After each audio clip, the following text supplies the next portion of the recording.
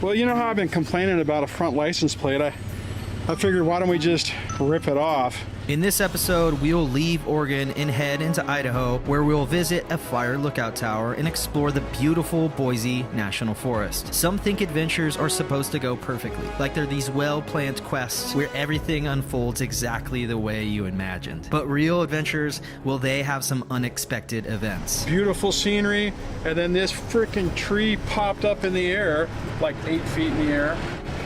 Another downed tree. This one's a big one.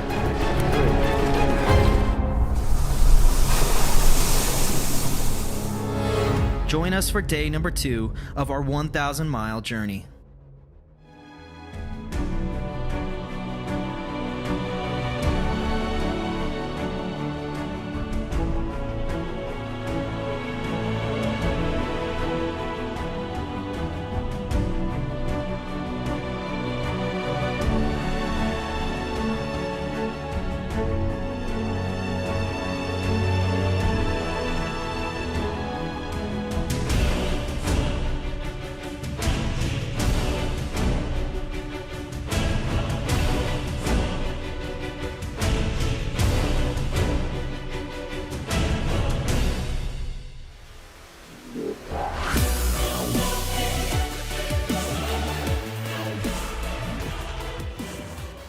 Waking up in Oregon was something special. We were surrounded by these towering, jagged mountain boulders, and the sunrise painted everything in this soft orange glow. It was too perfect not to explore, so I took the morning to walk and climb one of the boulders near our camp. From up there, the view was unreal, the kind of beauty that makes you feel alive.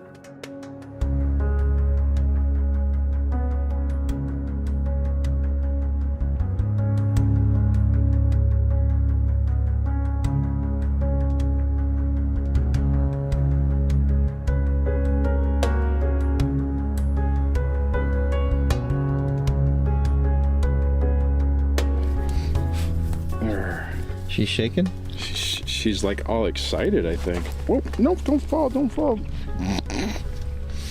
No, what did I say? Don't do that.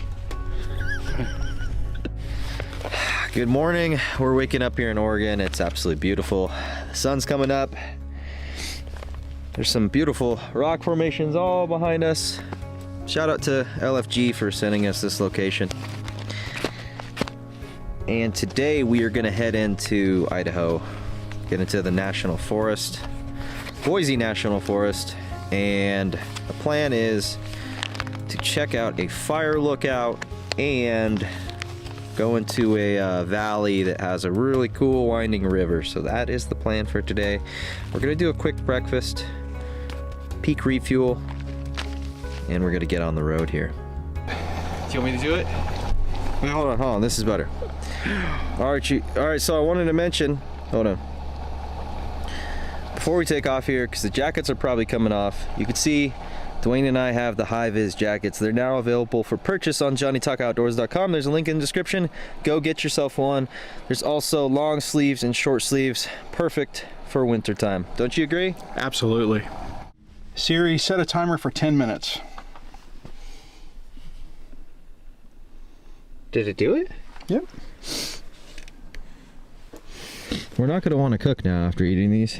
We're doing this only because we want to get the heck out of here.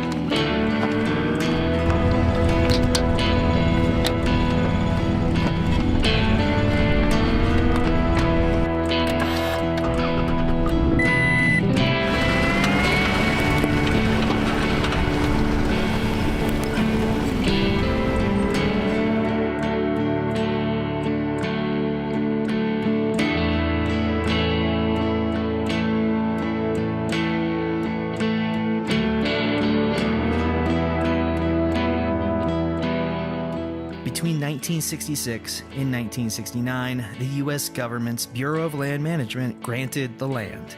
and it was also acquired through purchases and legal disputes with private owners. According to legend, the name Sucker Creek is a corruption of the Spanish term socorro, which means help or aid, given to early travelers in the Snake River Basin who were saved by the fresh water of the creek.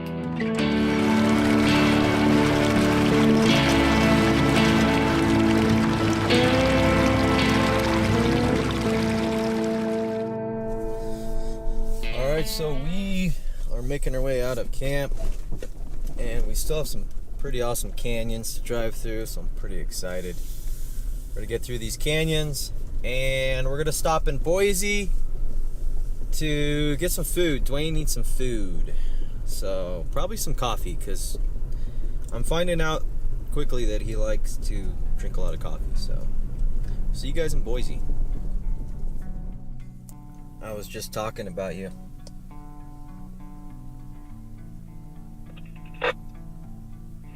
Oh God, what were you talking about this time?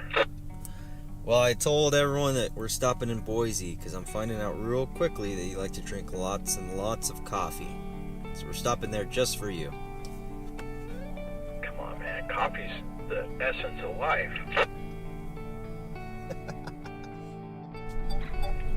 These cliff overhangs are pretty cool.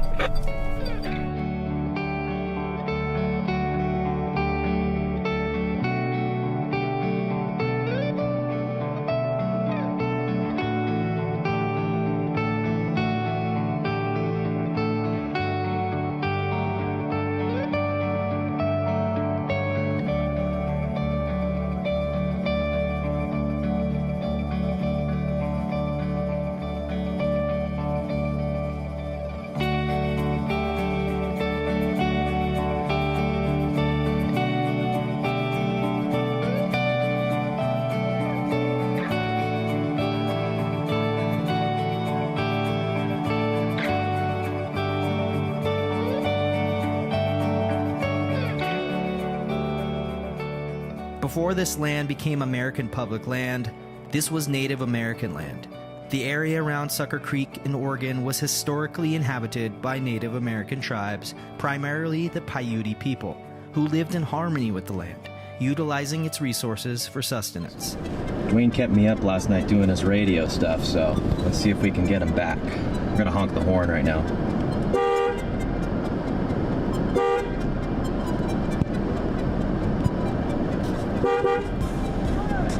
I don't think we got him too well, so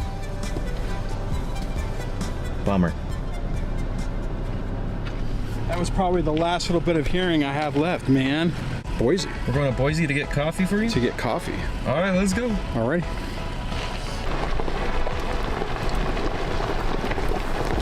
Hello. Excuse me, sir. We are lost and we can't find our way to Idaho. Can you help us? Can you help us? Oh, it's that way? All right, thank you.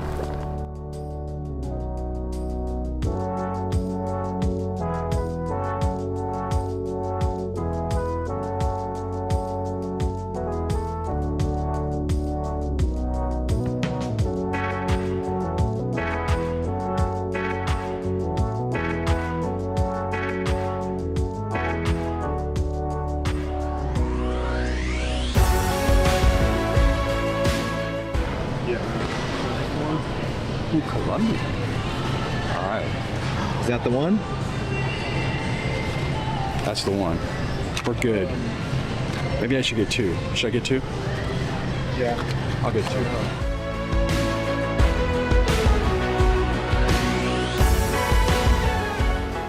So we just pulled up to the Boise National Forest here in Idaho, and of course we're gonna go do some exploring.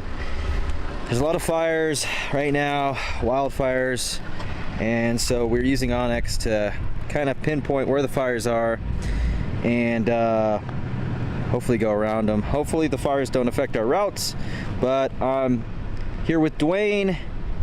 If you guys missed last week's video, go check it out. We were in Oregon. Today we're gonna go check out a fire lookout tower and then go exploring and find a camp spot.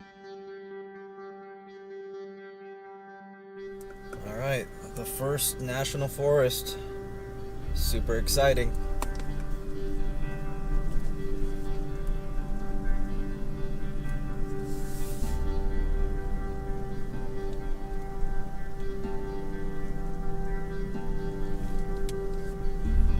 What do you got to say, man? I'm just taking it in, man. This is, other than the smoke, this is pretty awesome. Yeah, the smoke may get worse as we get closer to the fires.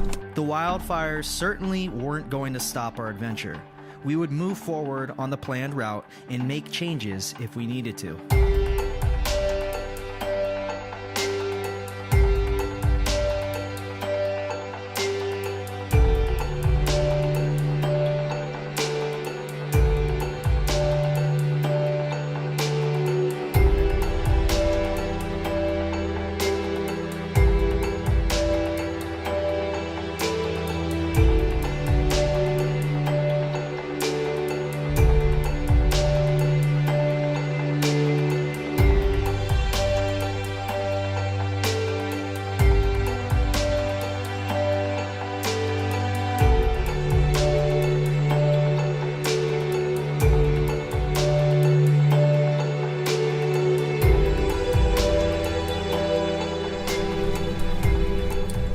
Idaho sucks.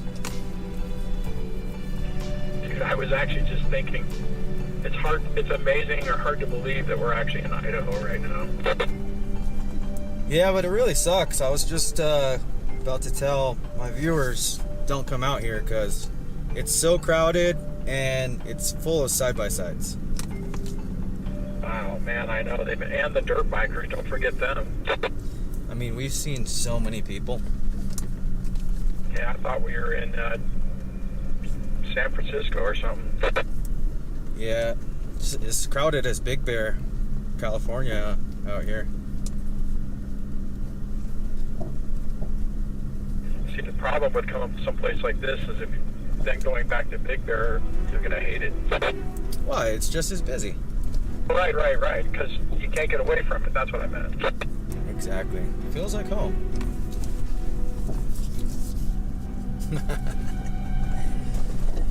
Yeah, we haven't seen one person.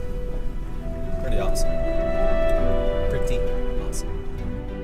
One of the biggest national forests in the country is the Boise National Forest. The total area contained inside its borders is just under 3 million acres. Since the Boise River flows across a large portion of the forest, it was named after it. Boise is a French term that means wooded.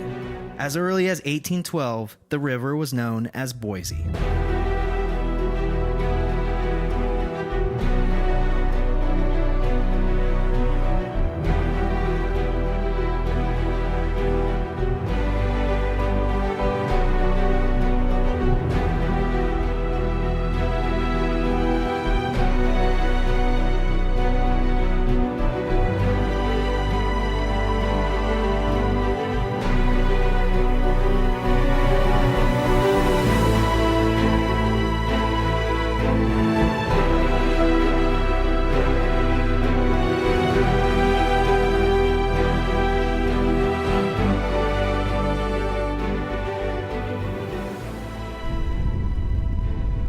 Windy up here, but we made it to Pilot Peak Fire Lookout. It's pretty cool. It looks more like a radio tower. We're going to walk over there and check it out in a minute, but we're just confirming where the fires are right now, taking a look at the map, make sure our route's still good to go, our possible campsite area, making sure it's not close to any fire. It is extremely smoky, but that's how it's going to be while we're in this part of Idaho. But as we go further north, it'll be smoke should go away. No more fires. The big fires are down this way. So crazy. This forest definitely got burned a while back. Daisy's already up there at the lookout. This dog loves to explore. Get you.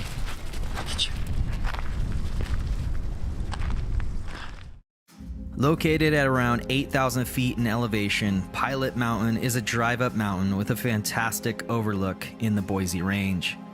Payette is also a popular winter destination for snowmobilers and skiers.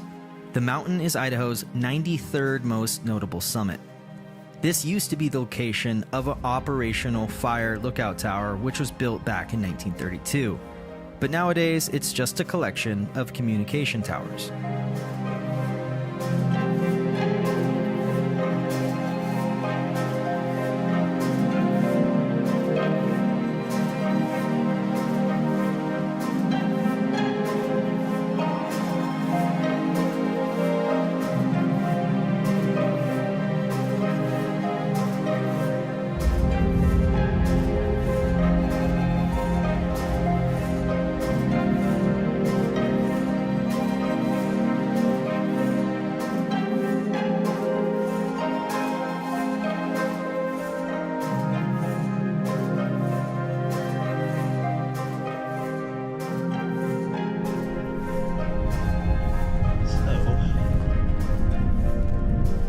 Doesn't look like we got anything too exciting here. We got locked door, we got stairs, and another locked door. So it's definitely not a manned fire lookout. But as I was planning this trip, I realized there's tons and tons of fire lookouts in Idaho. And so we have one planned. It's like 80 feet tall, if I remember correctly. Maybe it was 50 feet, but it's pretty wild. So you guys may see that a few videos from now, depending on where we're at. But I'm gonna go talk to Dwayne, see what the fire situation is looking like. But excited to be out here in Idaho.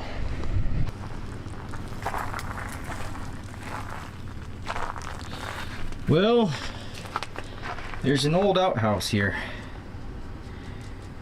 Pretty exciting. I'm gonna leave a sticker here.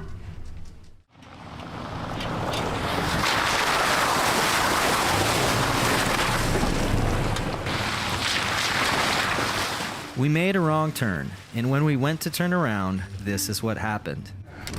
What happened back there? Well, you know how I've been complaining about a front license plate? I figured, why don't we just rip it off? I gotta check my bumper to see how bad it is. It's a little bent. Let me see the backside. Jeez. I think you just need more ground clearance. No, there's no other damage. I did rip the rivets off of this, though. Let's find camp, Dwayne. It's late. Let's go find camp. So I'm glad I didn't actually damage anything on the truck. Oh look, a tent. Yeah, it's just plastic. Dude, when you were walking up with it, I thought it was like my taillight or something. I was like, holy shit, what did I do? I thought it was your inner fender. I was surprised when I turned it over and saw your license plate. Because it came from your inner fender. I saw it break off. That's all. But you didn't get it on film? No, I was trying to spot you. I was like, Dwayne, what are you doing? Yeah, I didn't hear any of that.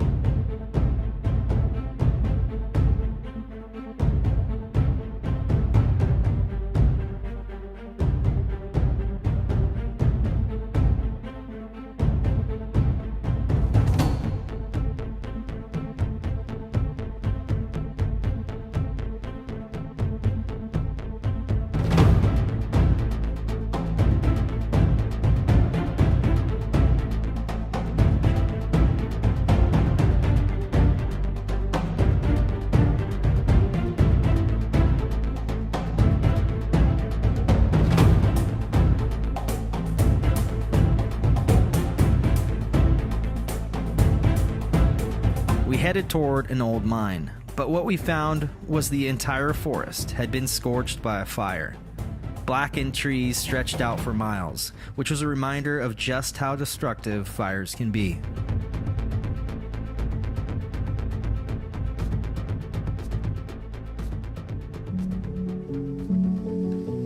We came across a small log blocking the road, and I finally had the chance to break out my brand new chainsaw.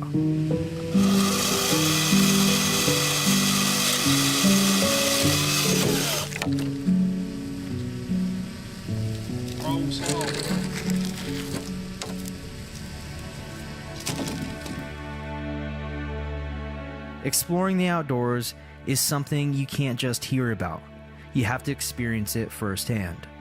Pictures and videos can't capture the way the air feels, the sounds of nature, or the sense of freedom you get when you're surrounded by wild landscapes. It's something that touches all your senses, grounding you in a way that only being out there in the moment can.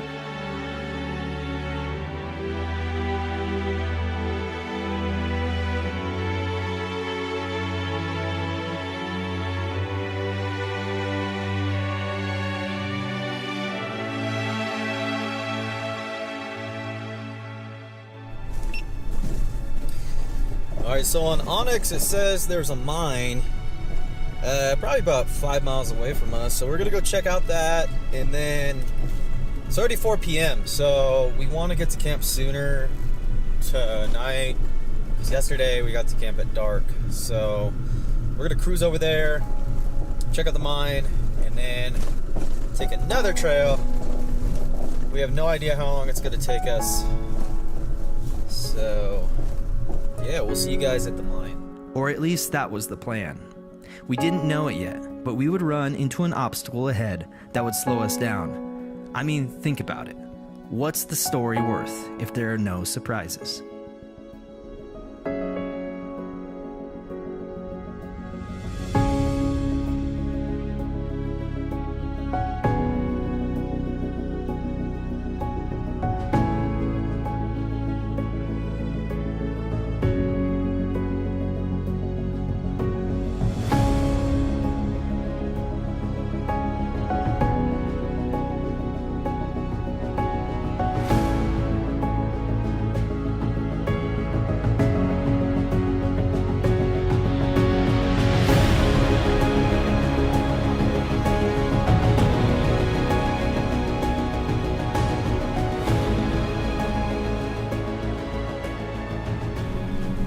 Yeah, this wouldn't be a good area to camp. All these trees look like they want to fall over, like right now. Yeah, definitely a bunch of dead trees. There's no turning around here either.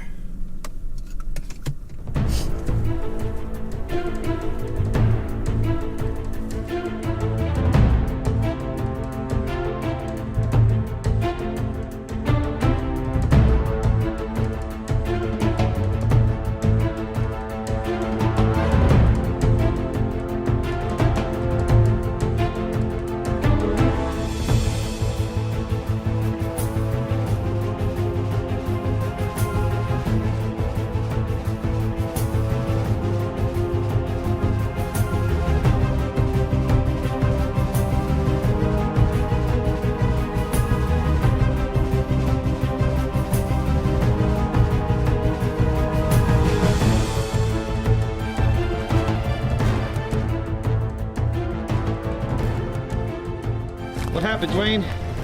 All I saw was beautiful scenery, and then this freaking tree popped up in the air, like 8 feet in the air. Oh, yeah. How'd that happen? Uh-oh. We got Bigfoot hair all over the truck. Well, it looks like the slider saved it. Sheesh. Let's find camp. Yeah, let's find camp. Camp. Man, we got another downed tree. This one's a big one. Not sure what we're gonna do, and we're kind of running out of time. We're running out of daylight. We gotta find camp soon. If everything went smoothly, if every day was predictable, would it still be exciting? Would you even remember it? Probably not.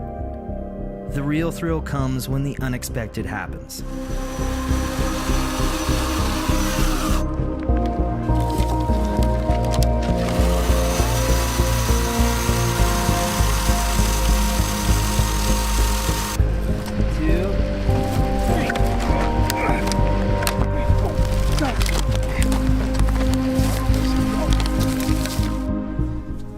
first off, that chainsaw impressed me. It cut right through that log. I just let the chain do all the work.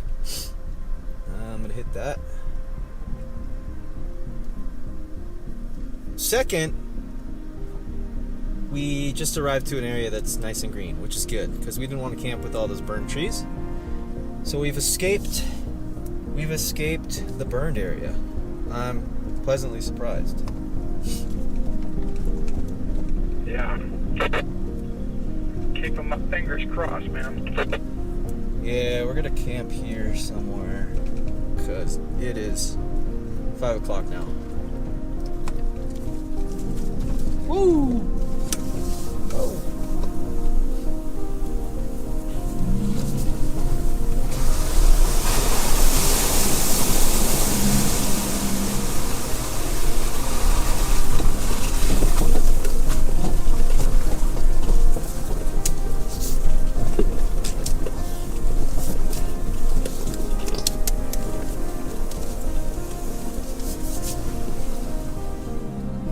There's some green forest right ahead.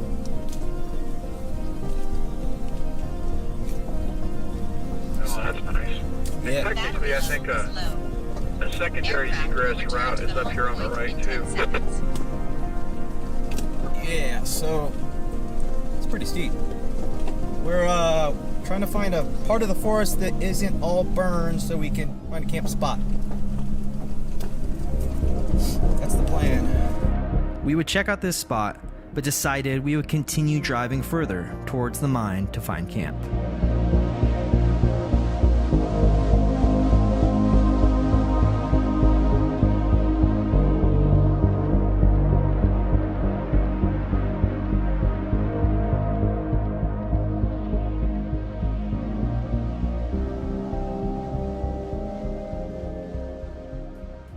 As we got closer to our destination, we passed what appeared to be some part of old mining machinery equipment, which was a sign we were heading in the right direction.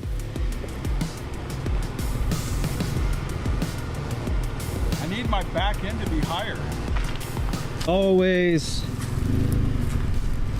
not a dilemma. Well, how do I look here? Am I still this way or? You're too far away from me, Dwayne. What was that? Perfect. Right there? Your brakes work. Wait, I'm impressed. You sure are good at putting on the brakes. Did you go to driving school? Yeah, the Johnny Taco Defensive Driving School. Ah! What a day. So far, day 2, we found camp, and yeah, after a whole day of driving, it's kind of hard to get the thoughts together, isn't it, Dwayne? After a whole day of driving? Yeah. That's the honest truth. So what I was gonna say was, the days are going by faster than I imagined. You know, we only covered about, last I checked, it was 100 miles when we were down, before we hit dirt. So we maybe like at 130-ish, which isn't bad. Because we have a lot of time to cover this route. So we're trying to take our time. This offshoot trail you guys saw was absolutely beautiful with all the dead trees and all the plants are pretty yellow. We're getting some fall colors going. This is the beginning of fall right now, so yeah, Looking good. looking good. We're gonna set up camp and make some dinner.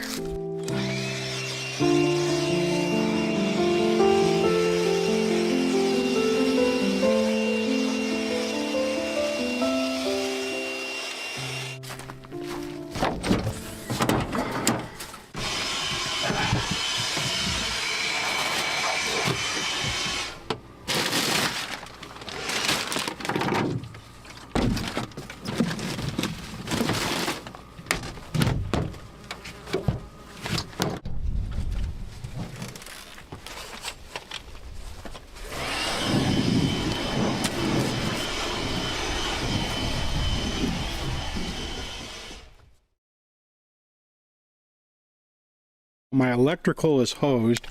I have no power to the back of the camper, so my lights don't work, my fridge doesn't work, everything else back there doesn't work, and I gotta figure out how I'm gonna fix it. I took a walk around camp and found the light of sunset was casting a beautiful golden glow on the trees that surrounded me. When I arrived back to camp, I was happy Dwayne had some good news.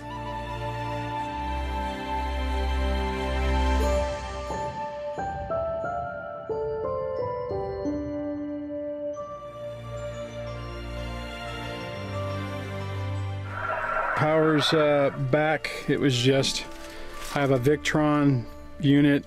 It's a power disconnect. And if it gets too low, I wonder if that's what happened the other day. So you have power to your fridge and all the lights, everything's working now? Lights work. I don't know if you can see that. Let me see. You fixed it. I fixed it. It was now that time of the evening to offload footage from our cameras so we could try to keep everything organized and not lose or accidentally delete footage. Later in this trip, this would become more and more crucial.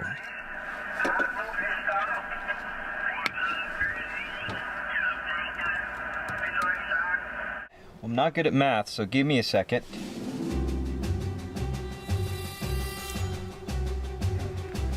Hold on. I'm almost there. All right, so in the last 2 days, I took 89 gigabytes of drone footage.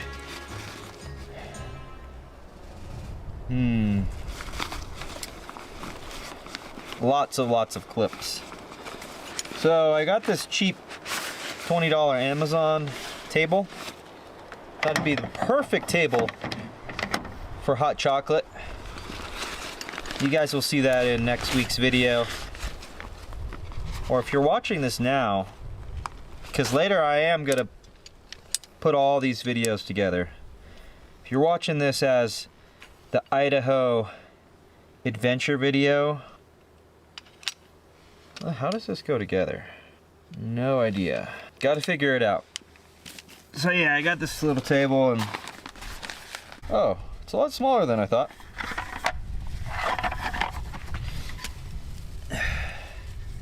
Oh, I see. These fold over and they clip in. Okay, I like this. It's very easy. Okay. Why does it sit so low to the ground? Just a little clip thing. Okay, that snaps in. Okay, that snaps in. Okay, I like this. It's very easy to set up. And it's pretty, yeah, it sits really low. That is awkwardly low. What the heck? You guys see this? It's very awkwardly low. I mean, I guess, hold on.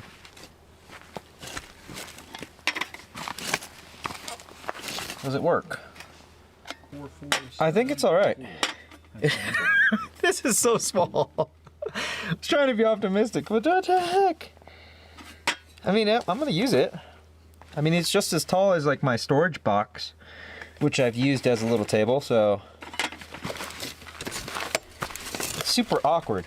I honestly got this so to play Uno on, you know, but man. I mean, it'd probably be nice to like put boots on maybe to keep them off the floor. I don't know. We'll try to use it. Anyways, it's enough about the little table. In the heart of the mountains, nature tells a story of resilience. On one side of our camp, the earth is scorched, which is a reminder of destruction. But look beyond and the landscape transforms. It's lush green and full of life.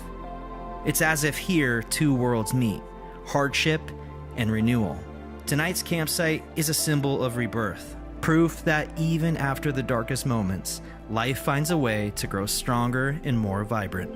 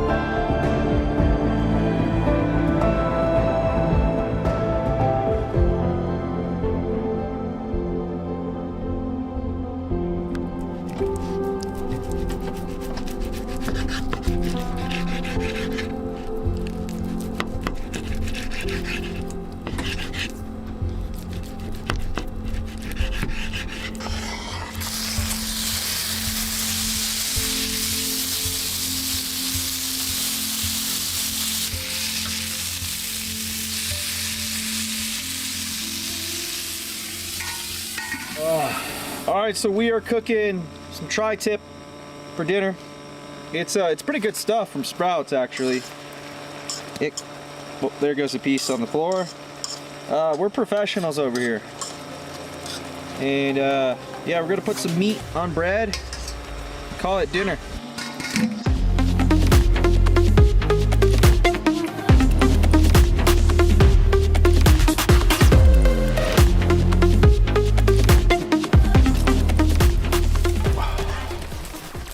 Oh, looks good, man. It's the moment of truth. Moment of truth. Meat on bread. Well, I'm gonna. It's like beans on toast. It's pretty good tri-tip, huh? Yeah, it's good. I only put salt on it too. That's good. Mm-hmm. We gonna have a little propane fire tonight, or probably not? Probably not. There's not really like a clear area for it. Mm-hmm. Ooh, you know what? I have this thing that's like a fire mat. I forgot to bring it. That's true.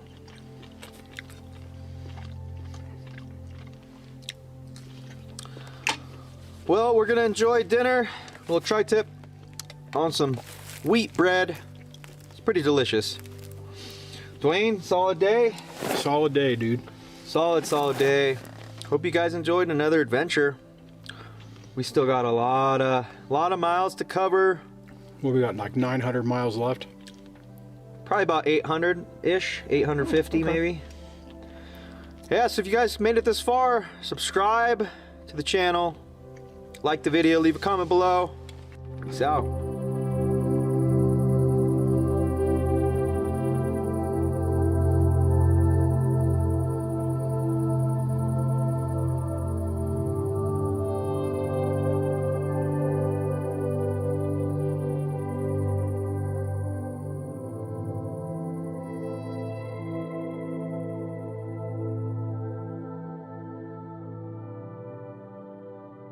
Over in Stanley, Idaho, the WAPITI fire is the largest wildfire currently burning in the nation, hitting almost 108,000 acres. 0% contained, and it has more than 1,400 people fighting it.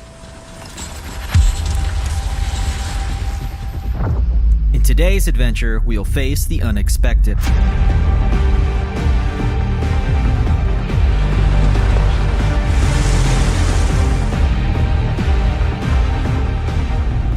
At the maps, and it looks like the fires are east and west of us right now. Eyes are starting to burn. Yeah, the smoke's really bad.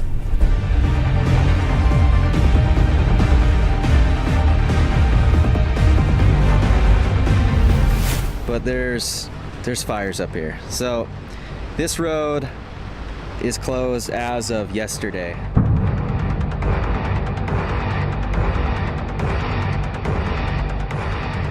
Join us for day number 3.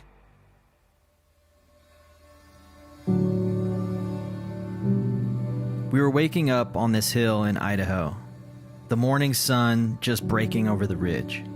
I look out, and it's like two different worlds on either side of me.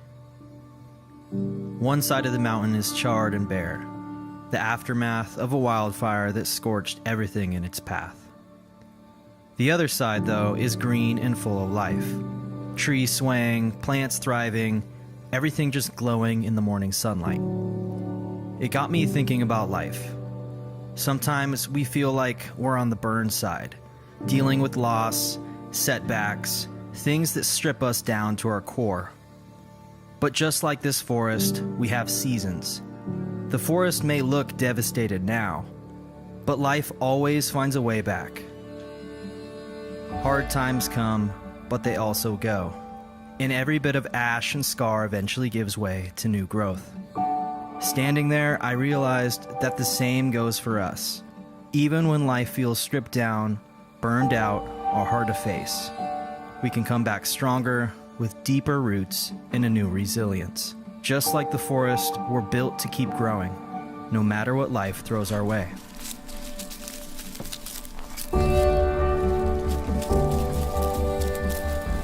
Daisy, good morning.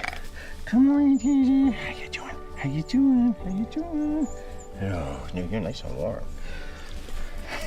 Man, it was quiet last night. Yeah, really? You didn't even hear me snoring? I didn't hear you snore at all.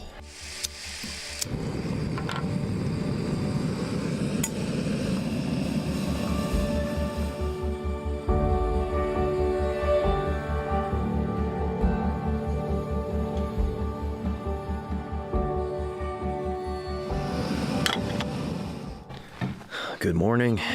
We're waking up here in the forest. It's absolutely beautiful. We got a pretty awesome sunrise coming up over there by the dead trees. It's pretty cool. We found a spot. We were near, a lot of dead trees, but we weren't too worried about it because there was absolutely no wind. It was a really quiet night. And this side of the forest was all green, which is pretty cool. So anyways, we're gonna enjoy some hot chocolate. Dwayne's gonna enjoy his coffee, and we're gonna pack up and get on the road and head north.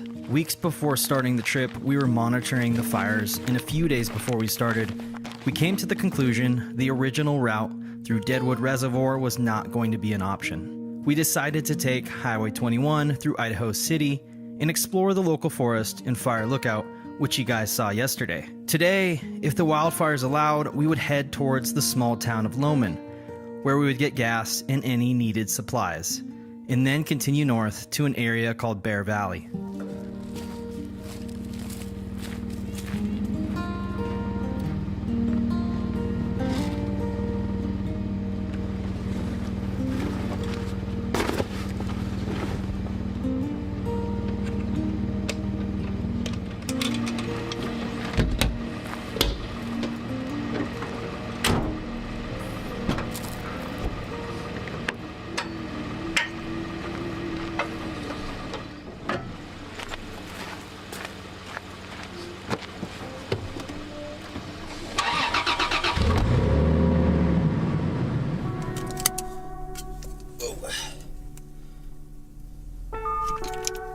Copy? Were you going to throw the drone up for this? Yeah, I'm going to. I'm trying not to spill my hot chocolate. So there's supposed to be a mine. That's why we came over here. So we're going to go try to find it. We had the drone up yesterday and I could see a big crater in the ground, but I didn't see any mine. So we're going to go see if we can find it.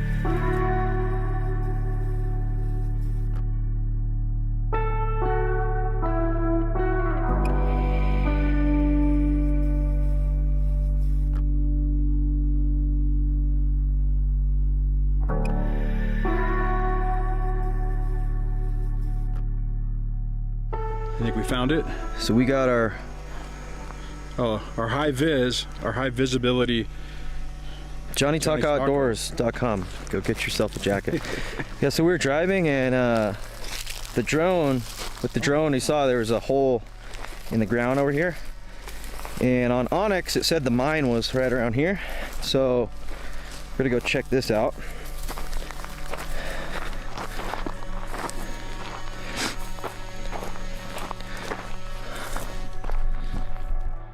Here's the hole in the ground, and that is probably it. Can't really see it. I'll put the drone footage up again so you can see it. Right there. So there's a hole. I don't know. You think this is the mine? It looks like it was a mine. Oh yeah, there's a hole. Right over there. So the mine is all caved in. We're not gonna go try to climb in it. We're gonna head down the trail, make our way towards our next destination.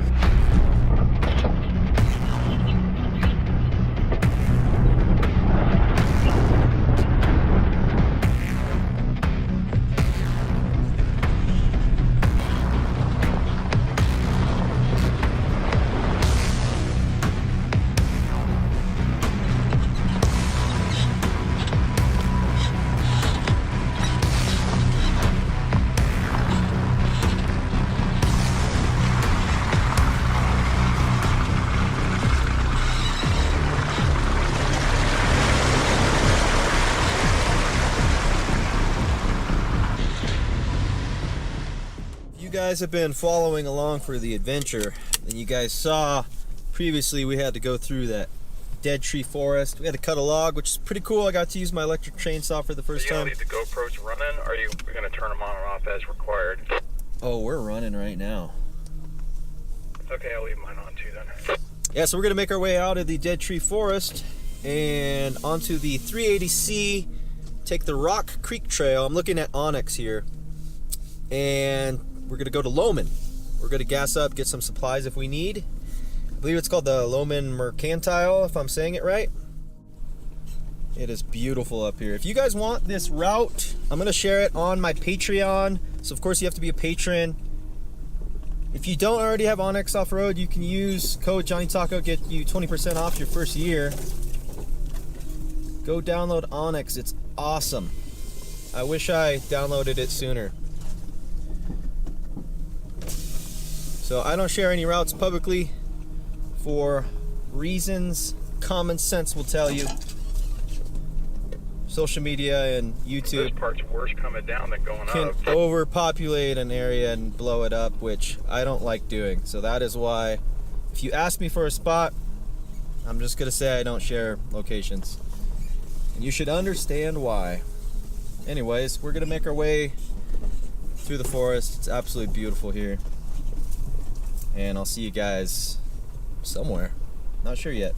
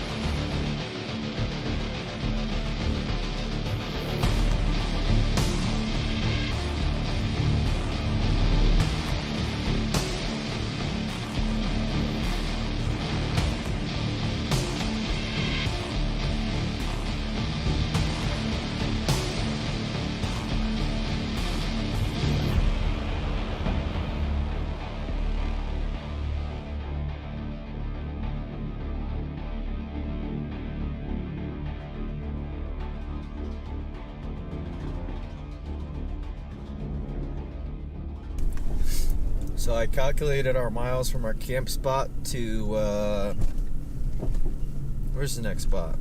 Bear Valley, 65 miles. It's pretty doable, right? Yeah, it should be. How you doing on gas? Oh, I got plenty of gas. We just gassed up not far from here. Well, I'm already down to not a quarter, but 3/4 of a tank. How do you have less gas than me? I don't know. It's kind of weird. Maybe it's just because I'm going up the hill right now. I don't know. Because I'm right between 3/4 of a tank and full. And my truck burns more gas than his. The smoke continued to get thicker, and we knew we were getting closer to the wildfires. All right, so we're on the Rock Creek portion of this stretch, and it's really smoky out here. So we're probably not going to film much of this section, but the goal is to make it to Lowman, get gas, and then try to head north. We looked at the maps, and it looks like the fires are east and west of us right now. So if we can make it to Bear Valley, My eyes are starting to burn. yeah, the smoke's really bad. We're hoping that we make it to Bear Valley. We're far enough north that the smoke won't be as bad, but it's pretty unbearable here. We wouldn't even try to camp anywhere near here with the amount of thick smoke, but we'll catch you guys in a little bit. The fire we were heading towards was currently the largest burning wildfire in the United States.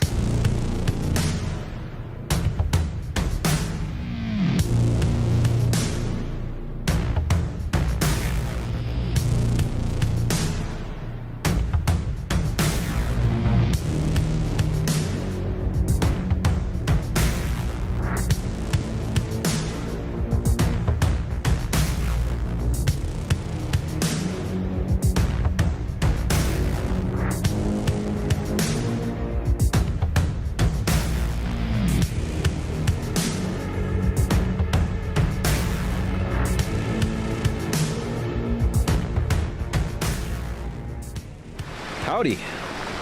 So we made it to the bottom of a little canyon here, and we had to stop at Big Creek. It's a beautiful sight. Besides the smoke, it's really beautiful. All the fall colors are out. We're seeing yellows and all kinds of cool colors. And the creek, it's a nice, refreshing view compared to all the smoke we've been seeing. And Daisy's actually down by the water now.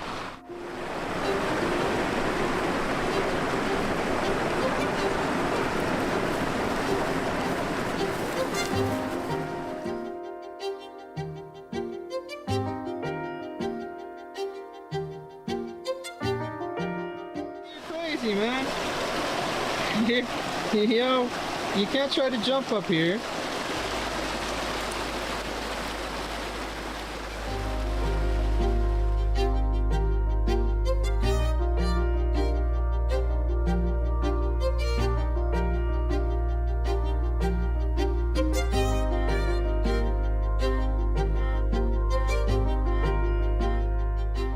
Alright, so we are monitoring the fires with Onyx the best we can, but Dwayne's family member, we're sharing our location with them, and so they are actively monitoring our location.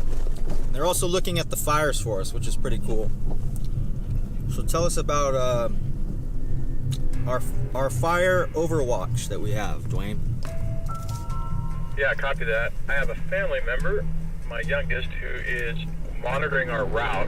I'm sending the route real time via satellite through Zoleo and through my phone using a software tracker, going to Spot Walla that gives us real time updates, plots where we're at, and they are looking at the fire maps to make sure we're not going to go someplace we shouldn't go.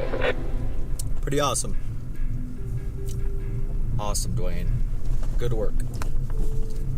All right, hopefully it wasn't too long-winded. Outstanding. Thanks.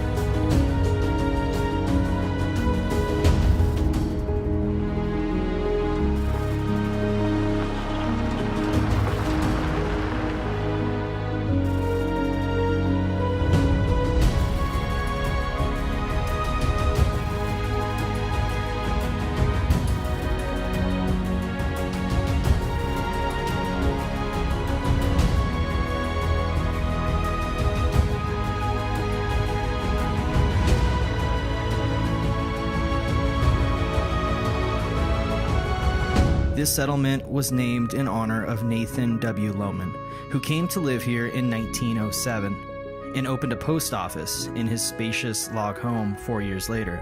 We would stop at the Lowman Mercantile for gas and supplies.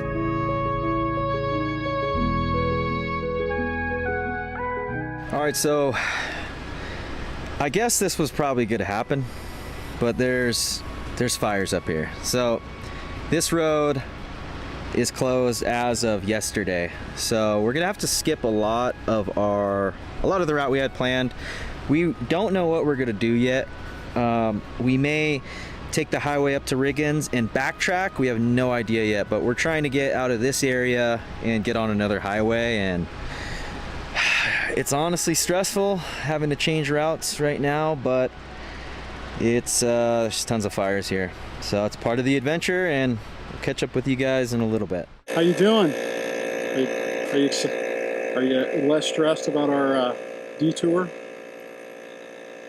Yeah. we figured this would be part of the adventure, you know. I knew we were probably going to hit some closed areas. Actually, I wasn't sure, but I wanted to just come here and find out for myself because it's part of the adventure. But I am pretty bummed out, and it is a little bit stressful having to re-plan, and we don't want to backtrack a lot, but we found a route where we think we're going to be able to go through here and hit the 55 and go north, and then who the heck knows where we're going to go after that, but we'll figure it out. We'll figure it out. After using the Morphlate to air up our tires, we would take Banks Lowman Road to Highway 55, where we would head north to the town of McCall.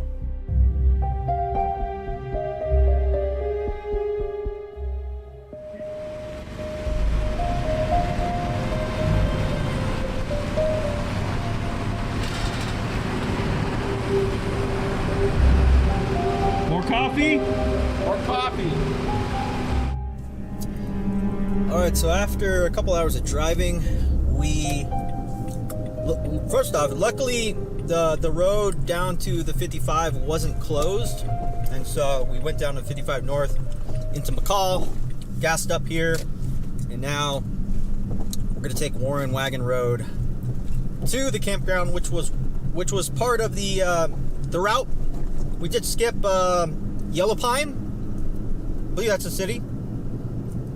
Skipped a couple areas, but it is what it is. So we're gonna get to the campground. It should be really beautiful. It's right on a river, and we'll see you guys after we air down the tires. See you on the trail. Lights on, I'm on. Lights on, I'm on. Love the pressure, I can't let up. Keep my head up, I can't let up. Lights on, I'm on. Lights on, I'm on. Love the pressure, I can't let up. Keep my head up, I can't let up. So we're climbing to Warren Summit. It's about 6,900 feet of elevation. Check out the temperature. This is the coolest temps we've had, 75 degrees. Oh man, dang, that's nice. Outstanding, Dwayne, outstanding.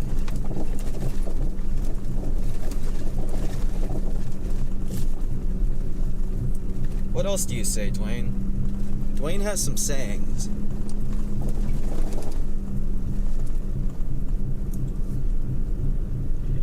That's nice. Outstanding. That sucks. Oh, that sucks. That sucks. Well, that's not good. There's that. There's that one. And then there's also, oh, bummer. Wow. Idaho is beautiful. We're not too far from camp. We're gonna get there. Got about an hour of sunlight left, another long day of driving, but we're having a blast.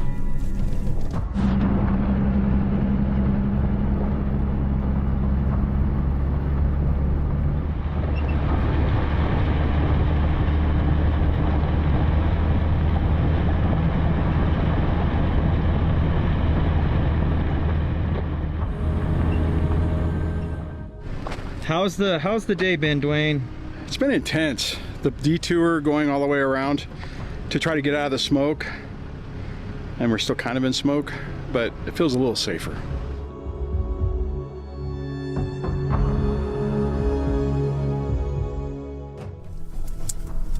Three, two, one. Beep, beep, beep.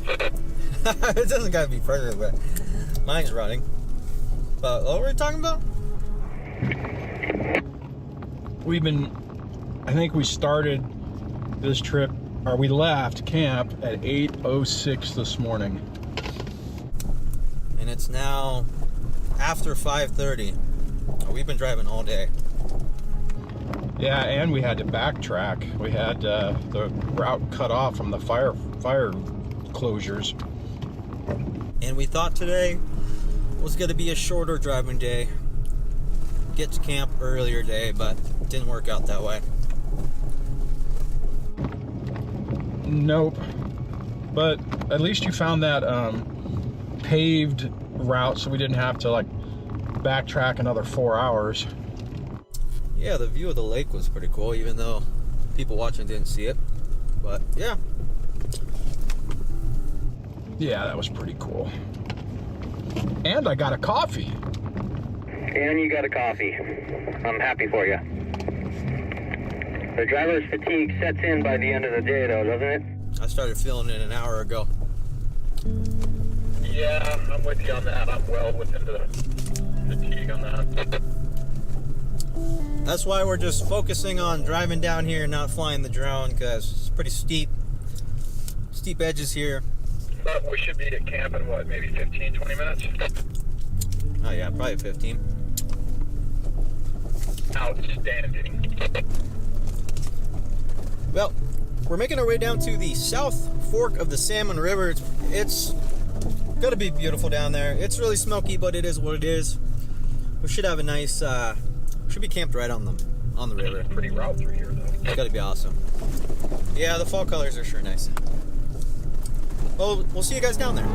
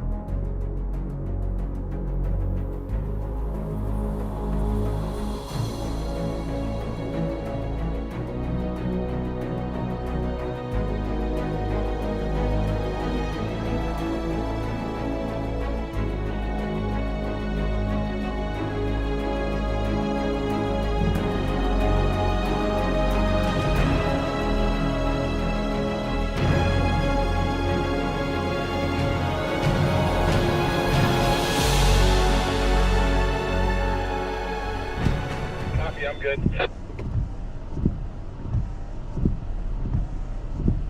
Take off.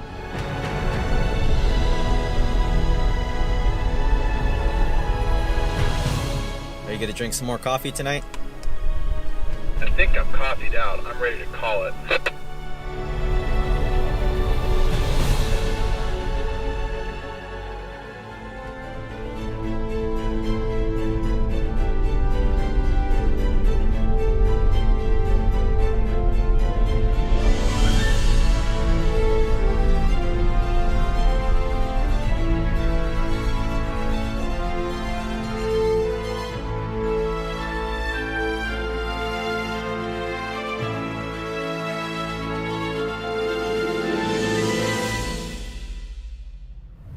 There's nobody here. I think we're gonna have this campground all to ourselves. Sweet!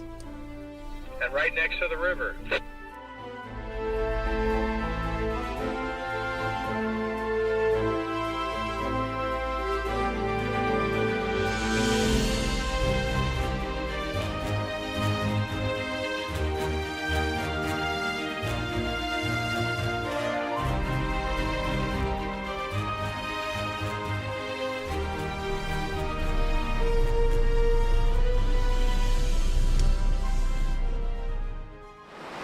We made it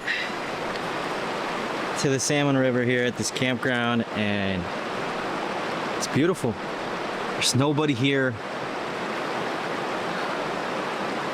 I want to say we're maybe 1/3 of the way done with this trip, but we're making good timing. So I kind of planned this. I brought my shampoo. It's day number 3. It's time to take a bath. So I'll see you guys when I'm all fresh again.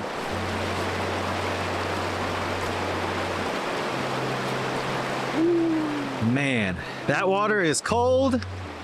You're seeing me bald, so I always wear a hat. But goodness.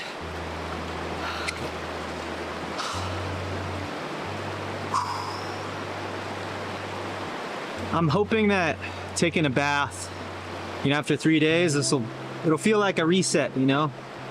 Being clean again,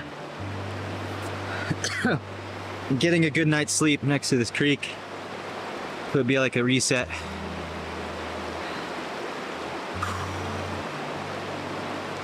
Man, this is awesome. So I wanted to show you guys my new camp toilet.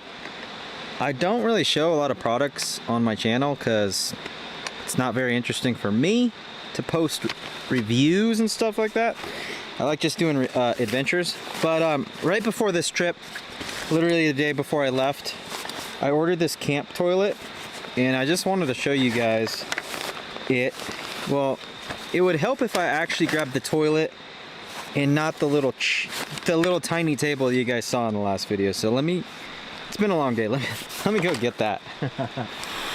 All right, so here's the toilet. You can see I got 4 toilet paper rolls in this bag. This bag, the quality sucks. It's not good at all. But yeah, so the day before the trip I ordered this because normally I bring a military shovel, dig a hole, do the business, but being able to sit down, so nice. You know, this morning I had my hot chocolate and was doing the thing. So yeah, this one, literally you just open this up and then you set the seat right on top. So it's only 2 pieces and it packs away really small like this. So this is not sponsored, I'm just sharing this because it's helping me out this trip. So I'll put a link in the description if anyone wants to check it out. I think it was like 25 bucks. So yeah, I'll show you guys a shot of it right now put together.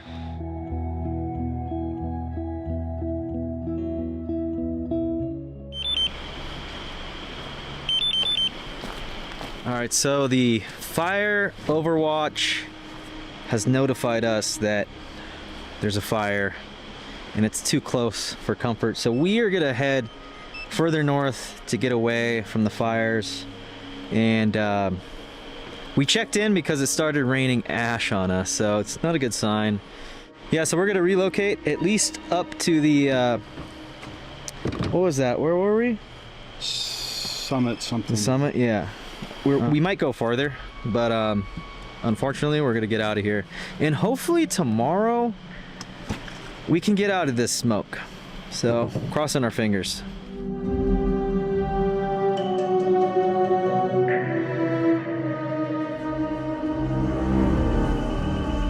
We had it all planned out, setting up camp right next to this beautiful river, with the perfect spot to take in the view. We just unpacked our gear, started to settle in, got cleaned up, and then ash started falling from the sky. When we realized the fire was closer than we thought, we wanted to get out of there as soon as possible. Can you hear me?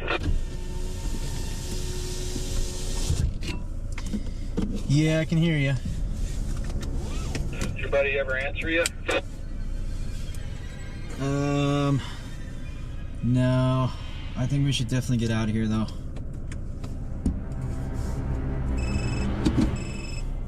Hold on, I got a message from him.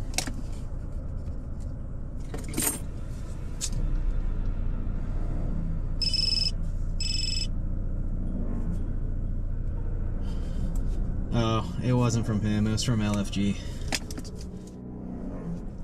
You want me to follow you? Well, okay, yeah, that's fine. Go for it.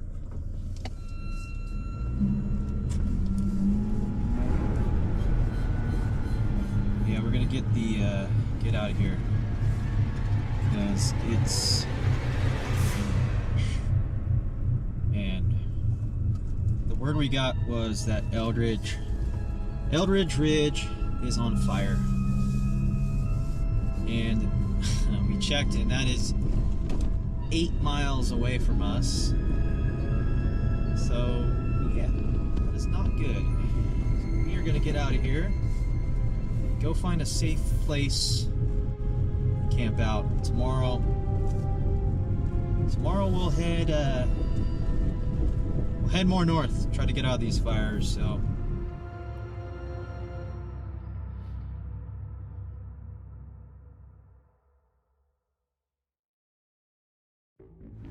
Do we just stage up here? no, we could keep driving. We could sleep here. It's a lot safer here than down there. Yeah.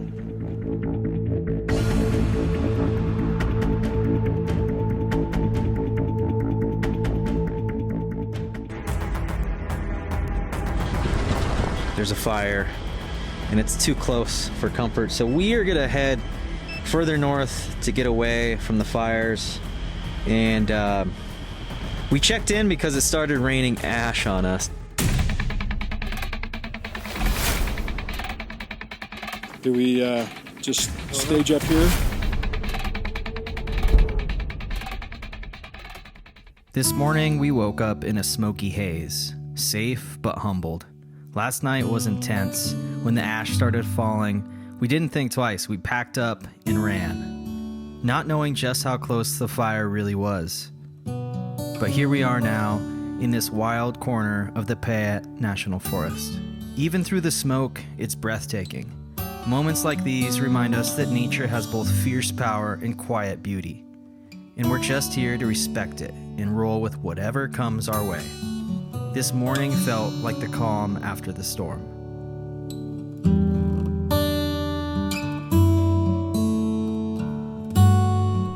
Daisy, go see Dwayne. He's awake. Go see him. Run, Daisy, run. Daisy, oh, I'm so glad to see you. Good morning, Daisy. Good. Did you find anything good? There you go. Over here. What?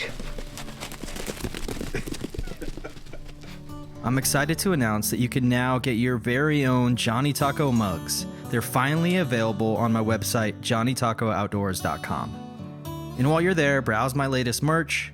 Thanks for being a part of this journey. It means the world to me.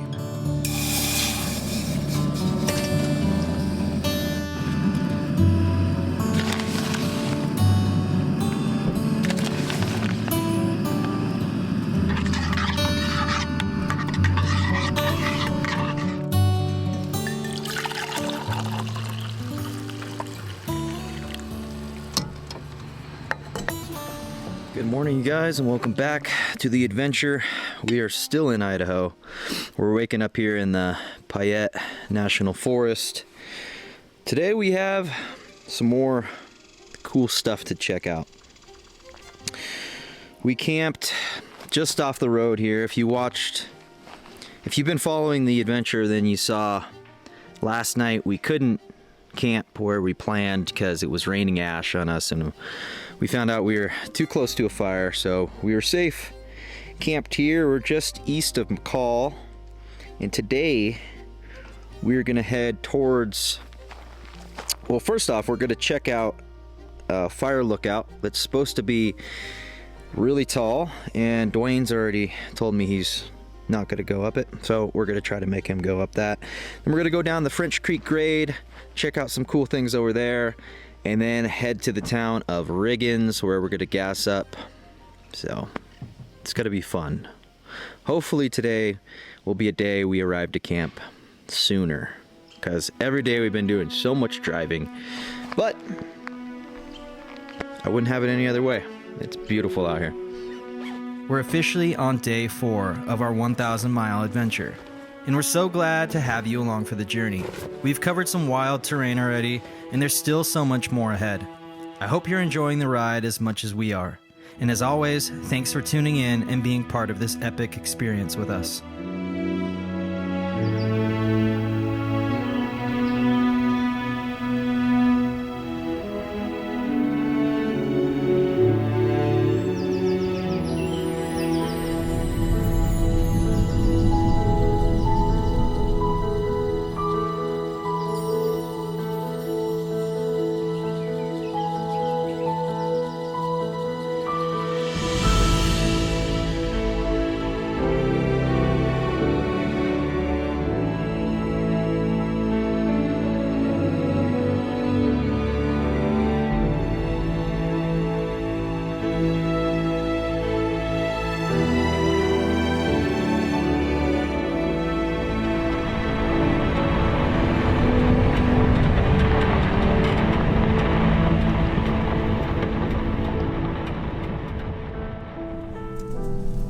So I'm super excited about this fire lookout because I was looking at pictures online and it's the craziest looking fire lookout I've seen. It's like this big tower and I think you have to walk up like 20 flights of stairs to get up there. It looks pretty cool. So we should be getting really close. I think we're about a half mile away. So let's go check it out. Dwayne, you're gonna climb up this fire tower even if it's 80 feet tall, right? That is not 100%. Not 100% as in you're gonna 100% climb up to the top with me? I'm saying there's probably a 25% chance I might go up with you.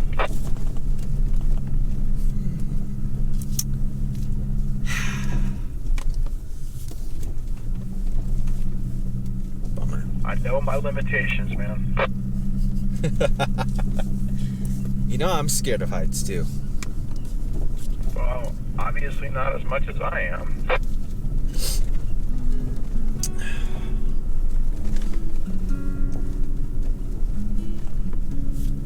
I was looking at this hill on the right with the drone and I didn't see the tower. Do you see it now? No, not yet.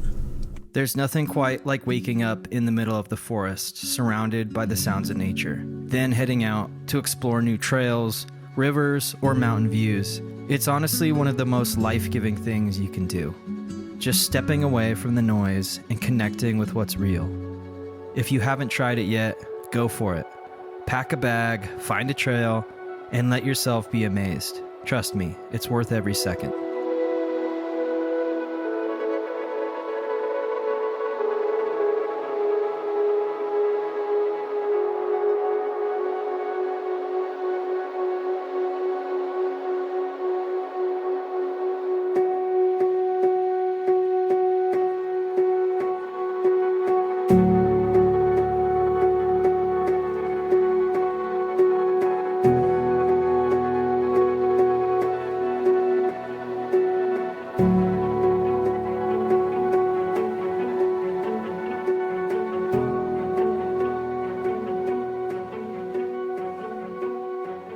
We approached the turnoff for the Fire Lookout Road and started to make the climb up the mountain.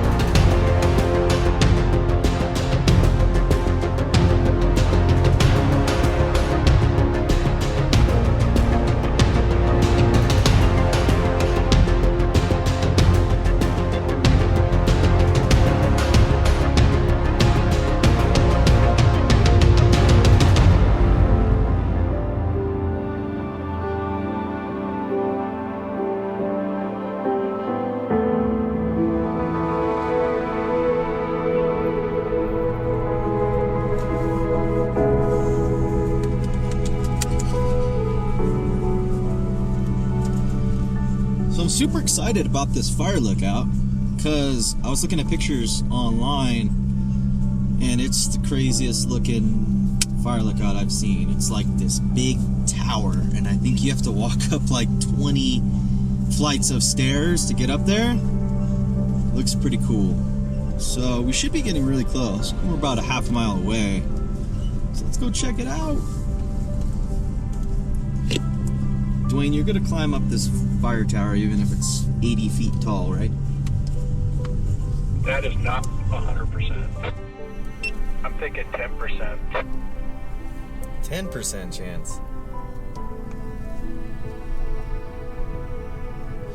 Alright, we can see it now.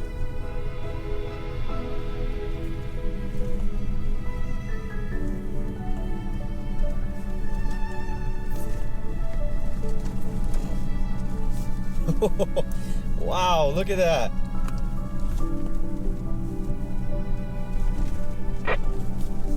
It just keeps going and going.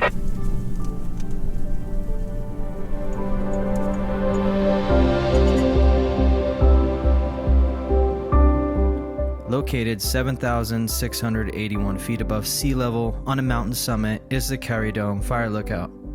Thanks to its magnificent perspective of the vast backcountry in the Salmon River Mountains in west central Idaho, this area has been used for fire detection since the 1920s. Right now, Carrie Dome is the only fully equipped and seasonally staffed fire lookout steel tower remaining on the Payette.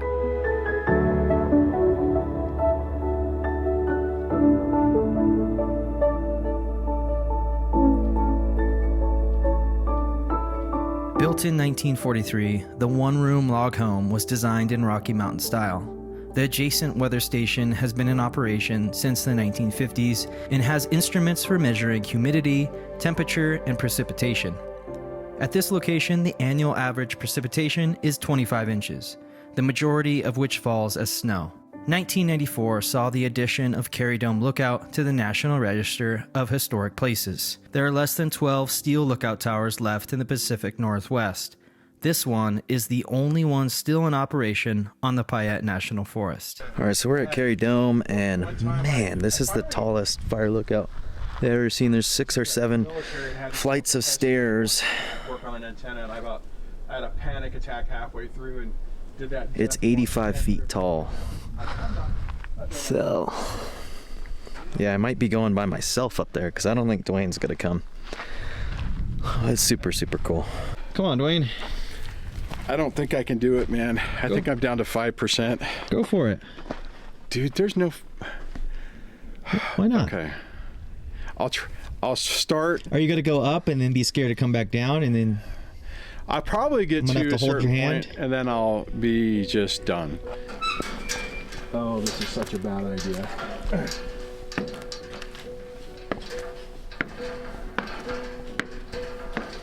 Maybe we could take turns on each level and motivate each other. I'm gonna make it. I'm not gonna be able to do this. Oh, this is really shaky. Yeah. Oh, fuck, dude. Whoa. Okay. We're on the first level and this thing's really shaky. There's how many more levels? If I do it, I don't think I'm gonna take the camera with me because I want both hands. You know? Yeah. How's it gonna look though if I came here and I didn't go to the top? Hey man. I wanna get comments. The trolls are really gonna come out on this one. They're gonna use one of your favorite words. Outstanding. No. Oh. Yeah, that word. That we one. can't say it because then I'm gonna have to put the taco on your mouth and beep it out. I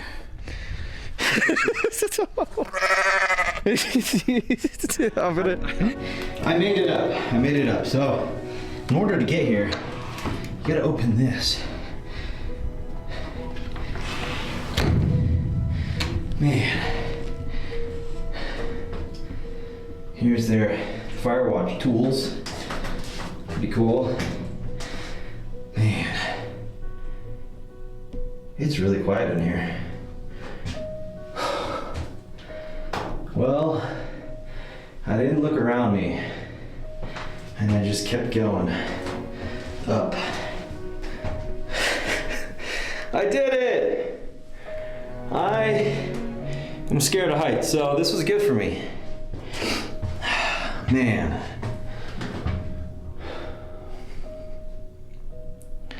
Idaho is on fire right now. There's so many fires and it's really smoky, but it is what it is.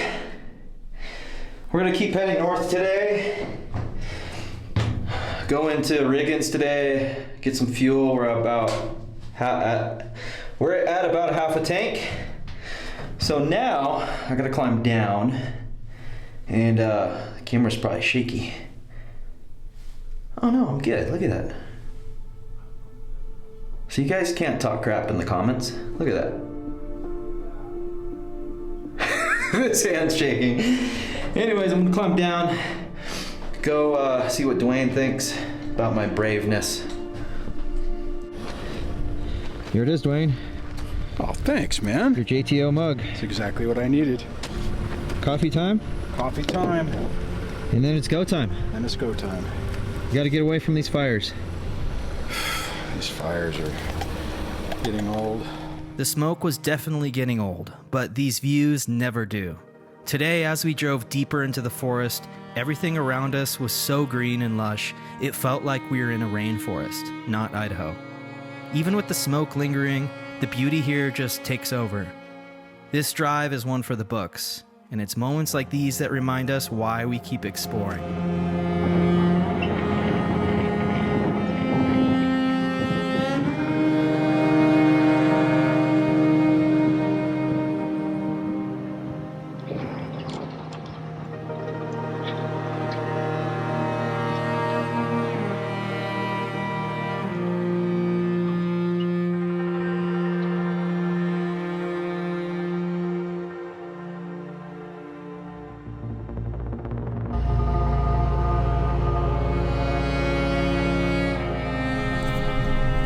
That fire lookout tower was pretty awesome. Never seen a tower that tall. We're driving again. We're doing a lot of driving this trip. Up next, there's supposed to be an old bus. Should be coming up here pretty soon. So we're gonna try to find the old bus and check it out. The old bus should be coming up here pretty soon.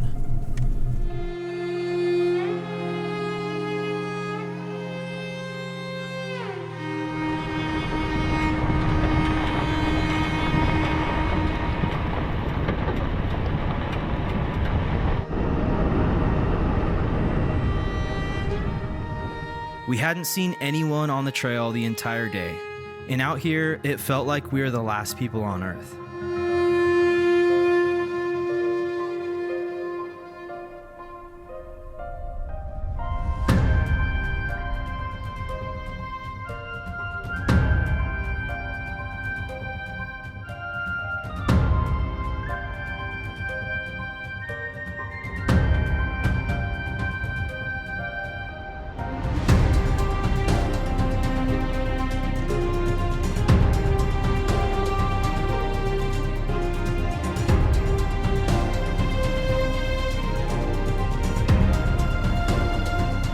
Well, we haven't found the old bus, but we did find this old cabin.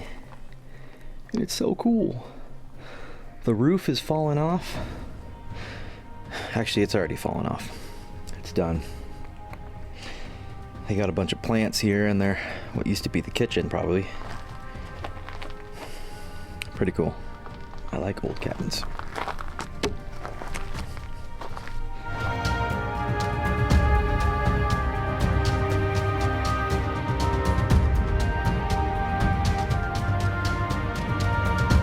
This is a better cabin. The other one was like, what, yay tall. You gotta cook us dinner? I cooked the last time. Are you ready to cook dinner tonight? If you're ready for me to try it.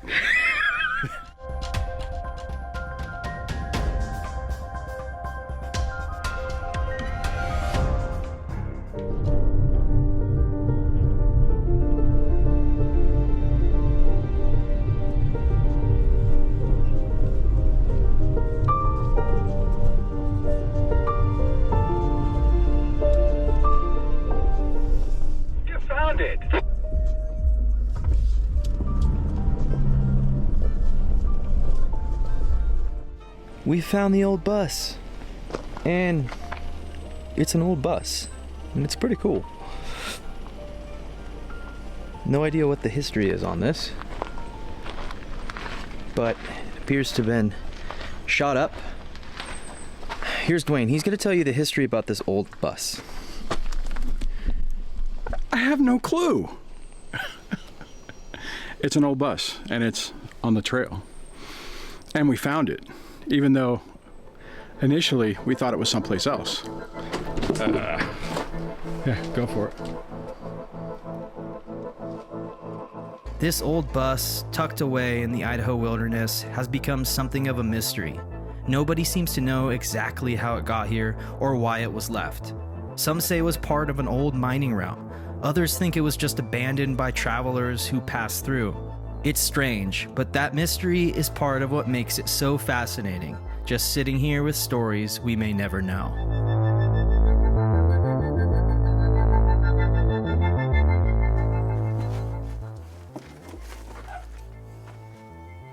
Hey, where are we going, Dwayne? Well, you're supposed to be telling me. I'm here for the bus ride. Well, luckily I'm using Onyx, so we're not getting lost for this trip. And we planned this entire trip using Onyx. So if you want a great navigation system, great mapping, plan trips easily in states you've never been to, click the link below, get Onyx. I'm sharing this route to my Patreon members only, so if you want this route, the entire route, from start to finish, join my Patreon. Big shout out to all my patrons. Thank you so much for supporting my outdoor adventures. Your support helps make these journeys possible.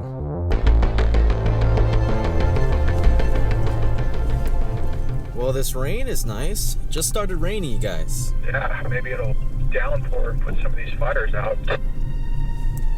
Or it might clear the skies out because it's so dang smoky. That would be pretty nice too. I'm excited to see the Salmon River. Yeah, me too. We're heading down to the Salmon River. This is all How far are we from brand that? new. I don't know how far, but we're gonna make our way down these this grade, a bunch of switchbacks, and then we'll be there. Outstanding. I don't know how far we're gonna push today. We could probably just drive till about 2 o'clock and then maybe call it, because we need a day where we just end early and sit down. Yeah, copy that. So far, every time we made that plan, we've been thwarted. Thwarted is the word, sir. Thwarted is the word. Let's get down this grade. The French Creek Grade, also known as the French Creek Road, is a historic and notoriously steep mountain road in Idaho that connects the Salmon River Valley with the remote mining areas of the state.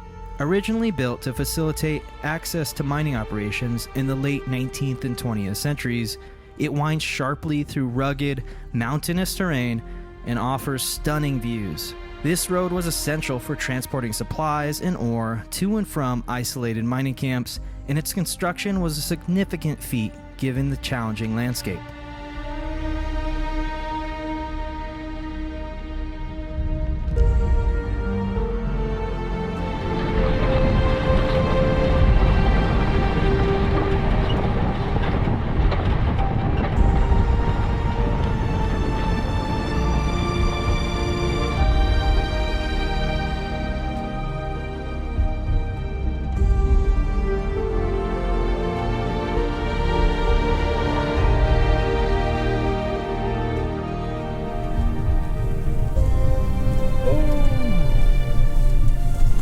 Oh man, that view is, minus the smoke, that view is pretty epic.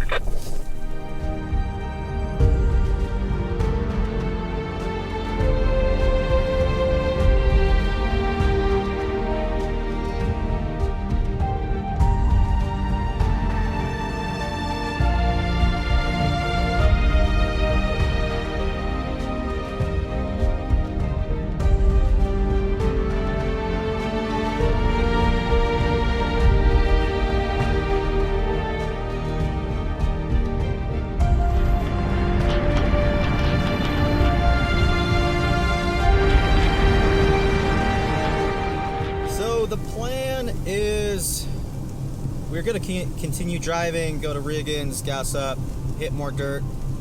It's 1:30.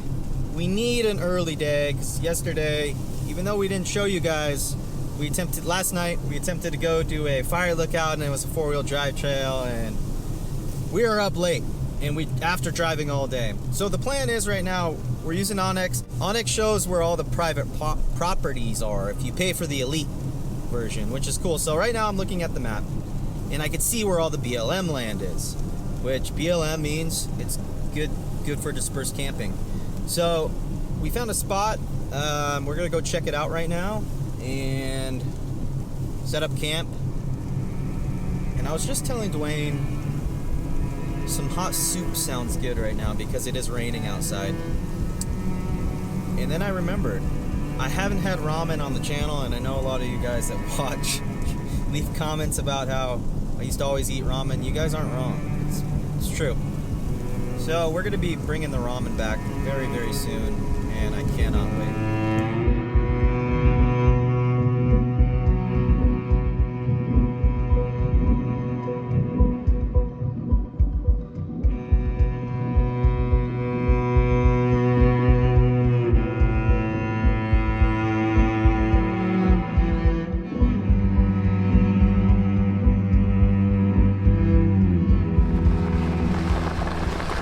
Excuse me, young sir.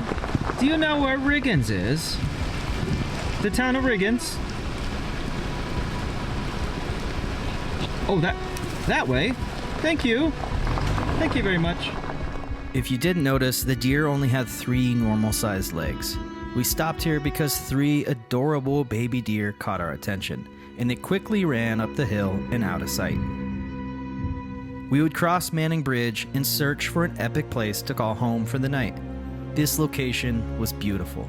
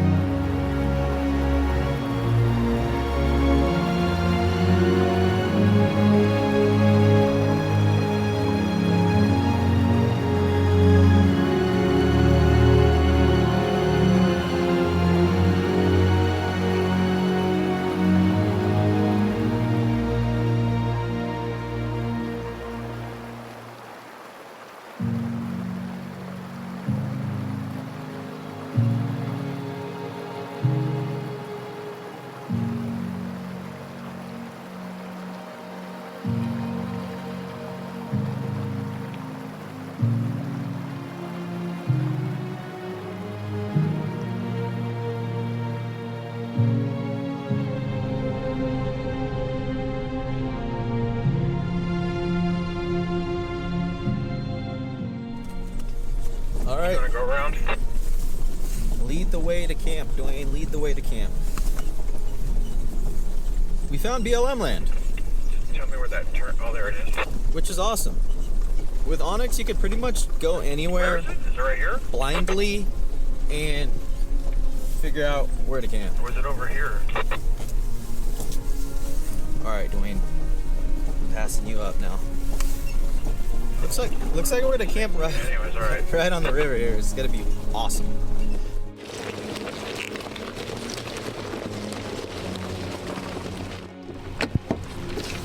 Well, what do you think? This is pretty nice, man. Think this will do? I think this will do. This is a nice view. And it's raining.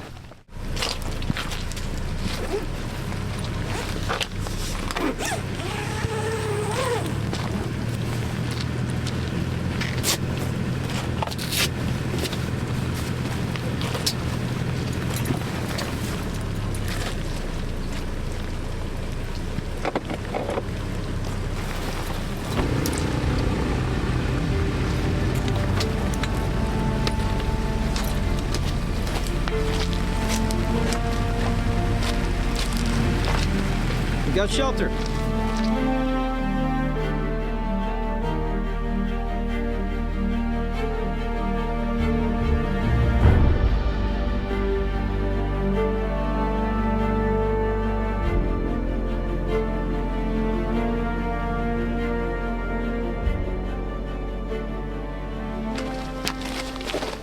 So Dwayne, what I want you to do is there's a raft upstream. I see that upstream. raft. I see that. Okay.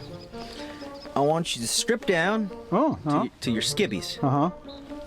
Swim upstream. Yeah. Get the raft. Okay. Commandeer it. It might be private property owners. Just borrow it. And then when I sit down right here, okay, float by. And I'm talking about how beautiful this area is and how we're not tired at all from driving. And another fish just jumped. Oh, I want you to float behind me and yell, "Subscribe to the channel!" And then kind of stand up on the raft. Yeah. In just your chonies and just go like this, "Subscribe!" Nobody wants to see that. Can you guys hear the rooster?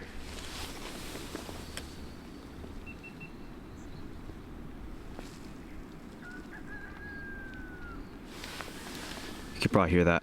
Just look at this view. It's pretty insane.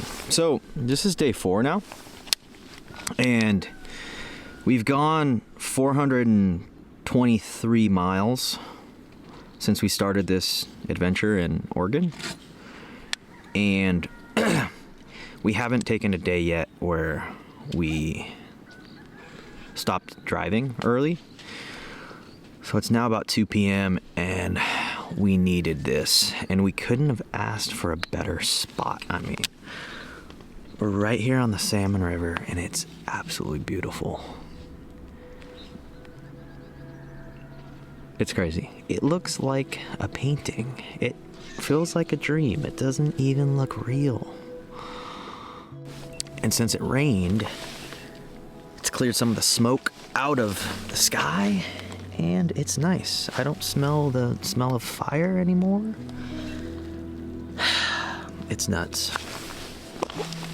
There's not really much else to say, but I will say this.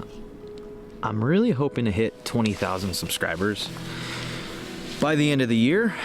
So if you're liking this, clearly I've been driving for 4 days straight. If you're watching the video and you're not subscribed, subscribe to the channel. I'd really like to hit 20,000 subscribers by January 1st of 2025. Give the video a thumbs up. Share it with your friends and family. If you have social media, give it a share on there. All that helps. Thanks for watching as always. We're gonna hang out and enjoy this beautiful spot.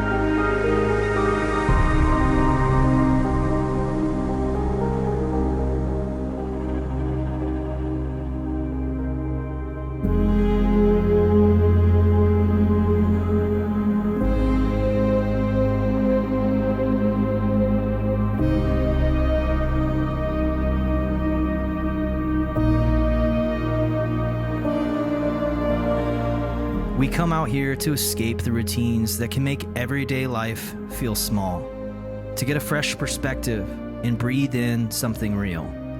For me, the outdoors is a reminder to slow down and appreciate all the beauty just waiting beyond my doorstep. I hope these videos not only inspire you to explore more, but also remind you to take a moment, step outside, and really see what's around you. Life has so much more to offer when we let go, get out, and reconnect with the world around us.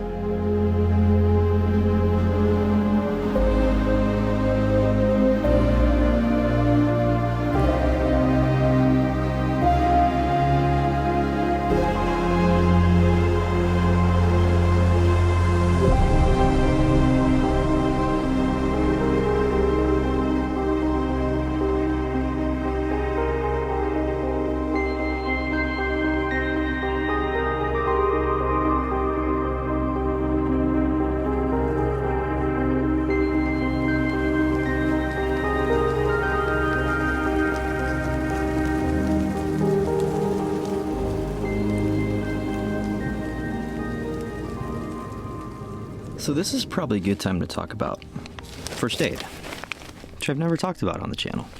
Never had to use my first aid kit, not even a Band-Aid.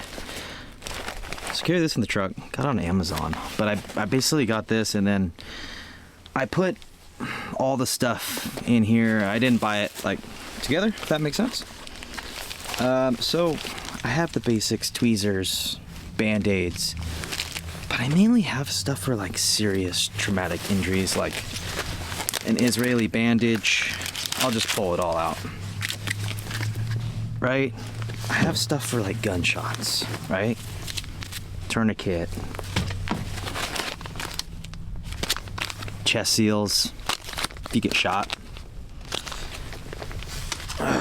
Important stuff. And then I just have bandages, you know, this kind of stuff. Gauze.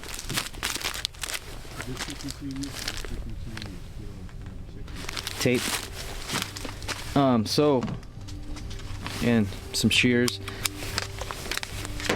But I bring this up because I was walking with my big lens and it's heavy. Anyways, I slipped and I stubbed my toe and it's bleeding pretty good. So I'm thinking I'm gonna use some of this quick clotting gauze. I'm gonna cut it up. I'm gonna rinse my foot off, make sure it's clean. Put some of this quick clotting gauze on it and then wrap my big toe with this tape. It's my driving foot, so I gotta take care of it. So we're gonna try to get that together and keep you guys updated. But yeah, keep a good first aid kit with you. Yeah, there's blood on my sock. But yeah, I'm gonna try to wrap this up. So I'm pretty stoked about this stuff. Quick clot. It has directions on it. I never used this stuff. Open packet and remove gauze. Continue to apply pressure for 3 minutes or until bleeding stops. Super, super cool. Let's give it a try. All right. I did take a peek at it earlier, and I was surprised. Man, I've never stubbed my toe like this. All right. Man, do I want to get it wet? No, I'm not gonna get it wet. I'm just gonna put the gauze straight on it like the instructions say. You know, it's really not bleeding. Ooh. Alright, I'm gonna put this on it. Alright, I'm just gonna apply pressure. See you guys in a little bit. Alright, we got the flip-flop on. We got the gauze here. We're just gonna wrap the foot nice and loose, not very tight. Cool. Just let that sit for an hour or so. Be good to go. Give it a rinse. Give it a fresh bandage before we go to bed. Continue the adventure.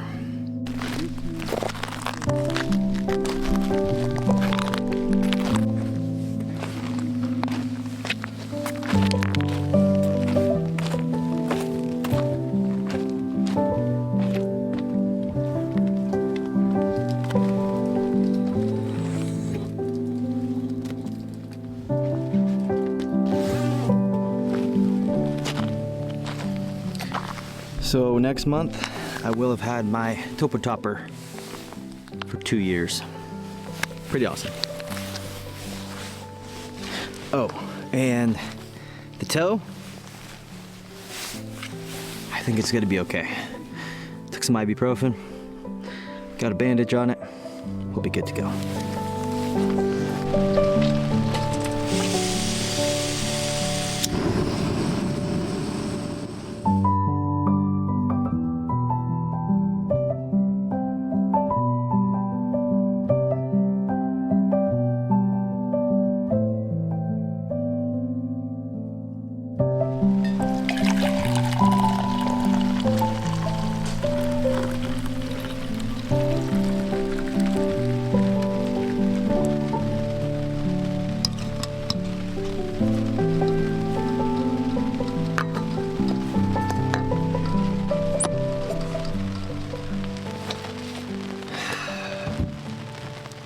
nothing better than a little bit of hot chocolate to make the toe feel better. Cheers, you guys. To all the viewers who watch my videos every Sunday, just want to say thank you guys. This hot cocoa goes out to you guys. I flew the drone for the first time in the rain today, which is cool. Those shots you guys saw earlier going over the bridge was raining. It is raining right now, but as soon as I'm done with this hot chocolate, I'm gonna send you guys up. So expect to go up in the air in the rain so you can see where we're really at right now.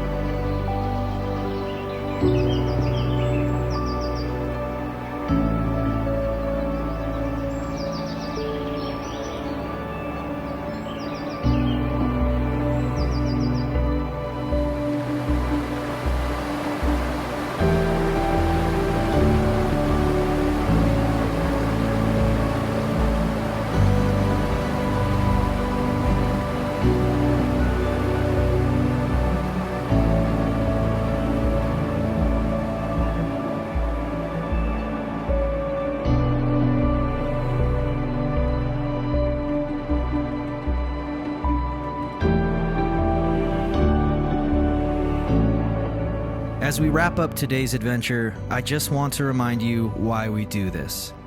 Getting outdoors is about breaking away from the everyday grind, slowing down, and finding beauty in places we might overlook. My hope is that these videos inspire you to do the same, to step outside, breathe deep, and remember there's so much out here waiting for you. Thanks for joining us, and until next time, keep exploring and finding your own adventure.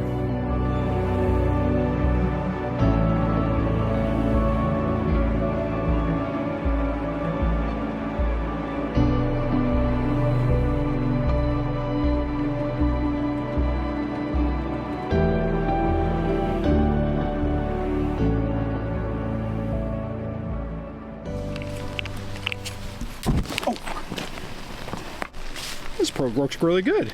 Yeah, that's a trick. That's the trick, Dwayne. You can have that lighter. Oh, thanks, man. You're welcome. So you got a lighter and a hoodie on this trip. That's true, but hoodie's not a raincoat, so I have to use this right now. All right, you guys, we are gonna enjoy the campfire and eat another simple meal tonight since we've been driving for the past 4 days. Shout out to the puppy up there. Shout out to the puppy right here. Daisy says subscribe if you guys made it this far. And we'll see you guys in the morning. We started our adventure in Oregon at the Owyhee Canyonlands and were blown away. We then entered Idaho and explored a fire lookout tower and forests that were otherworldly. The following day, we found ourselves having to change our route because of a large wildfire, and later fleeing our campsite after ash started raining on us.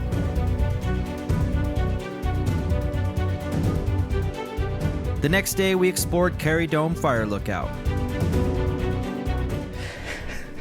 I did it! We seemed to have the forest to ourselves and found an old bus. Hey, where are we going, Dwayne?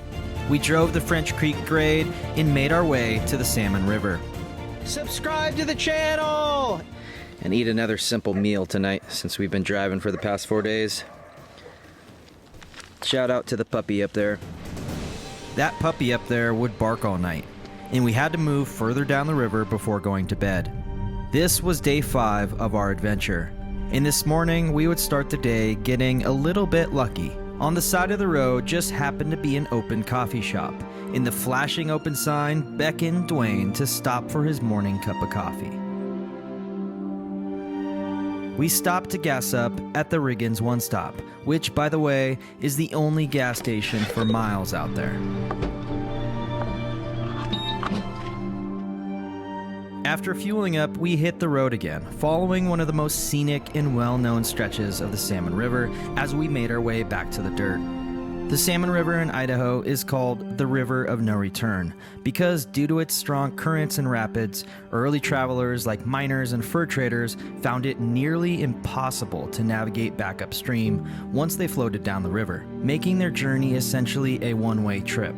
The drive was absolutely beautiful, winding alongside the river with rugged cliffs. It's the kind of drive that makes you forget everything else and just take it all in.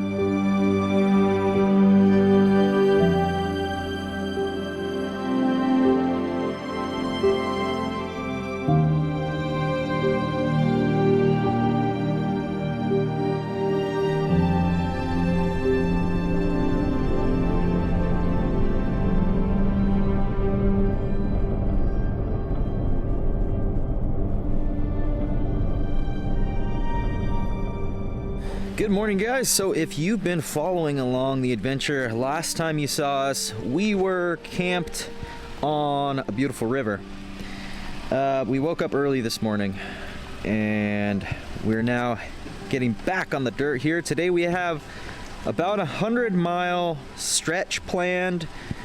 We're gonna drive through a meadow that should be pretty cool. We're gonna go stop at a fire lookout tower, and then we should drop down into a canyon and head towards the spot we're gonna camp, which includes another fire lookout tower and then a cool mountain camp spot. So it's raining, it's awesome. We got a free car wash. Let's hit the trail. The road began as a steep gravel road and became steep switchbacks as we went through numerous private properties and climbed the mountain.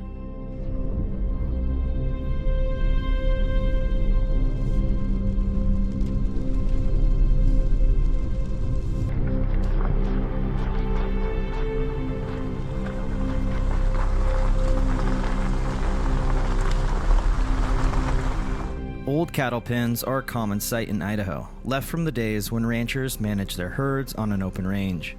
These structures speak to Idaho's deep ranching traditions and livestock-driven way of life that shaped the region. Rain started to fall, and the air smelled fresh. It was one of those moments where you can't help but feel excited, knowing we were about to explore a brand new part of Idaho. The rain just made it feel even more alive, and we couldn't wait to see what was up ahead.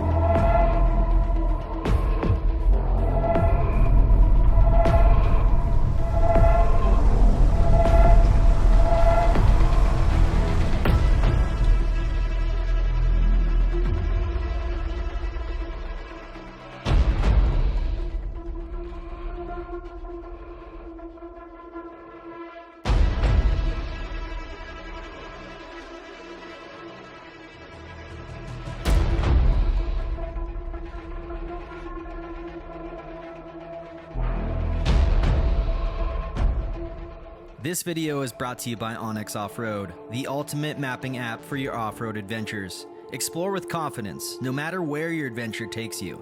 Download onX Off-Road with the link in the description and take your off-roading to the next level. Idaho is beautiful. It's wild. Driving. We just passed, if you're gonna follow this route, make sure you make a left and you're gonna pass the old ranger station where that old cabin is. I'm gonna show it on the screen now. You're gonna pass that. We just stopped a little ways past there to mix up another drink. We've been drinking Liquid IV and Peak Refuel this entire trip. This is not a paid ad, but it's pretty delicious. The Peak Refuel drinks, highly recommend them. Anyways, yeah, there's a beautiful creek here, and it's raining. Not much more else to say, but it is absolutely beautiful. We just stopped to take a quick break, but honestly, we could have stayed here all day. The creek was beautiful.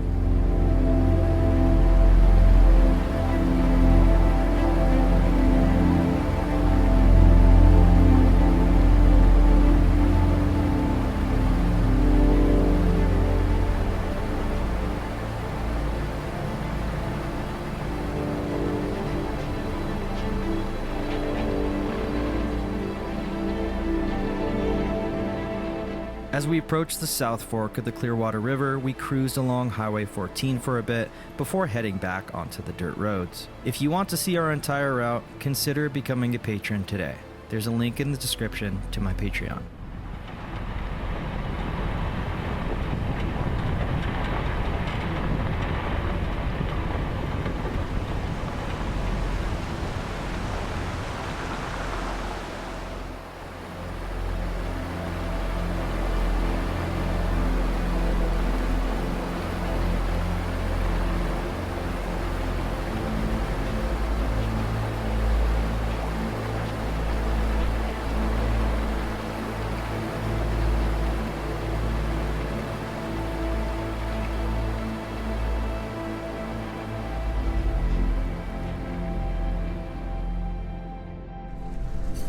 So this might be some of the most beautiful forest I've probably ever been in.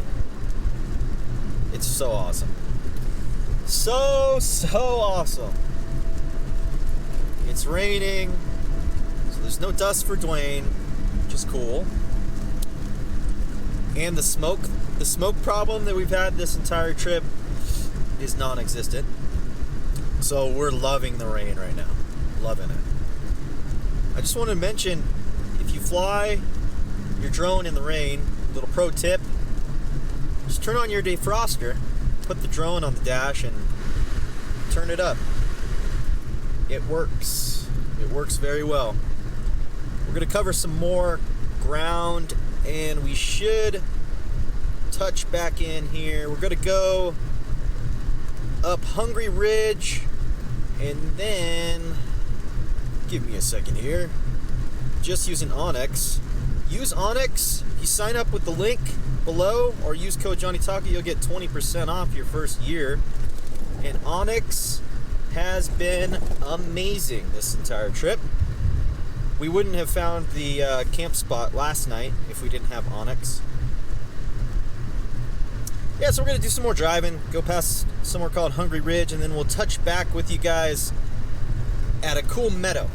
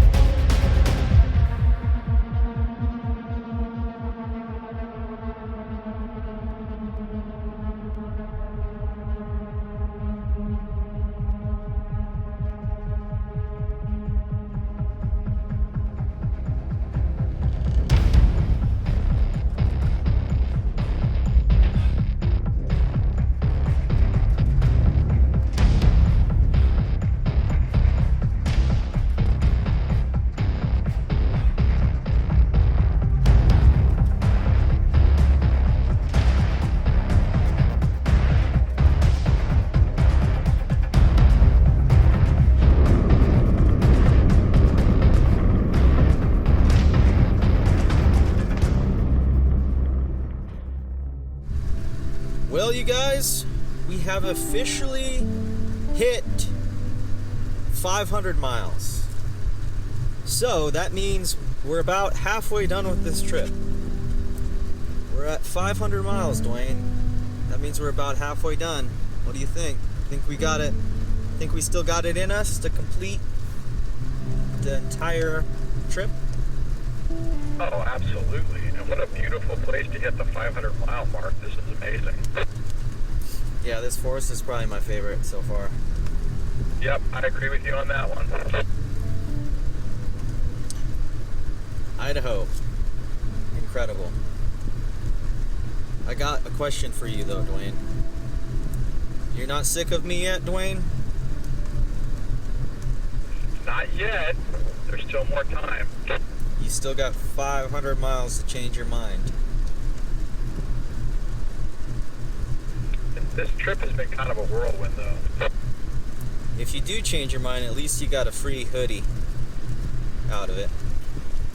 Yeah, you're right. At least I got a free hoodie out of it. That's hilarious. Cut! We're 500 miles in with 500 miles still ahead of us. And honestly, I'm loving every second of it. There's still so much left to explore, and the adventure is far from over.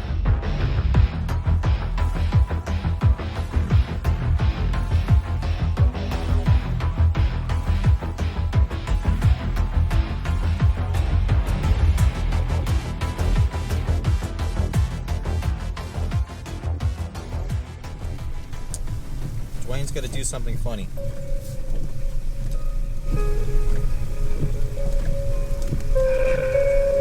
Enjoy the beautiful view of the forest with the gentle rain coming down on the windshield, making you feel peace and at ease.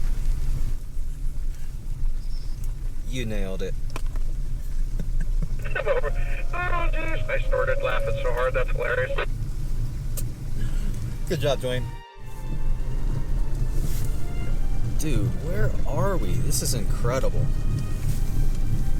I think we're in paradise, man.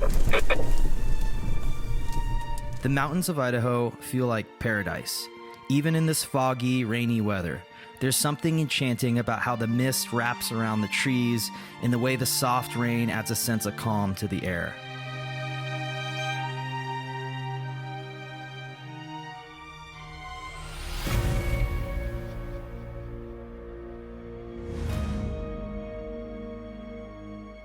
The PERCE National Forest in Idaho covers about 2.2 million acres and has a rich history tied to the Nez Perce tribe, who have lived here for thousands of years. The area was named after them, reflecting their deep connection to the land. In the late 1800s, the Nez Perce War arose when the U.S. government attempted to forcibly remove the tribe from their ancestral lands. After the conflict, the forest was established as a national forest in 1908 to protect its natural resources and provide for public recreation. Today, it offers stunning landscapes and countless outdoor activities while preserving the cultural heritage of the Nez Perce people.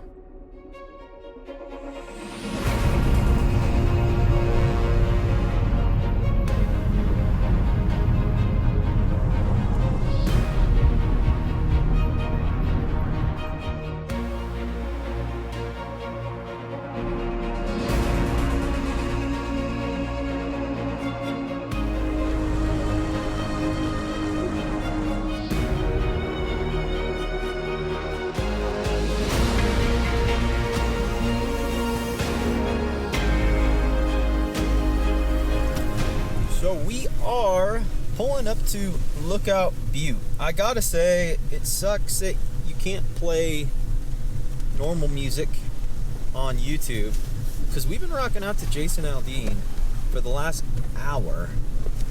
It's been pretty rad. So yeah, pulling up, gonna go check out another fire lookout, and then after this one, we're gonna go check out another one. See you guys at the lookout.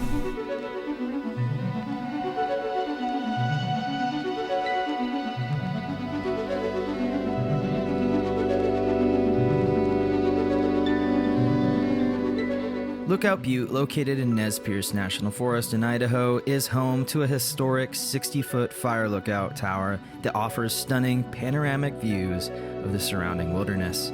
Built in the early 20th century, the lookout was primarily used for spotting wildfires in the vast remote forests of the region.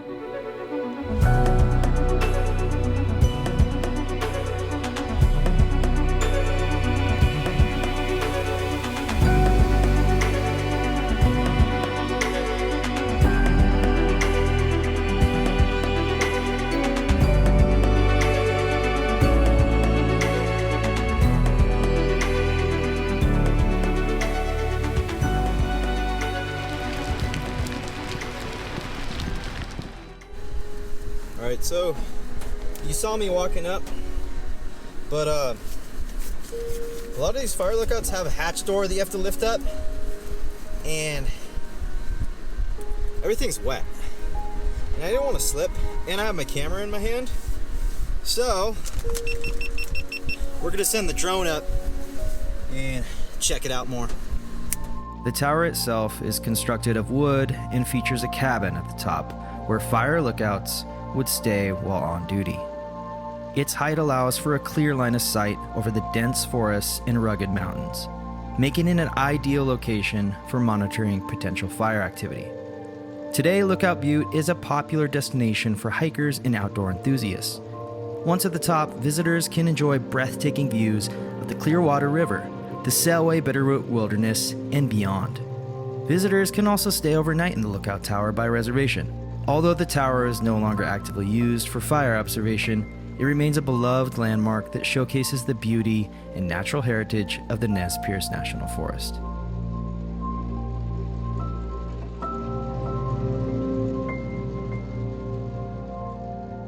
Well, we hit our first road closed sign since we've been on this route, and it's a bummer because where we're trying to go, it's only 6 more miles, so now we have to backtrack and add an extra 30 miles to the route. That's true. If we do go down and we get stuck in the mud, then we are adding more time.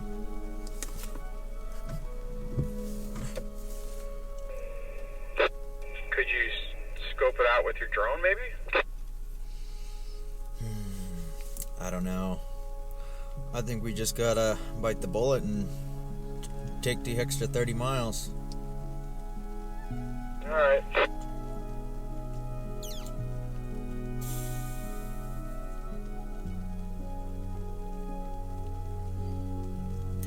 We were so close. After being on day 5 and 500 miles deep into this trip, we didn't want to backtrack. After completing the bypass and crossing the Selway River, we would start to search for camp.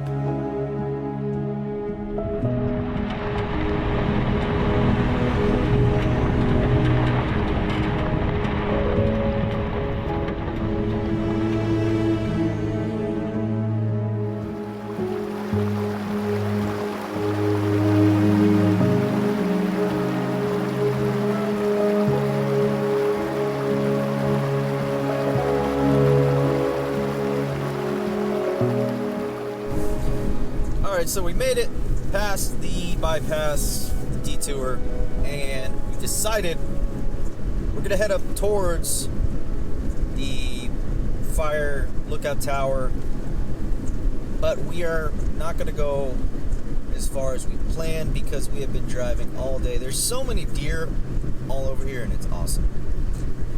Yeah, so we're gonna go find a place to pop up our tents and hang out and camp. We're ready to put our feet up. So we'll see you guys at camp after we find it. We're on the hunt. It felt like we had stepped into a rainforest during fall. The wet weather from the recent rain transformed the landscape into a lush green paradise. The trail with the evening fog felt spooky and magical.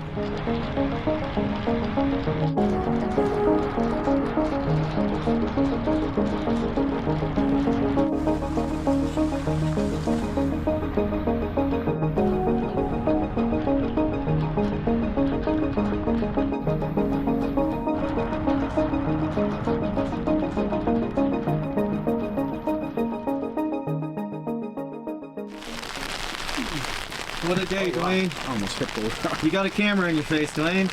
Hey, and you got an umbrella. We did it.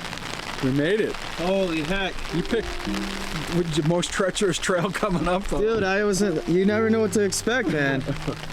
So we found a spot. We drove like, what, 140 miles today? Probably 160. Maybe 150, 160. You know, we've been driving, I think 11 hours today. It's been crazy. We're gonna set up camp.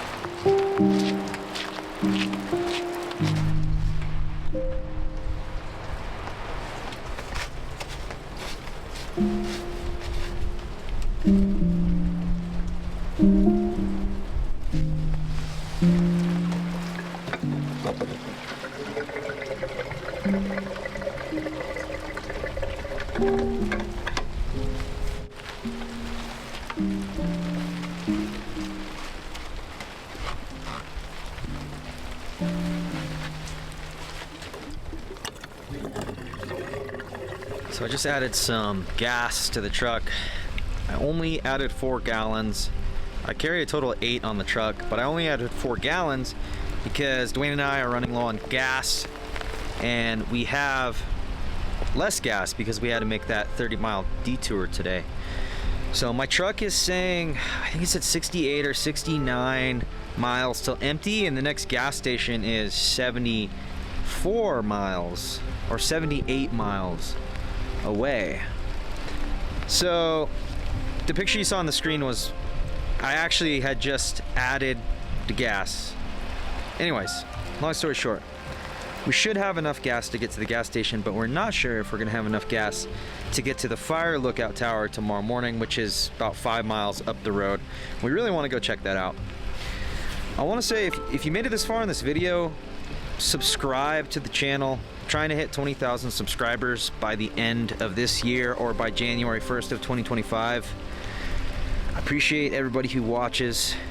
I'm gonna end this day here, and we're gonna pick up tomorrow. So don't miss out on the adventure. We're here in Idaho. It's cold. You guys can probably see more. It's cold out here. It's fall. Summer just ended, and we planned for warm weather, and it's 42 or 45. But it's beautiful out here, and we'll see you guys in the morning. Nature.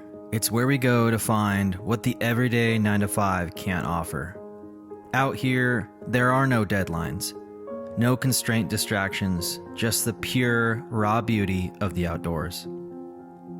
We explore nature to seek solitude, to quiet our minds, and to reconnect with the world around us. It's in these moments, far away from the noise of everyday life, that we truly find ourselves. The trails we walk, the mountains we climb, and the rivers we cross remind us of how small our problems really are in the grand scheme of things. And that's why we come out here, time and time again, to experience life in its purest form.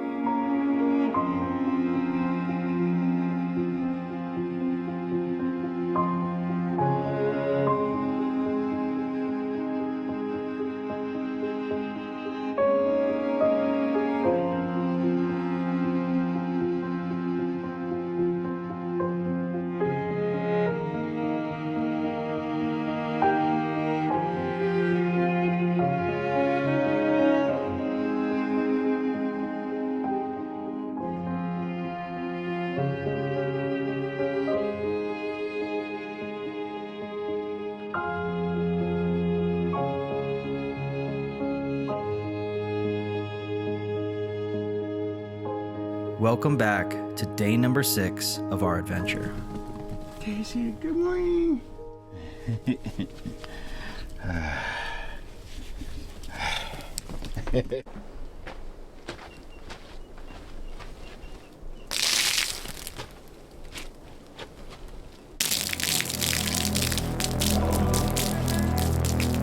Last night we arrived at camp in the rain, and it didn't let up until the early hours of the morning.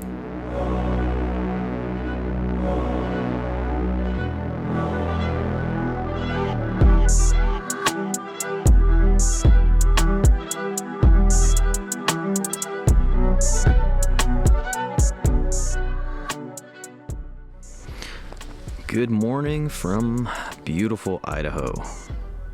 I just want to say, Idaho has been blowing us away. It's insanely beautiful. The forests are more green than I ever imagined, and it's fall right now, so we have these beautiful fall colors around us. We woke up to a pretty wet morning. It rained all night. The rain stopped at about 6 this morning, and it was cold. It was in the 40s, low 40s. Today we're gonna go check out the fire lookout tower that we didn't get to yesterday, but we're lucky we found this spot to camp out. We're gonna start packing up the trucks, and I hope you guys enjoy another adventure. Bad, no. Sorry. How'd you sleep, Dwayne? I actually slept pretty good. I was kind of surprised it was a little cold, but and we did the stuff to get a little wet, but it was, yeah, I slept good. Slept through the entire night. Do you think we're gonna have enough gas to get to the gas station is the question. Maybe? Worst case, somebody goes and gets gas and comes back for the vehicle that's done? Maybe. Maybe. That's what I'm thinking. We'll find out.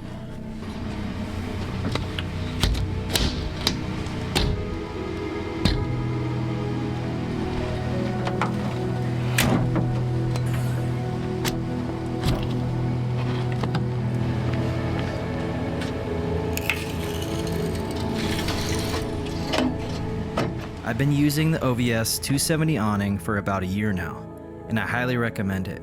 It sets up quickly, which is a huge plus, especially when you're caught in the rain. Most of the gear you see in my videos you can find on my website. There's a link in the description.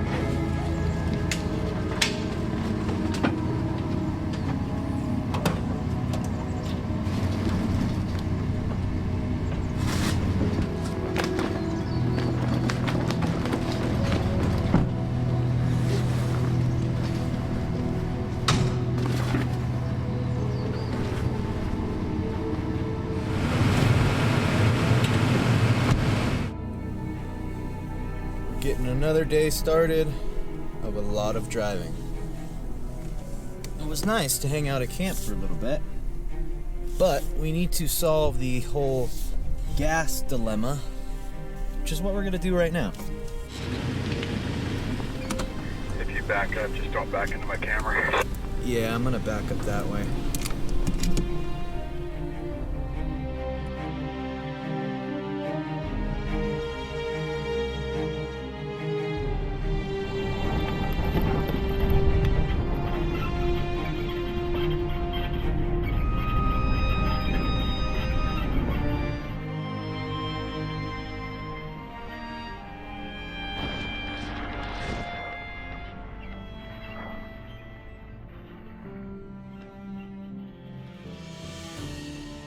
So what do you think?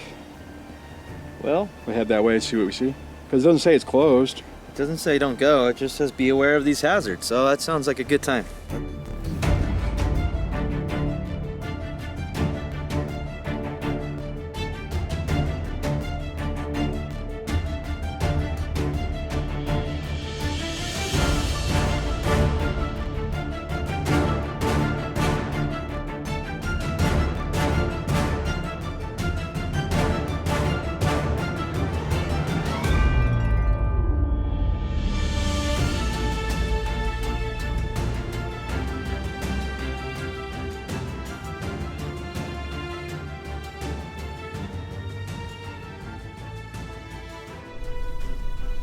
Tell me when to go.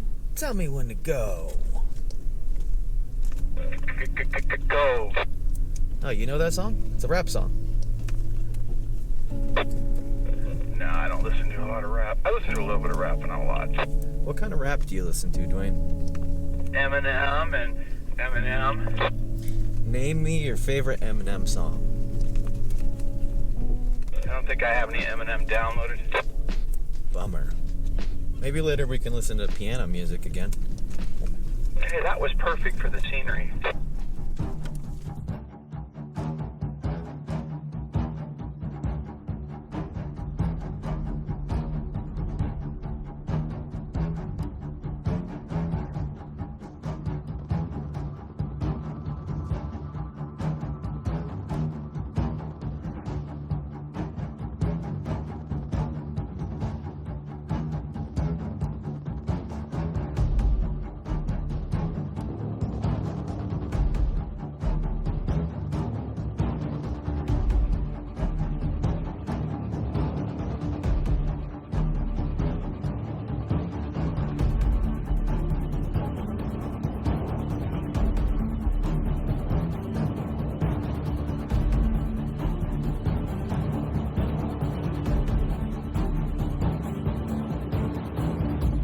That is an amazing view.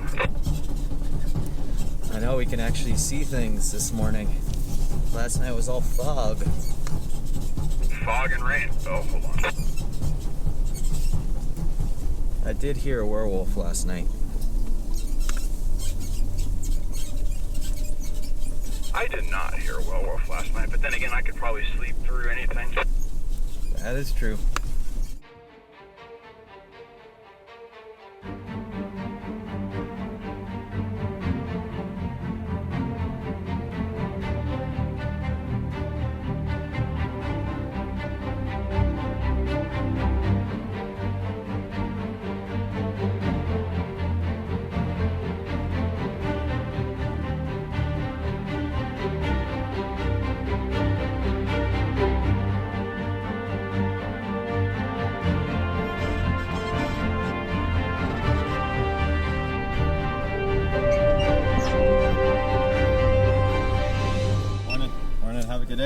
All right, thank you. What did the hiker say? So he's the guy that mans the fire lookout. He asked where we were going. I said the fire lookout. He's like, really? That's not a good idea. He said that once we get up here, there's a clearing area that seems nice, and then it turns into a really rocky, technical area. Oh, cool. He seemed like a happy guy. Ow. Yeah, no, he seemed so. He said it's his day off, so he's obviously not up there. And his truck and stuff is the stuff back there. I think I see the lookout tower way off over there.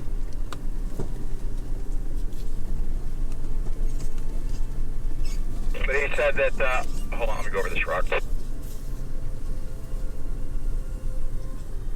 Well, that was easy.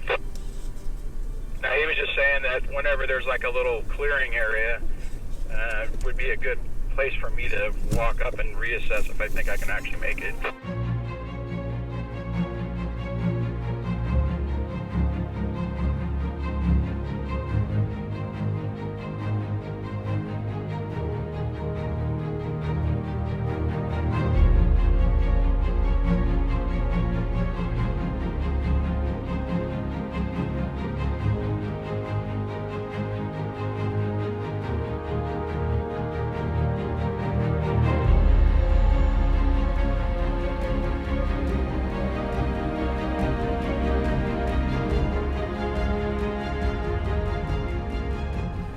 definitely a four-wheel drive trail coming up here. The most difficult trail we've hit thus far on the entire adventure. We're almost to the fire lookout. The views up here are insane. Fall colors are out. Clouds look crazy. And Dwayne's truck does really, really good for, I think he said he only has 32.5-inch tires. So we're just taking our time, enjoying the views.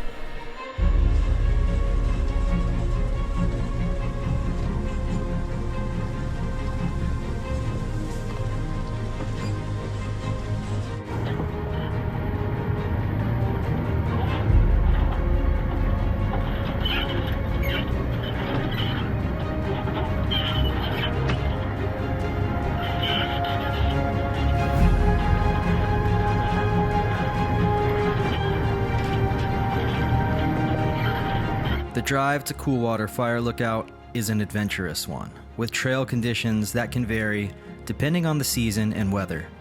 The road leading to the lookout is a steep, narrow, and winding dirt and gravel route. It's best suited for high clearance vehicles, preferably with four-wheel drive, due to its rugged nature.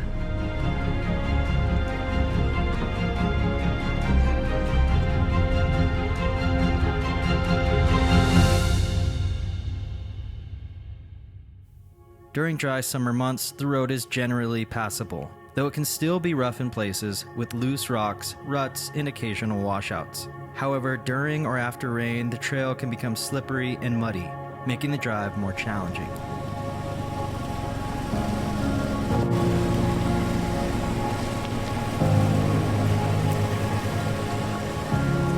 The Nez Perce Clearwater National Forest in Idaho spans over 4 million acres and has deep historical roots tied to the Nez Perce tribe, who have lived in the region for thousands of years. The forest was established in 1908 to protect the area's vast natural resources. It played a significant role during the Nez Perce War of 1877, where Chief Joseph led his people through this rugged terrain in an attempt to escape U.S. forces. Today, it remains a haven for outdoor enthusiasts and a symbol of Idaho's natural and cultural heritage. We soon realized that the road would only take us so far, and we'd have to hike the rest of the way to reach the fire lookout.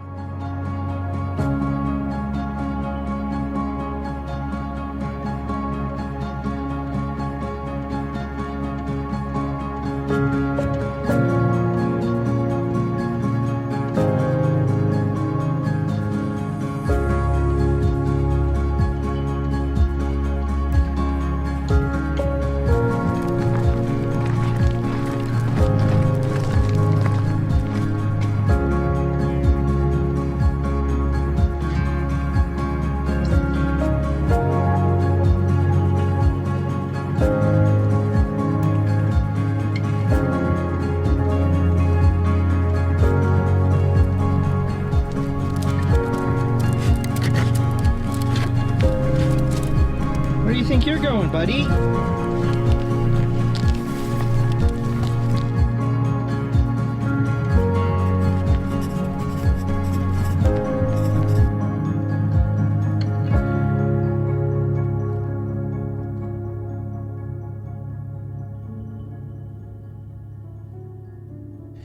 Well, it was worth the drive.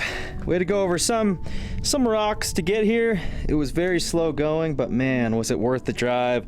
The view up here is insane. The fall colors. Can't get over the fall colors. It's insane. There's a couple lakes, little lakes surrounding us. The clouds look crazy. Unfortunately, the lookout is locked, so we can't go in, but we did sign the logbook there, and there's also a really cool old cabin here. Yep. So you think someone lived in that old cabin and then manned this fire lookout? Because the cabin looks a heck of a lot older than the fire lookout. What do you think?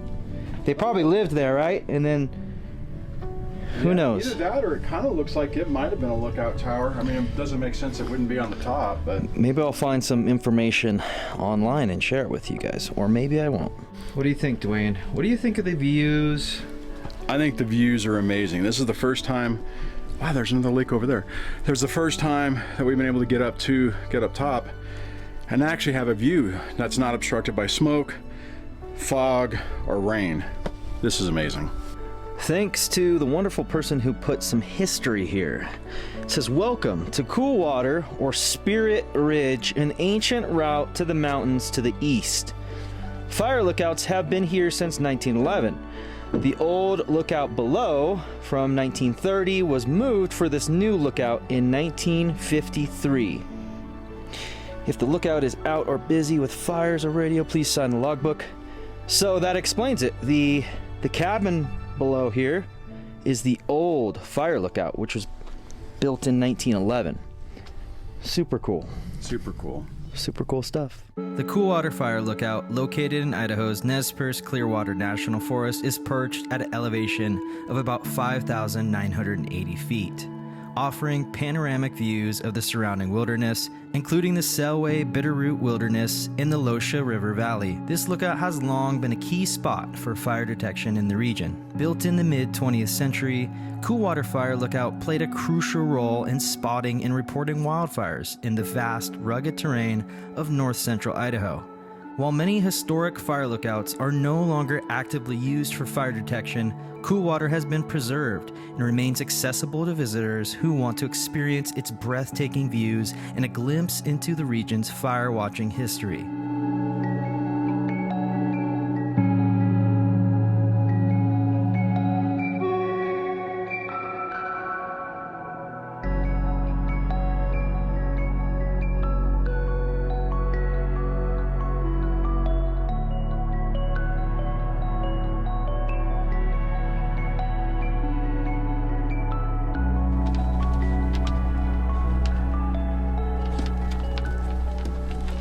What is this, Dwayne? It is a outhouse. Okay, there you go. It's pretty freaking sweet. Look at them rocks stacked. That's pretty cool. Well, should I leave you two alone?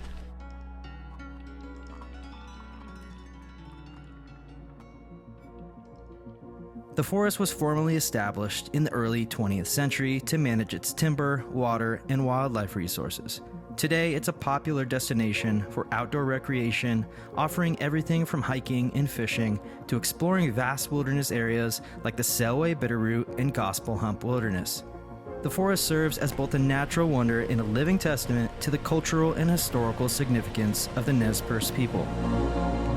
We would arrive to the very small town of Lowell and air up our tires using the Morphlate. Code Johnny Taco will give you a discount at checkout.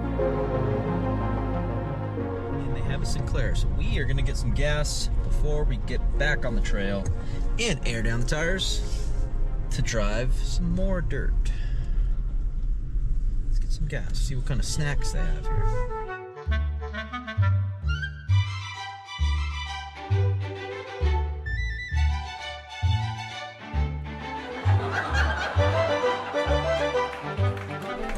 Dwayne and I just had a delicious burger at the Losha Lodge here. It was awesome. It was a good time. Let's see what Dwayne has to say. We're gonna go air down the tires right now and hit the dirt. What do you think about that burger, Dwayne? That was a really good burger, man. Ready for a nap now? Oh. All my tanks are now full. Oh yeah, and we have full gas tanks, which is good. We're running with your gas light on right before we got to the gas station, so we barely made it. Yeah, pretty much. I think I put in exactly what the whole tank will take. Perfect. Well, yep, here it is. We're now turning on the 569. Let's find a spot to air down.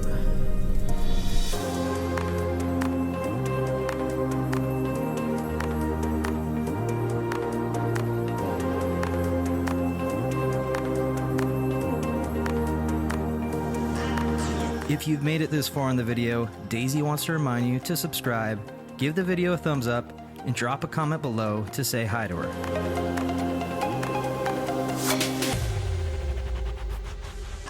So, like I said earlier, we got some food and it was really delicious, but it was already too much civilization for us, so we decided to hit another dirt road and we're gonna drive some more. Daisy's been running around here and enjoying munching on grass. I don't know why she likes to do that, but we're airing down using the Morphlate, which in my opinion is the best way to air down and air up your tires. You can use my code and get a discount on Morphlate, so check the description for that. Also, if you made it this far in the video, subscribe to the channel. I really want to hit 20,000 subscribers by the end of the year. So we'll see you guys on the trail. We're gonna get going, and I'm pretty excited to explore a brand new part of Idaho. So we were about to take off, but Dwayne noticed there's this sign over here, and when I was planning this trip, I was researching whether there's grizzly bears in Idaho or not, and I found that past a certain point, once you get past central Idaho, there's a chance of grizzly bears, and this sign here now confirms that. So we are going to be on alert and just extra cautious and careful, right, Dwayne? Absolutely.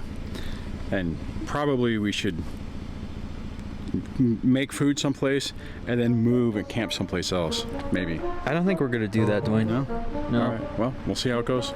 How are we going to be extra careful, though? Are we going to, like, did you bring a whistle? No, I didn't bring a whistle. What about those like jingle bells? No jingle bells.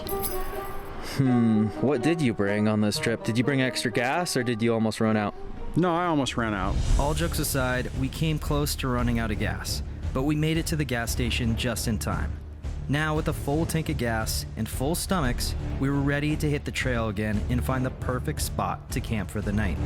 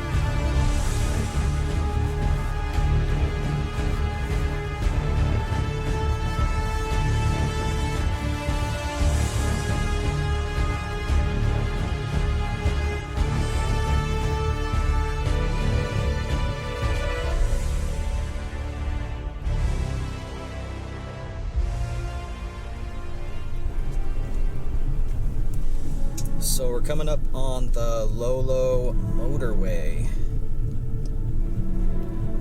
There it is. Yeah, so we're going to take the Lolo for a short while, and then we're going to turn right off of it and to head north more. But I'm going to stop here for a minute. Could you imagine what? Can you imagine being one of the first ones coming through here? Do you like history, Dwayne? I like history. This is a lot of history. This is a lot of history here. It's history, Dwayne. General Oliver Otis Howard trekked through these mountains with his infantrymen in the late 1900s. It's important. We have to learn about these kind of things. General Olive Otis Howard led his infantry in pursuit of Chief Joseph and the Nez Perce during the 1877 war, following the historic Lolo Trail. The ancient path used by Native Americans and explorers like Lewis and Clark wound through rugged mountains and forests. Despite the challenging terrain, Howard's men pressed on, but the Nez Perce, with their deep knowledge of the land, stayed ahead for much of the journey.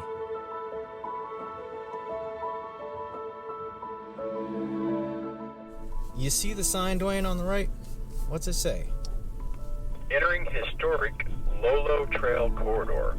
Off-road motorized travel permitted only on trails signed as open.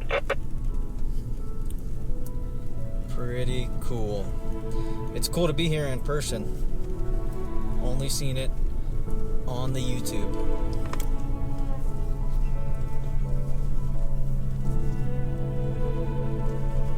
So, how is it from watching all the videos to actually being here? Oh, it's way better. Way, way better.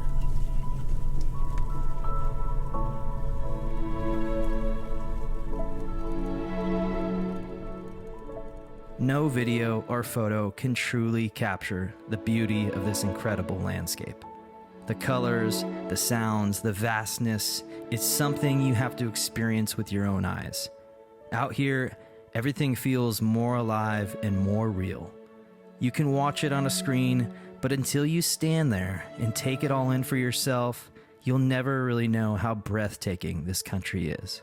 The views in Idaho continued to blow us away, and in the beautiful glow of sunset, we continued our drive to find camp.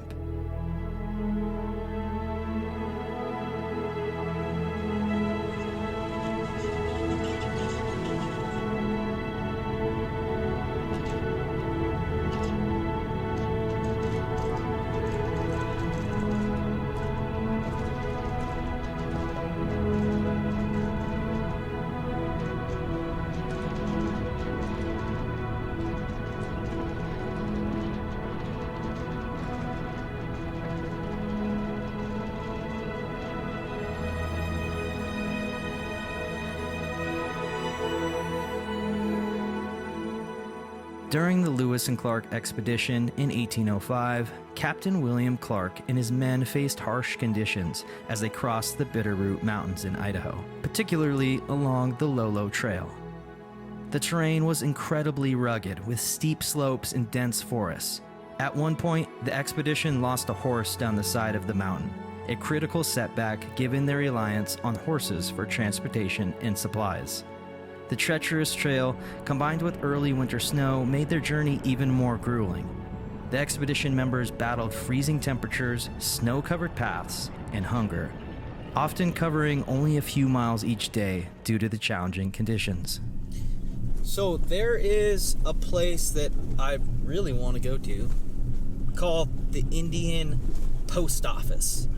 Now, it's about 8 miles off the route for us because we're not doing the entire Lolo Trail, historic Lolo Trail. So we decided we're gonna go in the morning. That way we could. You'll have to wait and see tomorrow what the Indian Post Office is. But let's just say we're gonna start the morning off right with a prayer. It's gonna be pretty awesome. So we're gonna make it. We're gonna find camp right now. We have a general area picked out, but the cool thing about this trip is that we've pretty much just been winging it and trying to find camp when we get tired of driving. So if you guys are following along this adventure and you want the route, you have to be a patron.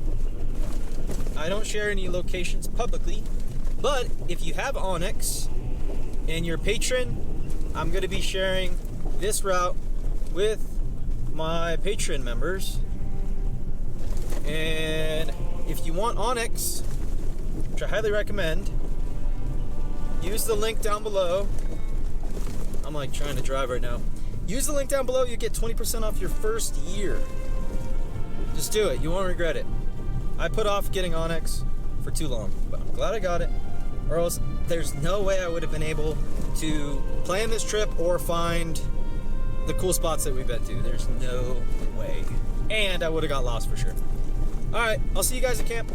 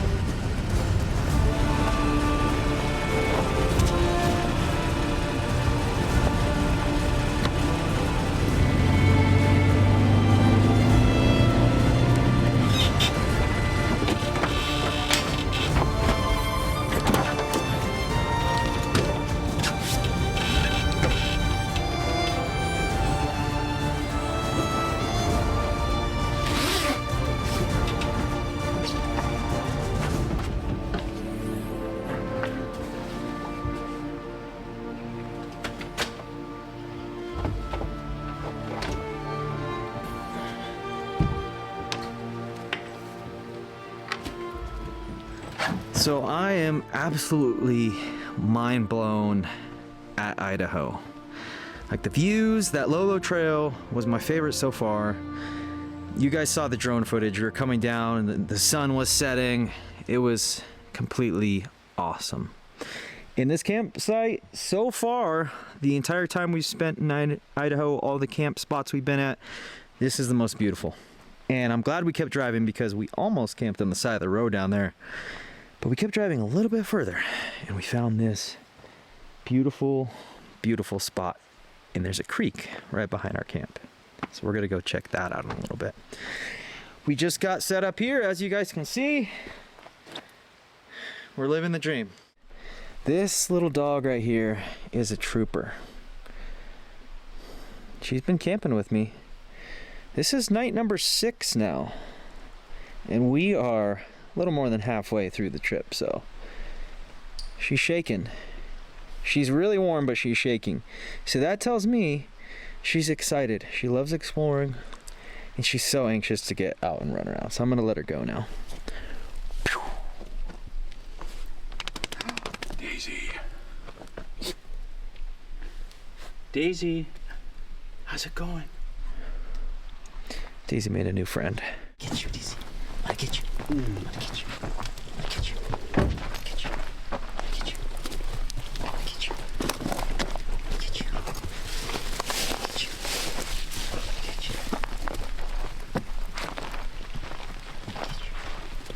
I get you.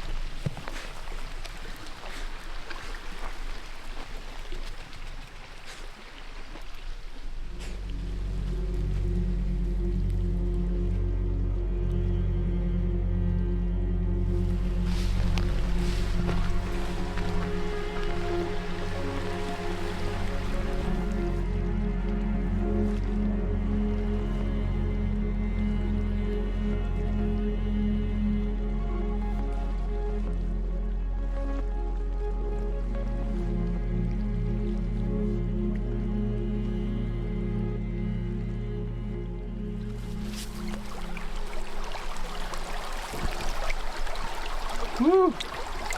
Man, you guys, try not to lose my balance here, but just look at this.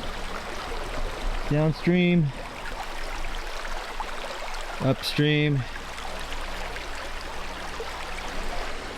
I cannot get over this, and I'm gonna lose my balance. Oh man, the air is so refreshing out here. It's crisp, it smells clean, probably because there's all these trees, and Daisy's out of her jacket.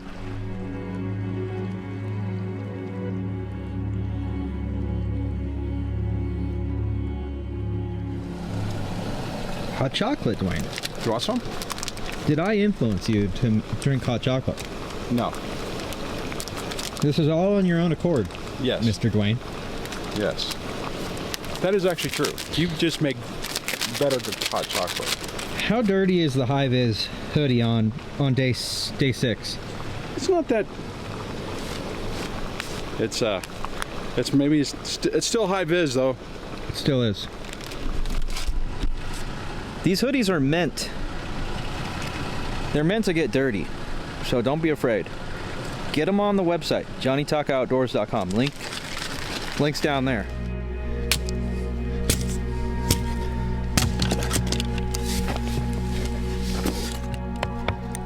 What is it you normally do? You bang it in the ground? Exactly.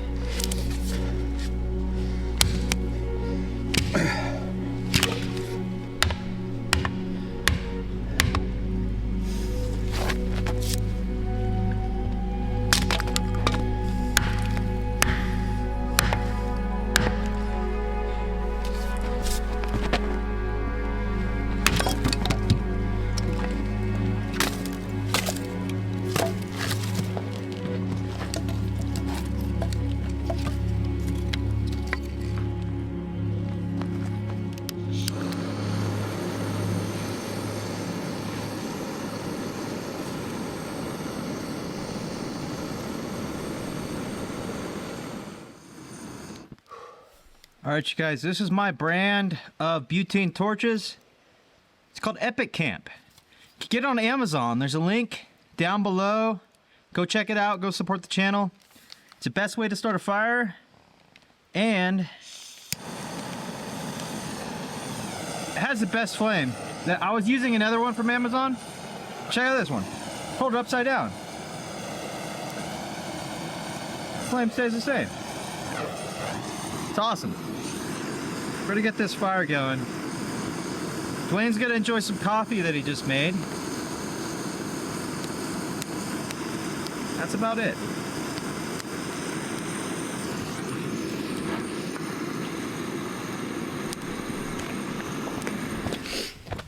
So our firewood got a little bit wet last night. So we're trying to get it going. But as you can see, it's a little smoky.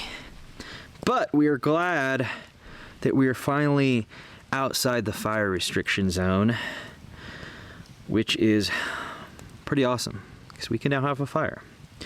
We did check while we were at the, well, we got lunch. When we got burgers, they had Wi-Fi there. So let's see if I can get this. So you guys can see here, the green is good to go, and we are right there in the eastern Bitterroot Mountains.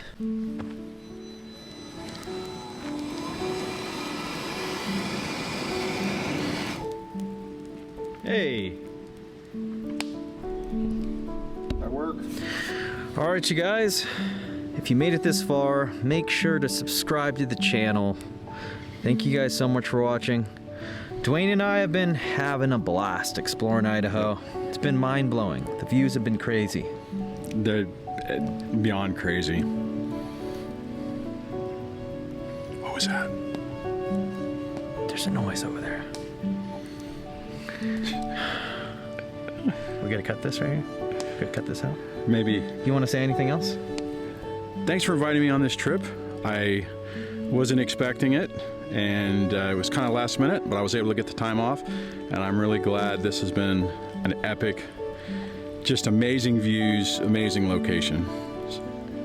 You guys should definitely do his Patreon thing and get the track. Do the Patreon thing. If you're a patron, thank you so much. You've been helping out with a little bit of gas money, so I'll see you guys in the morning.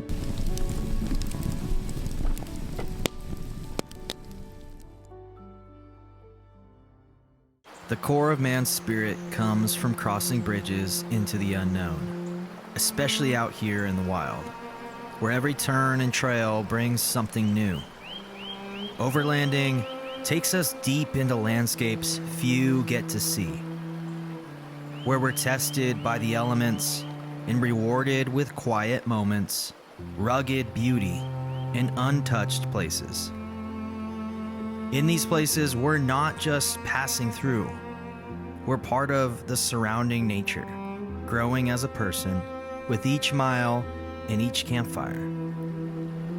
It's through exploring these hidden places that we find freedom, purpose, and pieces of ourselves we never knew existed.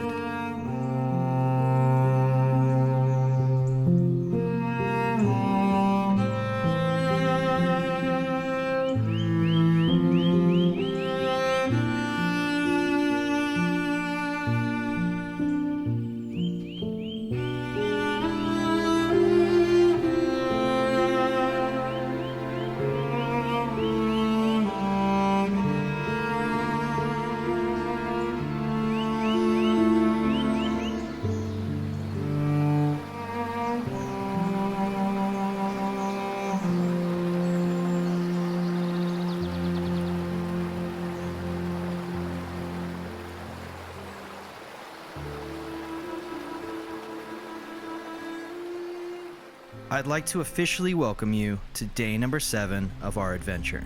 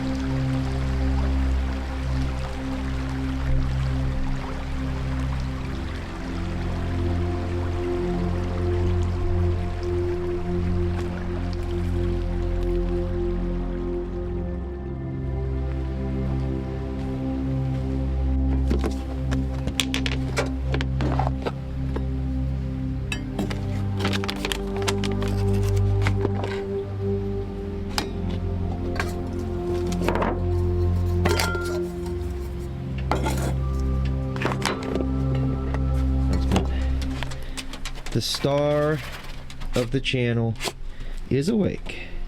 Miss Daisy. Looking so cute in her red jacket this morning. You excited? We're here in the mountains, Daisy. Do you love the mountains? Can you give me a shake for the camera? Can you give me a shake? Okay, that was good job.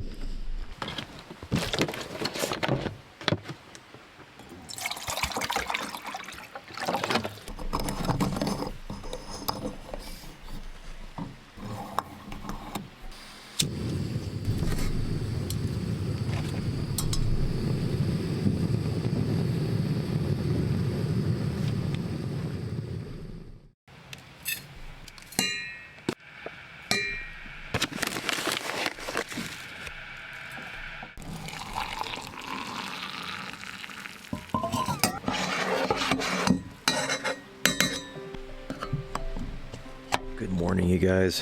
It is a chilly morning this morning. My thermometer says it's 36 degrees. Dwayne says 40, but it's cold. Got some hot chocolate this morning, try to warm up. So we are in the North Clearwater mountain range in the Clearwater National Forest. Today we're gonna make our way north into the Bitterroot mountain range, where we're gonna be in Montana for a short while in the Lolo National Forest, and then we're gonna head north. We have a lot of miles to cover. We're gonna drive about 150 miles today on the dirt, and we're gonna have some cool places to check out, so stay tuned. Really cold this morning. We're gonna get in the trucks. We're gonna get in the trucks. Charge our batteries.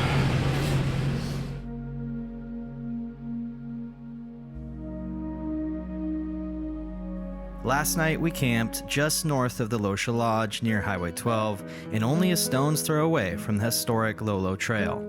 Today we would continue north through the Bitterroot mountain range, cross into Montana near Hoodoo Pass, and find camp on the North Fork of Trout Creek.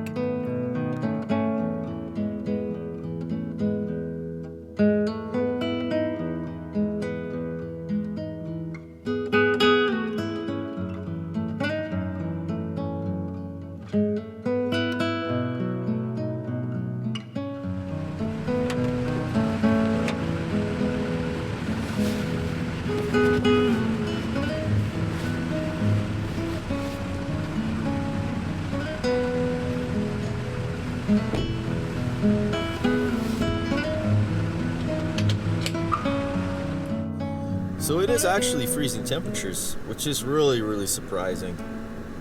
36 degrees. So we're in the trucks with the heaters on, just warming up a little bit. We're gonna get going here pretty soon. We're gonna check out the Indian Post Office, which I'm super excited to go check out. Then after that, we're gonna keep heading north, so stick around for the adventure. It's gonna be fun.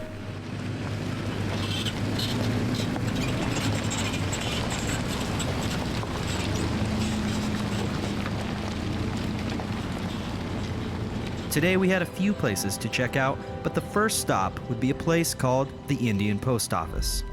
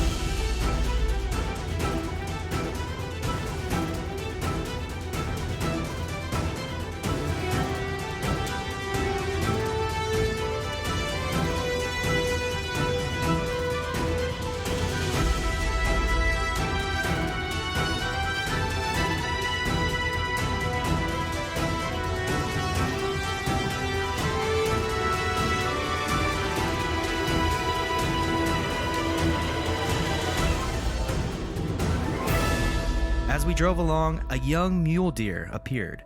Its dark gray coat catched our attention. It looked a little thin, almost weary, but there was something about the way it approached us. It wasn't fearful, just cautious, as if curious about our presence.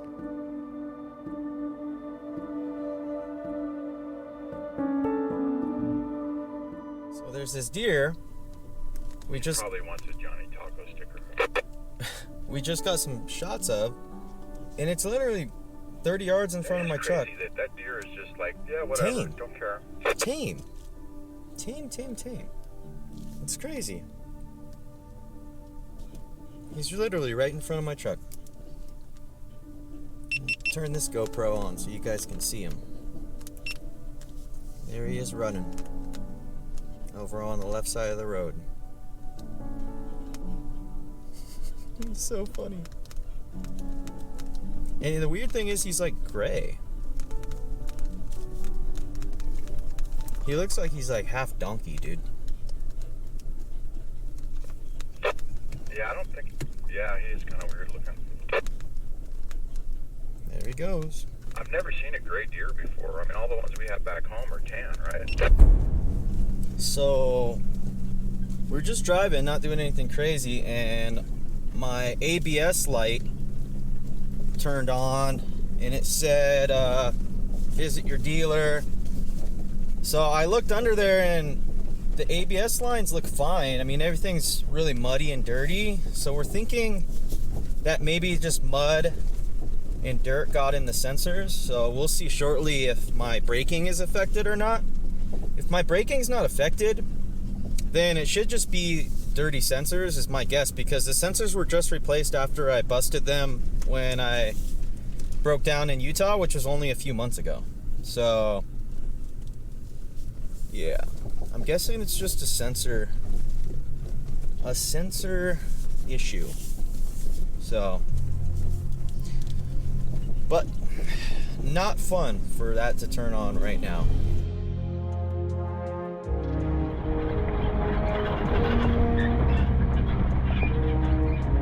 Sometimes these overland adventures throw unexpected challenges our way. Vehicle malfunctions that no one wants on a long trip like this. But honestly, that's what makes it an adventure. This time, we're hoping the Indian Post Office stop might just have what we need to get back on track. Well, we didn't show this on camera because obviously we're a little stressing about the ABS issue. But what we did was we used my little portable shower that you've seen in a video a long time ago. Anyways, we hosed off all the sensors, and then we used my portable blower and blowed everything off, and everything just shut off right now. Oh, now it turned back on. Hey, so everything turned back off for a second, and now it turned back on. So that tells me it's probably mud, dirt, and water, or a combination.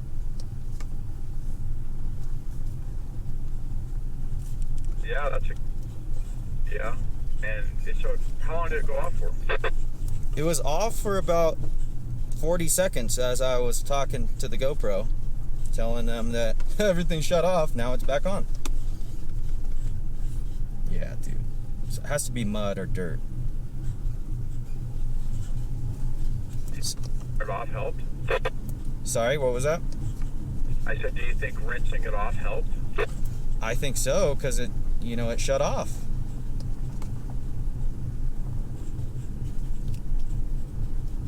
And on top of that, the truck is driving fine and I still have ABS, because I would notice if the tires were locking up and everything's functioning properly.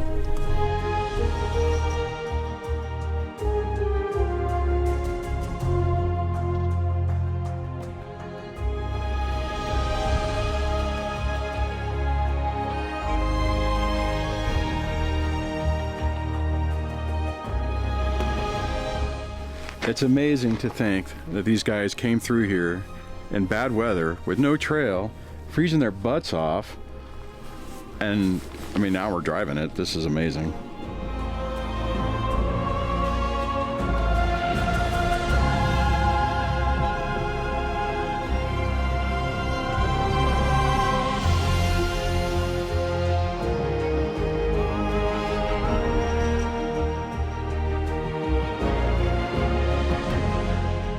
The Indian Post Office in Idaho is a place with deep spiritual roots.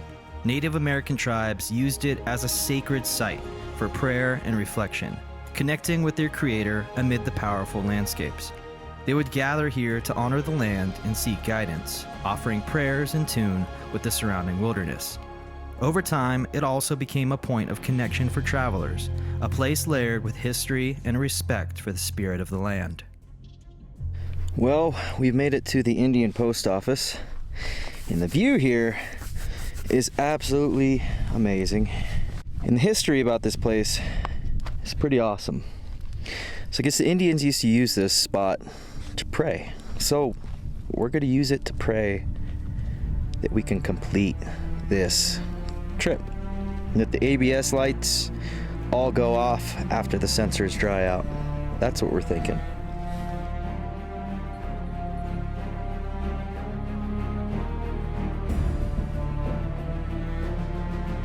We'd be back on the road soon with plenty of miles still ahead of us.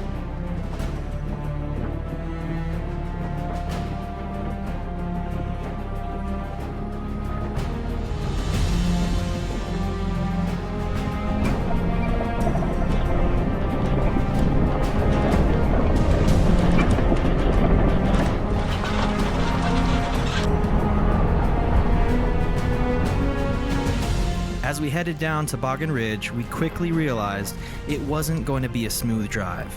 The trail was thick with overgrowth and fallen tree logs crisscrossed our path, forcing us to navigate carefully around each one.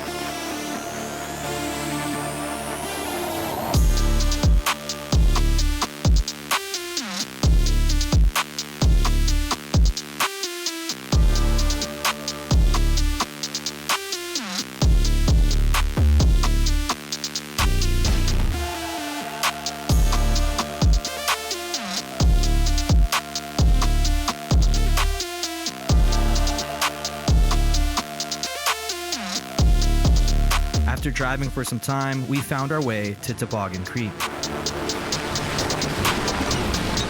Toboggan Ridge sucked. That was some slow going. That was some really slow going. Dude, we only went like 25 miles. It felt like we went 180 miles. Yeah, so that section took a very, very long time because it was rocky and there's lots of logs we had to navigate around.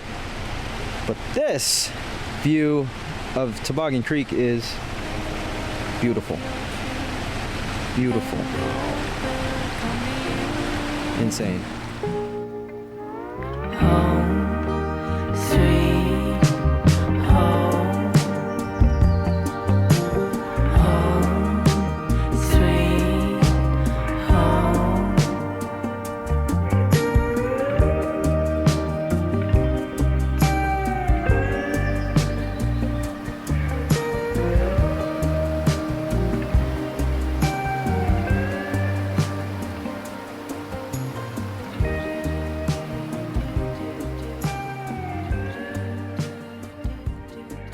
We stood and enjoyed the incredible views, but we still had a lot of Idaho left to explore.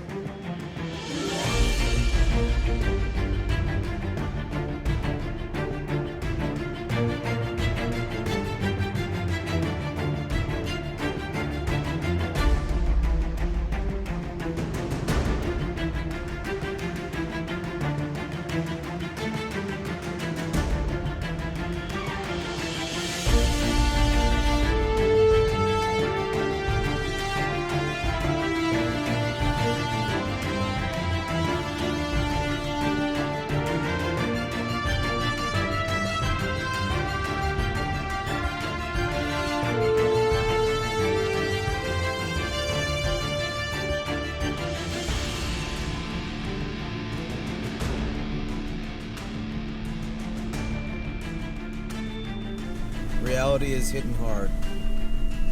We don't have anything like this back home. It's beautiful here. We're gonna cross this creek. We still got a lot of miles to cover and it's 2 p.m. So let's see if we can make it. Let's see how far we can make it today. We don't have these views back home. Is that what you were saying, Dwayne? We do not have these views back home. It's gonna be hard to go back to that certain place. Yeah, it is. I'm continuing to be mind blown by Idaho. The farther north we get, the more beautiful it's getting. The forests are insane. And it is fall, so we got all the colors, and it's beautiful. So we are on Forest Road 581, approaching the East Saddle, and we're gonna try to cover some ground now and go. We should go into Montana for a little bit. So maybe we'll check in with you guys there. Kelly Creek in Idaho is stunning in the fall, known for its clear waters and vibrant, colorful foliage. The creek, a favorite among fly fishers, is surrounded by dense, untouched forest that turns into a patchwork of fiery oranges, reds, and yellows during fall. The crisp air and peaceful setting makes it ideal for hiking, camping, and wildlife spotting, with chances to see elk and deer. The creek's remote location enhances its charm, offering a serene, scenic escape into Idaho's wilderness beauty.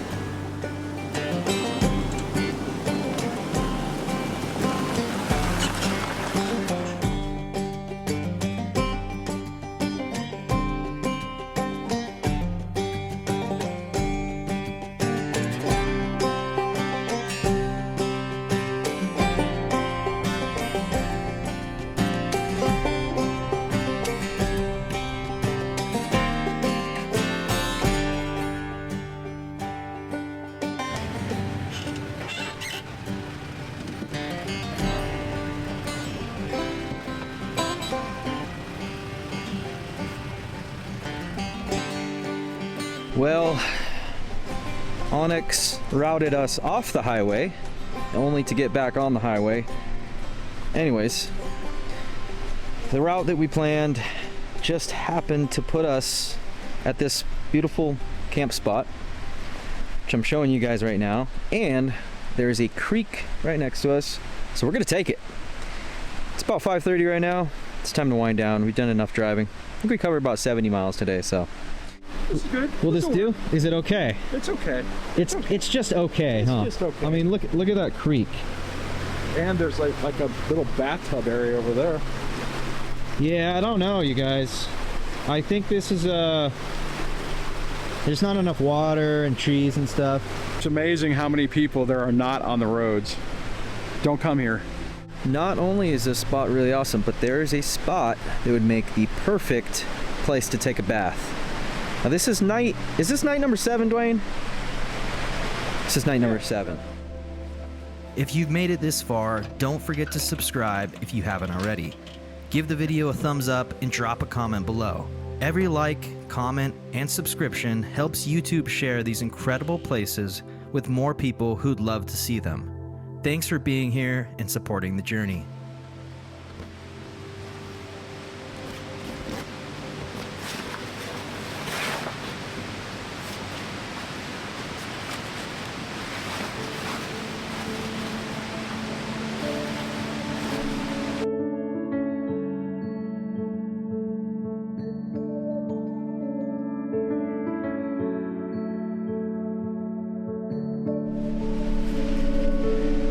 Jump.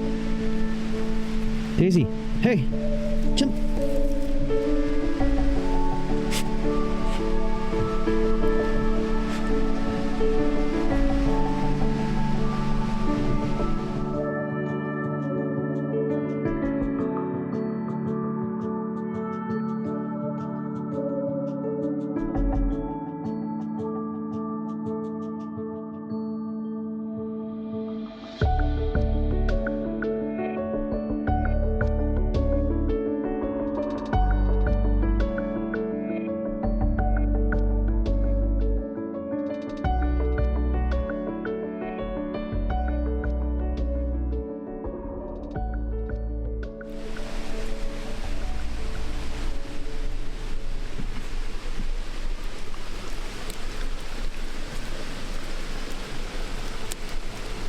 Daisy, why do you like grass? Why? Why do you nibble on that?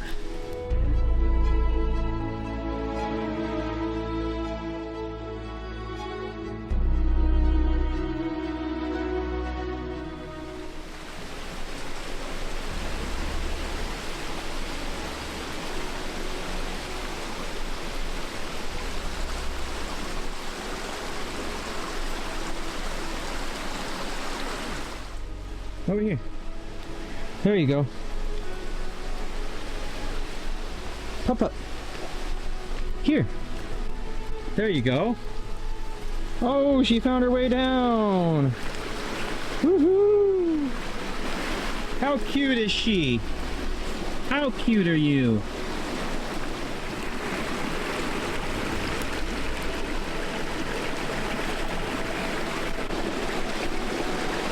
My adventure pup. You guys see her running around on the rocks? Look, she wants to go in the worst way because she wants to go run around and explore. She's chewing on grass because that's what she does. And she's hopping over these rocks. Look at this. Creeks all around.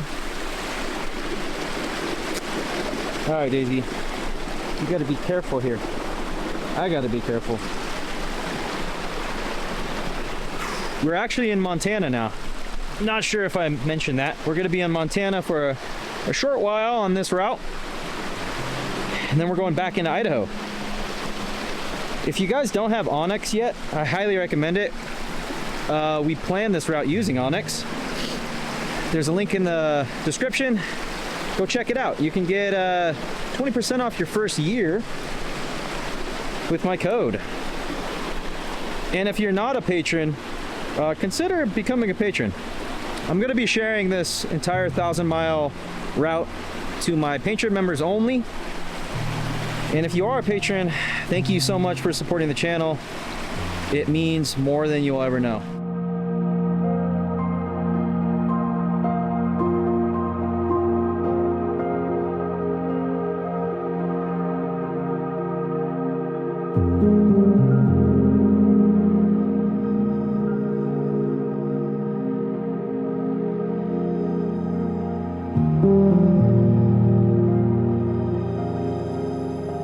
Man, if the water wasn't so cold, that would be the perfect place to take a bath. I know I mentioned that earlier, but now that I'm actually down here, it's a perfect little pool. Whoa. Well, we're gonna go make some dinner.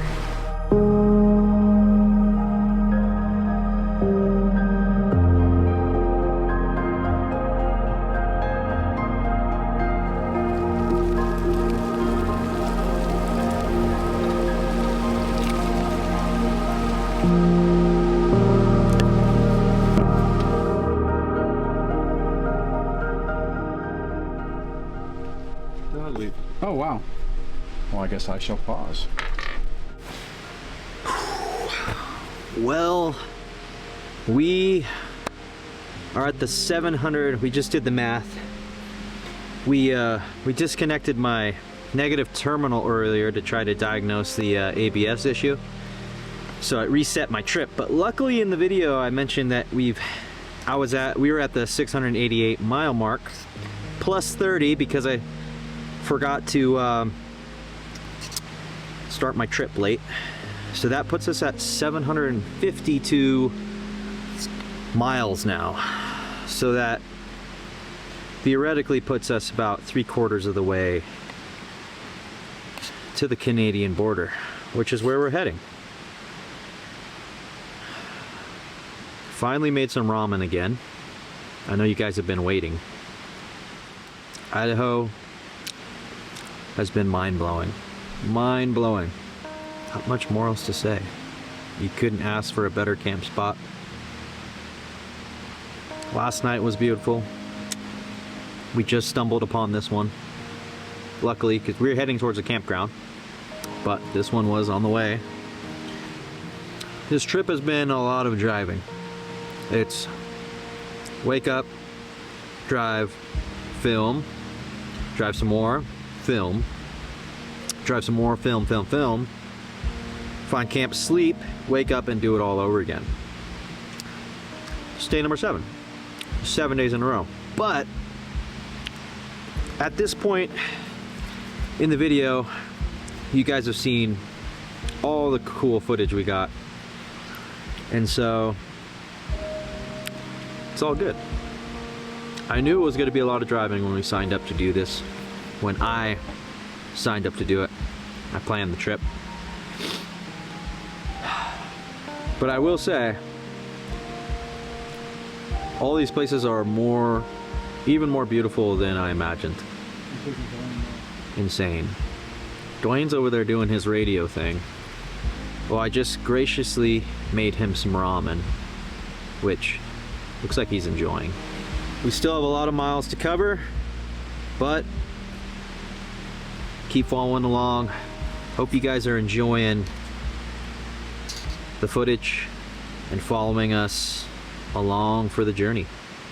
I'm gonna finish up this ramen, and if maybe I can find some dry wood, then we'll have a fire, but not too sure. It's been raining. See you guys in a little bit.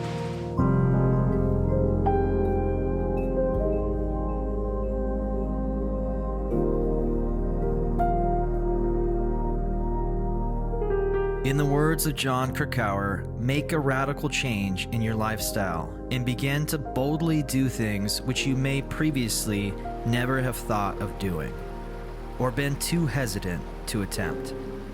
The very basic core of a man's living spirit is his passion for adventure.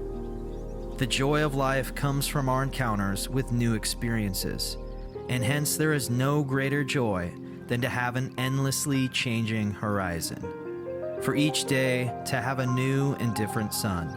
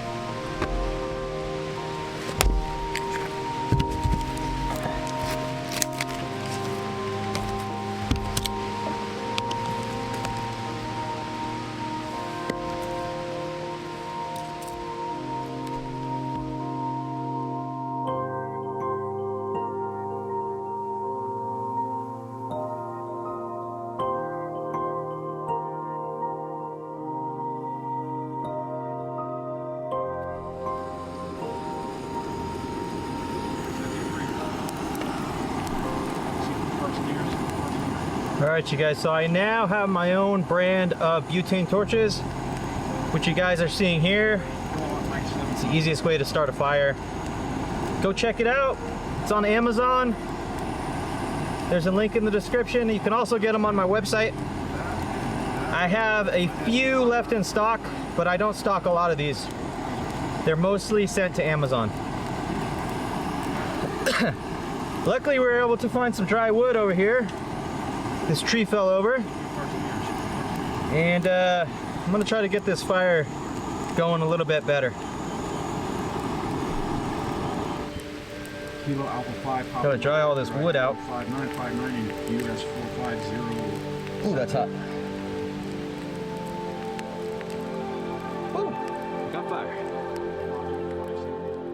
Even if it's just for a day, I urge you to step outside and experience the breathtaking views you've seen in this video. Nature has a way of changing our perspective and refreshing our spirits.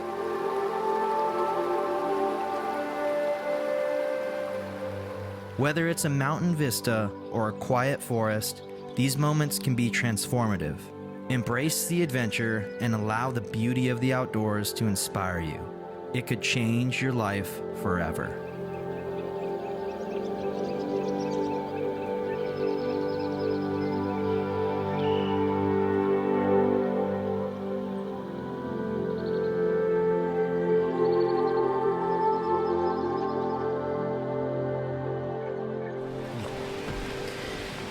All right, you guys, we hope you've been enjoying the footage we've been capturing. We're just going through the last 3 days of footage and losing our minds, trying to remember where the heck we were 2 nights ago, 3 nights ago. And we're getting all that situated. That way, when we get back home, we can edit these videos. But we're gonna call it a night. Subscribe to the channel if you guys are watching. Check out Dwayne's channel. I'm gonna link it below. And we'll see you guys tomorrow morning. See you guys tomorrow. Peace out.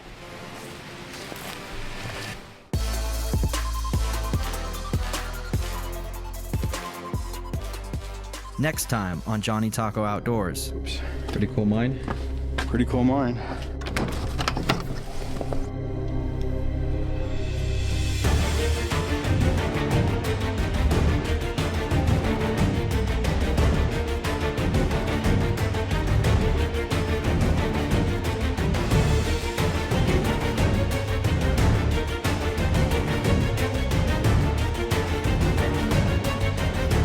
How you doing today, sir? What can I get you to drink?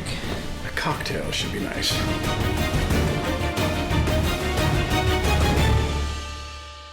And I'm starting to hear a squealing kind of noise, and I'm hoping it's just mud somewhere, dried mud, but it kind of sounds like a wheel bearing. Oops. Pretty cool mine. Pretty cool mine.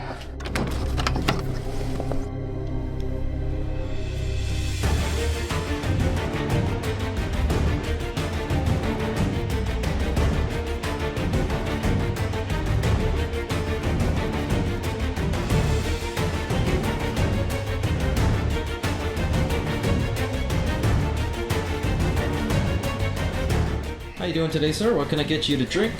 A cocktail should be nice.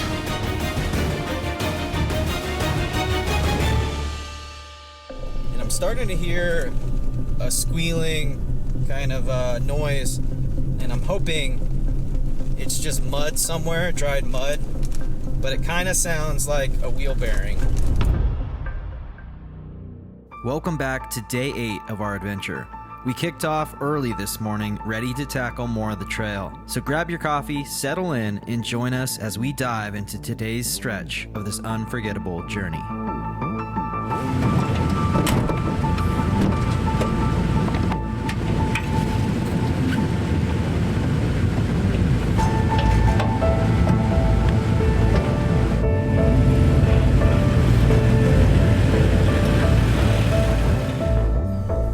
You guys, so we decided to have an early morning today because we want to cover some ground.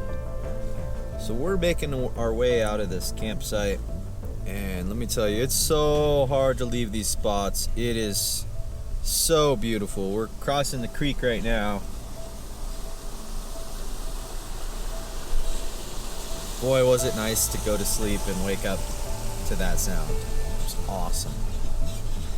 Well, we're still in Montana this morning. If you've been following along the adventure, thank you for watching.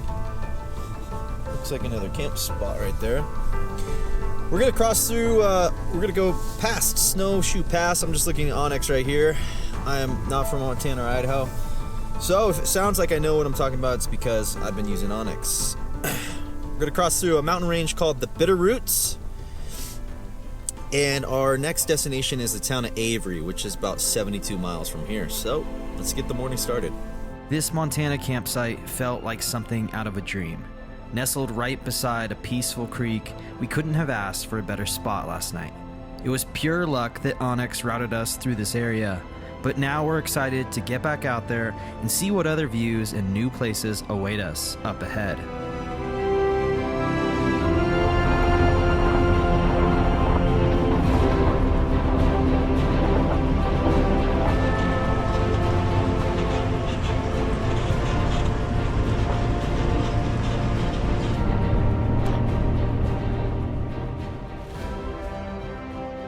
It was early this morning when I remembered this leg of the route includes an old mining site. What a great way to start the day. The Gildersleeve Mine, located in the Lolo National Forest near Superior, Montana, has a rich history tied to the mining days of the early 20th century. Originally claimed in 1924 by the Gildersleeve family, this mine was primarily focused on gold and barite. The family built a camp with several structures, including a cookhouse, bunkhouse, and blacksmith shop. Notably, they designed an innovative gravity-fed water system from the nearby Snowshoe Creek and used a repurposed 1929 car motor to run a compressor for pneumatic tools used in the mine. The mine's workings include a 300-foot horizontal tunnel and several relics like an ore car and a washing plant, all remaining as testaments to the family's hard work and resourcefulness.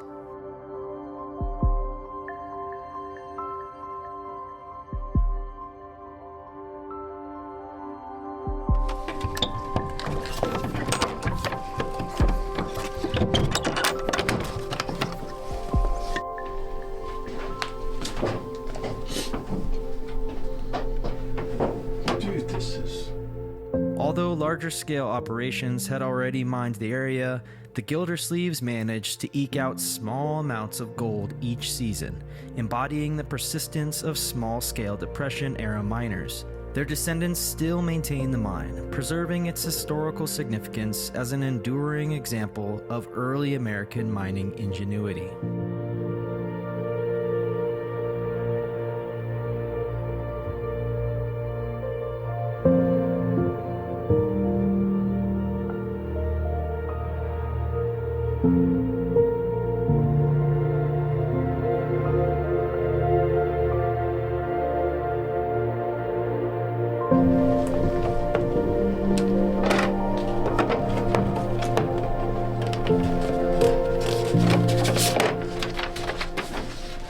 History of the Gildersleeve mining camp. Sweet. Said take one. What's it say? The Gildersleeve brothers, Ike, Charlie, Lee, and Jim, with their father and grandfather, prospected in several creeks in the area.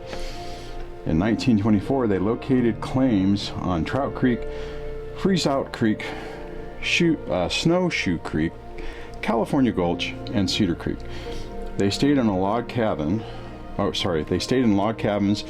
in Freeze-Out and California Gulch, looking for a good place to mine gold, and decided to move over to Snowshoe Creek to an old abandoned log cabin.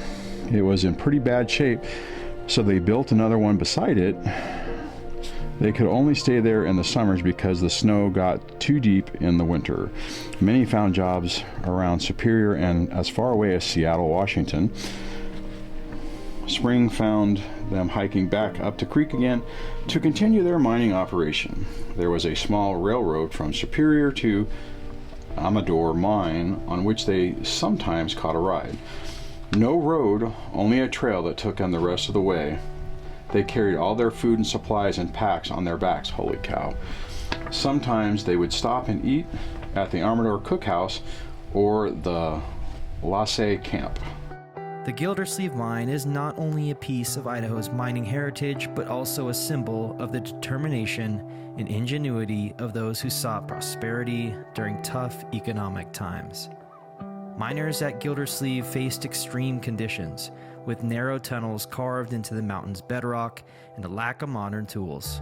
Still, the Gildersleeve family adapted, using machinery salvaged from other industries to power their operation and establishing a resourceful setup that has remained largely intact over the years. Today, the mine is a point of historical interest, often visited by adventurers and history buffs interested in the remnants of the early 20th century mining practices and the rugged perseverance of those who lived there. The structures and equipment left behind offer a rare glimpse into the manual labor and engineering ingenuity that defined the gold rush era in the region.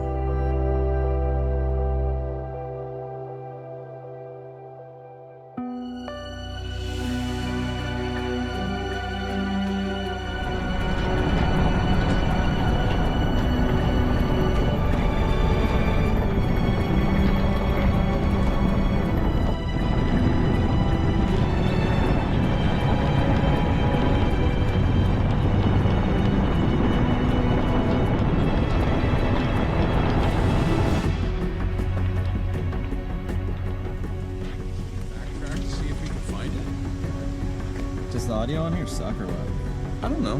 Might not be that bad. We lost our suction. Do you care, or do you want to? Sacrificed to the hills of Idaho. Missoula Lake, straddling the Montana-Idaho border, is a true hidden gem in the Bitterroot Mountains, known for its incredibly vivid blue-green waters. Nestled deep in a rugged mountain valley, this lake is a stunning spot that seems untouched by time. It's the kind of place that makes you feel worlds away from civilization, surrounded by dense forests and rocky peaks that tower over the shoreline. The lake's color is often mesmerizing, especially in the early morning when the light hits just right, casting reflections of towering trees and skies that shift from pale blues to rich greens and even hints of turquoise depending on the weather. The solitude here is part of its charm. You won't find crowds, only the quiet rustling of the breeze in the trees and the soft lapping of water against the shore. In fall, the area becomes even more enchanting as the surrounding larch trees turn golden, adding warmth to the scenery against the cold, crisp water. Hikers, anglers, and photographers come from miles around to capture the beauty of Missoula Lake, finding inspiration and peace in this tucked-away mountain oasis.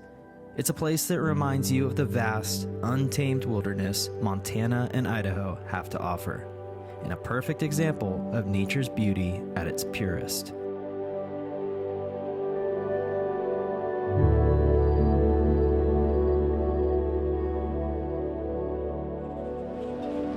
We enjoyed every minute of our time here in Montana, but now it's time to hit Idaho's dirt roads again. This place left us wanting more, so you can bet we'll be back one day to explore even deeper into Montana's beauty. Until then, it's back on the trail. So there's been a couple times today that the route we planned either had a locked gate or the trail just didn't exist or was overgrown. The route that I'll be sharing with my patron members will it'll be updated. I'll make sure it's all legit, the route that we took. So, and Dwayne's actually recording this route on 3 different platforms, so we should be good to go.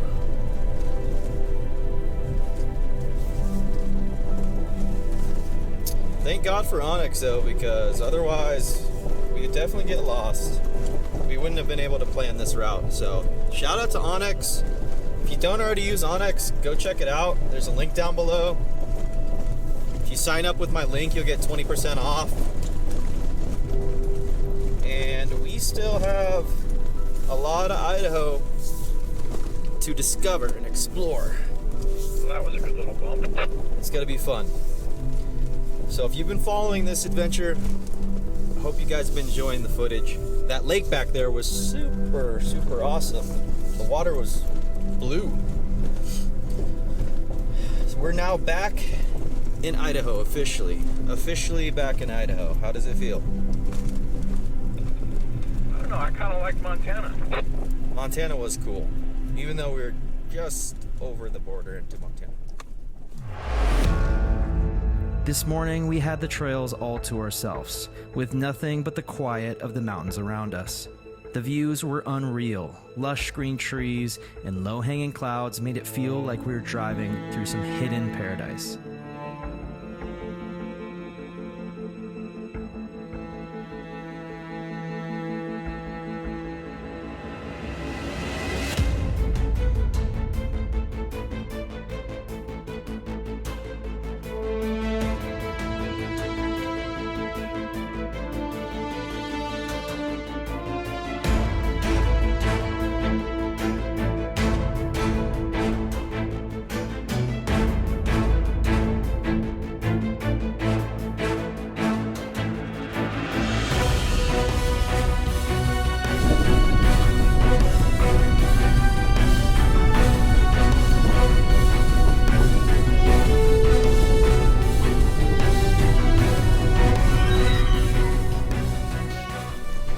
About 400 yards off of our route down here, there's a little offshoot. It looks like it goes down to the ST.JOE River here. So Dwayne is waiting up on the main route, and I'm going down to see if it's a camp spot. Could be a future spot. If it's a cool spot, I will mark it on Onyx as a waypoint. Let's go check it out. Man, there's like two spots right here. It's absolutely beautiful. It's insane. I'm not gonna want to leave this place, you guys. Look at this.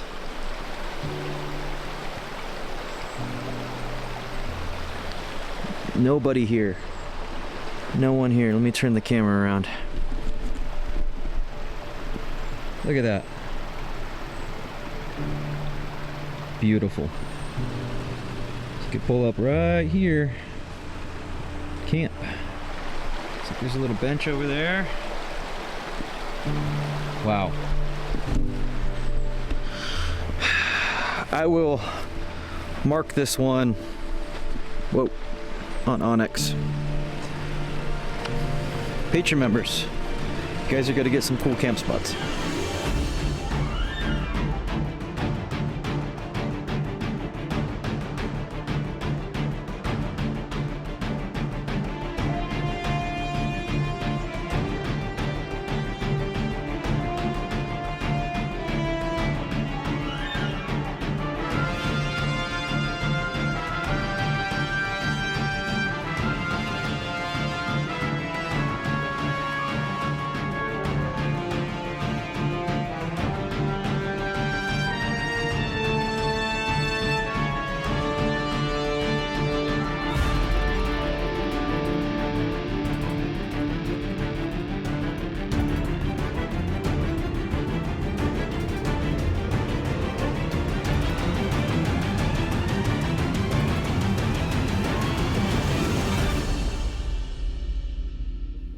We were absolutely blown away by the views surrounding us as we drove the dirt roads along Red Ives Creek.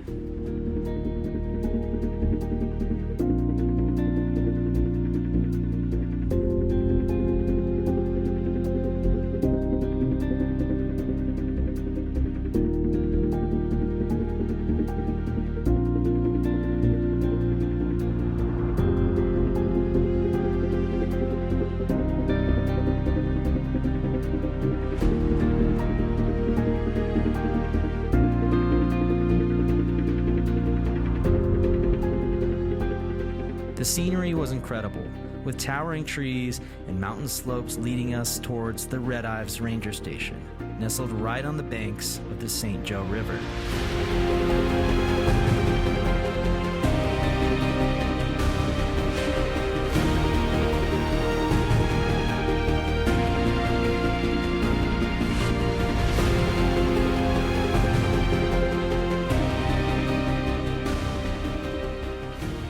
And just when we thought we'd seen it all, the St.JOE River stole the show once again with its stunning beauty.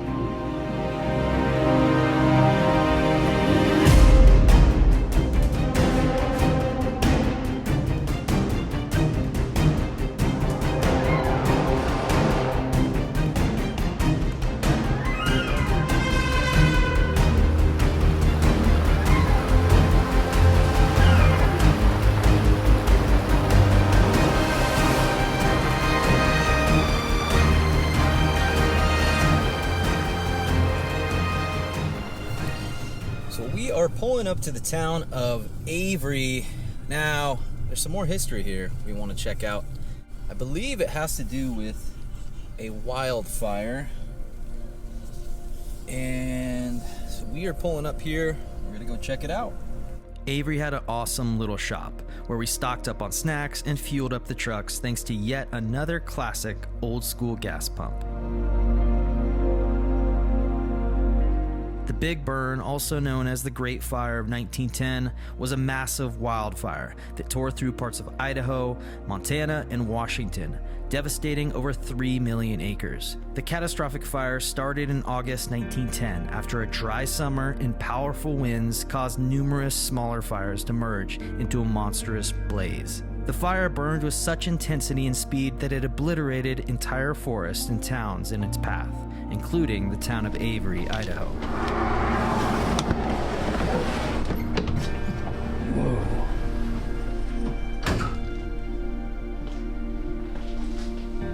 Avery was a small railroad town located in the ST.JOE River Valley, and at the time, it was a crucial stop along the Milwaukee Railroad Transcontinental Line. Dwayne, what are you doing here? What? What? I didn't know you were gonna be in Avery.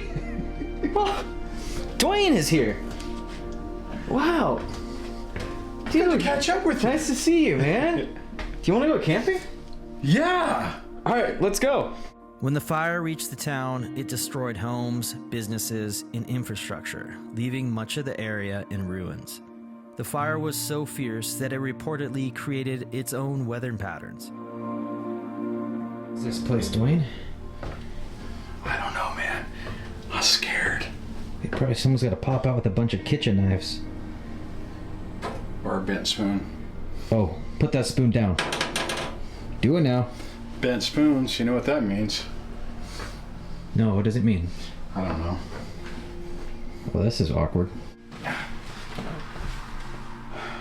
How you doing today, sir? What can I get you to drink?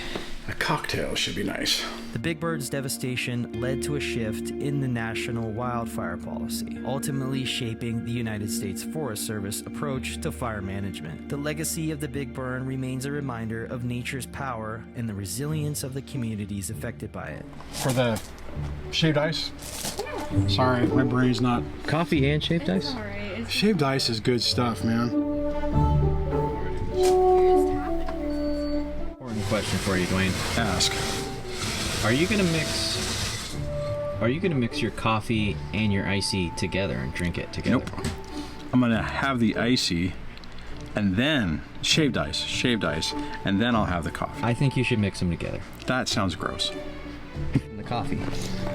The coffee is, or the icy is excellent, and the coffee is equally excellent. You still haven't mixed them together, though. I'm not Dwayne. gonna mix them together. Mix them together. I'm not. That'd be gross.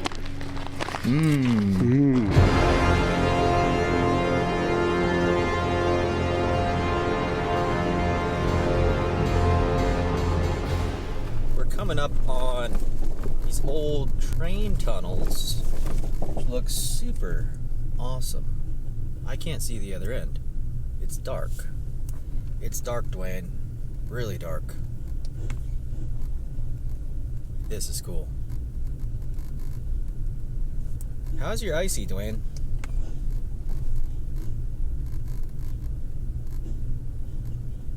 Dwayne, are you still there? Uh-oh. I'm trying to drive and record. You're trying to drive and drink your icy. Got it. This is so cool.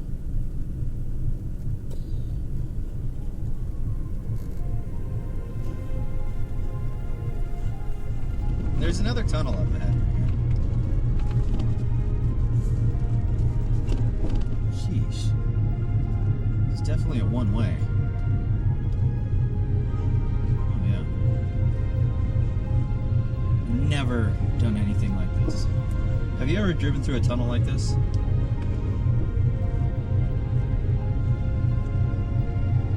Reflectors on the walls. This metal bridge on Moon Pass is a cool piece of history. Originally part of the old Milwaukee Railroad, it spans the North Fork of the St.JOE River. It's one of the many remnants from the early 1900s railway, adding an industrial touch to this wild landscape.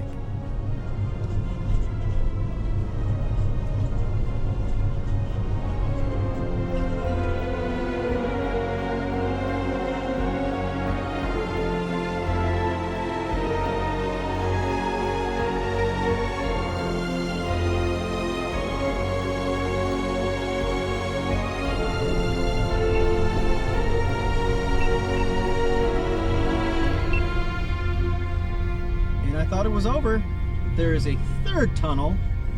In this one, this looks even more narrow than all the other ones.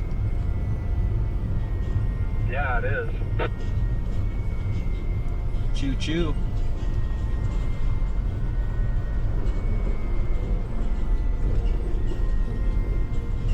Yeah, all that squeaking you're hearing, it's my shock spherical bearings, and it's been driving me crazy the last couple days. So as soon as the truck's back, it's going to Jerry at Beast Fab, and we're gonna swap those out. Well, we're gonna head through an area called Moon Pass, and our destination is the town of Wallace, where we are planning on getting a hotel. We're looking at the Wallace Inn. This is day number 8. We're in need of a warm shower, so that's the plan. We're gonna head there, crash there, but who knows what we're gonna see on the way there, so don't tune out yet. Are you ready for a hot shower, Dwayne? You know what? I think even if we get a hotel, I'm gonna not take a shower. I'm just gonna let it seep in. That's disgusting.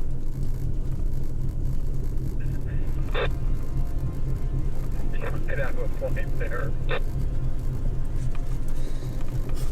I don't know what happened to you. Ever since you ate that icy, some strange things are happening. There's another tunnel up ahead right here. Sheesh. It's definitely a one-way. Oh yeah. Never done anything like this.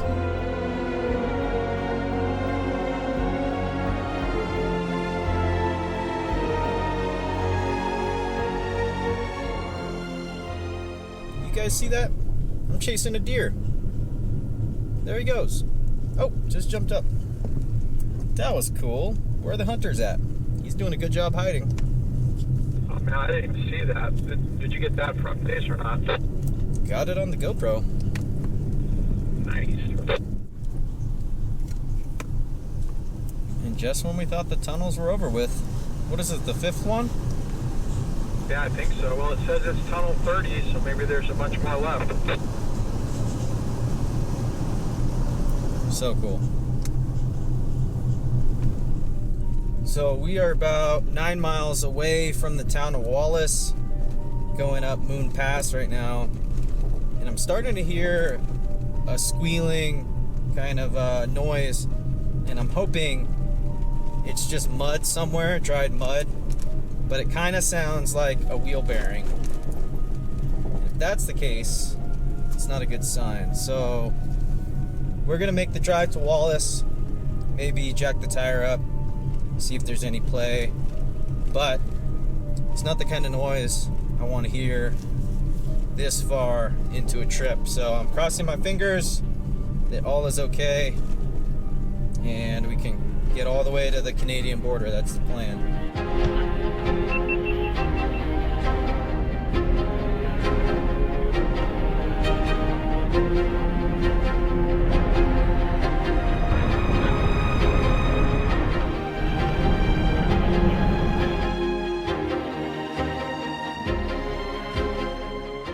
We made it to Wallace with no vehicle issues and decided to air up the tires here. Don't forget you can get a discount on Morphlate using code JohnnyTaco at checkout. Links in the description. So we just aired up the tires. We're on the highway. We're driving into the town of Kellogg right now to find a do-it-yourself car wash. We're gonna sprout. Is it the next exit? Yeah, it's the hospital exit. We're gonna see if we can find a coin wash, spray everything off, and maybe this weekend will go away. Definitely a bigger town. We're crossing our fingers, so stay tuned. Well, you guys, we just sprayed the trucks off at the coin wash. I'm driving down the road here, and I don't hear the noise anymore. So I think maybe there was sand in the rotors or something. I don't know, but it appears to be all good. So we're gonna go find a hotel and take a nice hot shower. We're not making an illegal U-turn in an intersection right now. We're not doing that. We obey all rules of the road. And we're passing Dwayne right now. Hi, Dwayne. Too bad my other GoPro wasn't recording. But man, what an adventure this has been. And it's not over yet. So, let's calculate how many miles we're at now. I gotta pull up my notes here. Okay. 688. Okay. 688 plus the 30 that I missed, plus the 175 we did in the past couple days. We are now at 893 miles, y'all. That is awesome. Pulling into the hotel. I'll catch you guys tomorrow morning.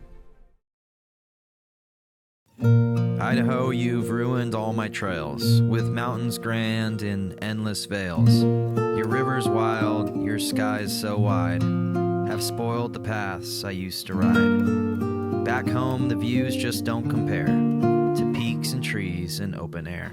I'm never coming to Idaho again because the rugged roads, the forest green, make hometown trails feel unseen. Oh, Idaho, I won't be back, except for every time I pack.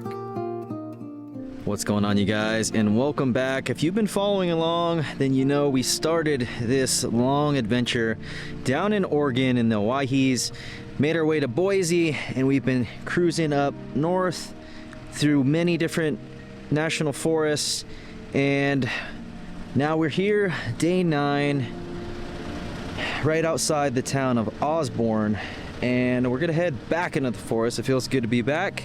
We're going to pass through a couple creeks and make our way over to Lake Pend Oreille, where we're gonna try to find a camp spot. So that is the plan today. Go check out the link for Morphlate. If you use my code, you'll get a discount. We're airing down the tires, as always, with the Morphlate Quad Plus. And I'm excited to get another adventure started. Let's go.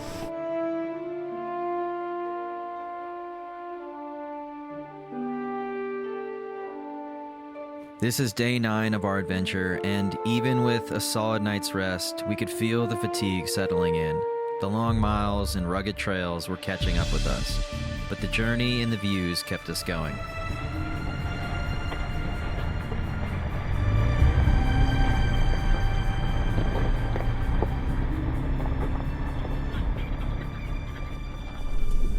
You know, I heard a quote one time from Vincent van Gogh that really rang true. He said, "He has dedicated his life to his art, and he has lost his mind in the process." When I sat and I thought about that, it sounded very familiar. I have given every single thing, every ounce of my life to this craft, to perfecting my craft, and I continue to do so. And in the process, I have lost my mind to regular society, to people who wake up at 9 a.m., who clock out at 5 p.m. They would look at me and say, "I've lost my mind," but me, I have found it almost.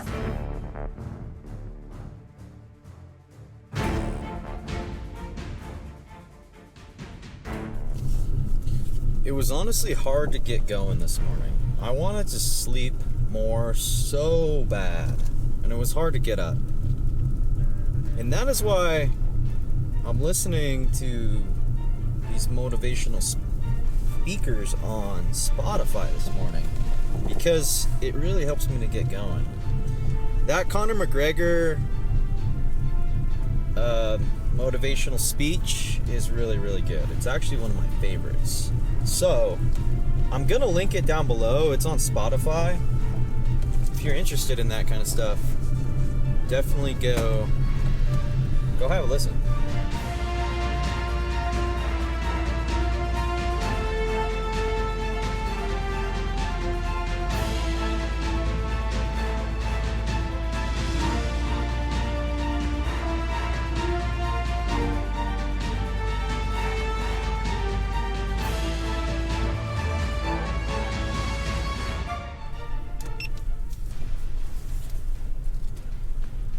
Well, you guys, if I'm looking tired, it's probably because I am. I can't believe it's day 9. I'll have to calculate what mile marker we're at now, but this trip has been so awesome. We've seen so many cool places, and I'm trying to decide if it's more driving than I imagined it would be. I don't think it is, but I think it's just kind of surreal that we're actually doing it. So yeah, we should be paralleling a couple creeks. I don't know if we're gonna cross them, but on Onyx it also says there's a cabin, so hopefully we can go check that out also. If you don't have Onyx yet, go check it out. There's a link down below. You can get 20% off your first year membership or subscription.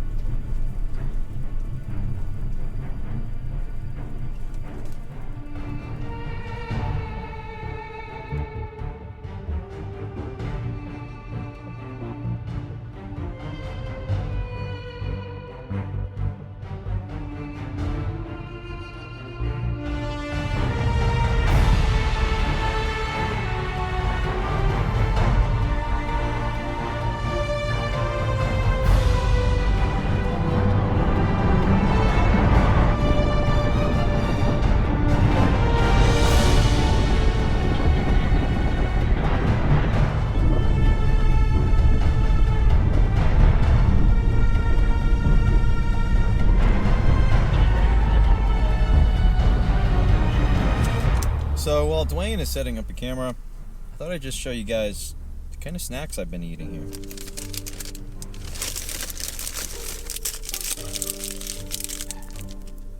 Skittles, a necessity. Got some Cliff Bars. Make sure they're the peanut butter ones. Some jerky. We got this in Avery. And super important to make the time go by, sunflower seeds.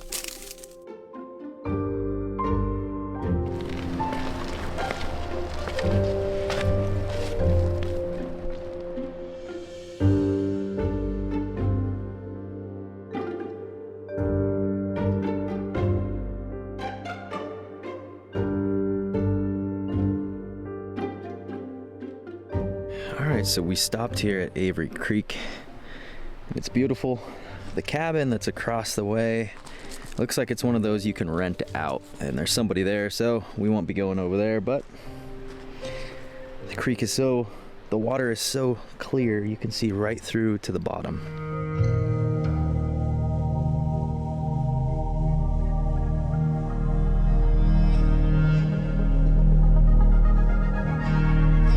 Avery Creek in Idaho is an attractive spot near Avery, a tiny historic town set along the St.JOE River in Idaho Panhandle National Forest. Avery Creek flows in a picturesque area known for camping, hiking, and trout fishing. It has a cabin nearby that provides a rustic, unplugged camping experience, ideal for those looking to disconnect and enjoy nature. Visitors can also explore numerous trails around the creek surrounded by dense forest, which becomes especially scenic with fall colors.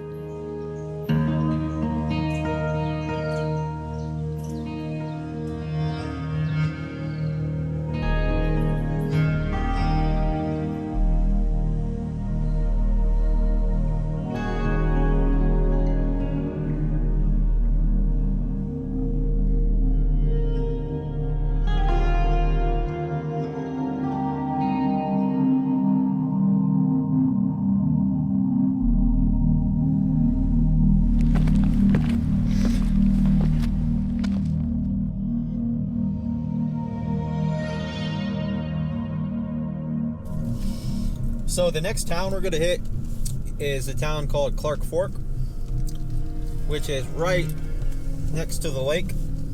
And we decided, there's a gas station there, we decided instead of going to Clark Fork and then backtracking to the area we want to explore to camp, we're just gonna go straight to the area we want to explore to camp. And I picked this area because I'm hoping, fingers crossed, that there's a view of the lake, which would be really, really cool. So we're gonna get to that turnoff, and we're gonna use Onyx, and we're gonna build a route to that area, and that's the plan. The Coeur d'Alene National Forest, located in northern Idaho, is a part of the Idaho Panhandle National Forest, which also includes the Canucksu and ST.JOE National Forest. Spanning over 726,000 acres, this forest is renowned for its diverse ecosystems, dramatic landscapes, and abundant recreational activities.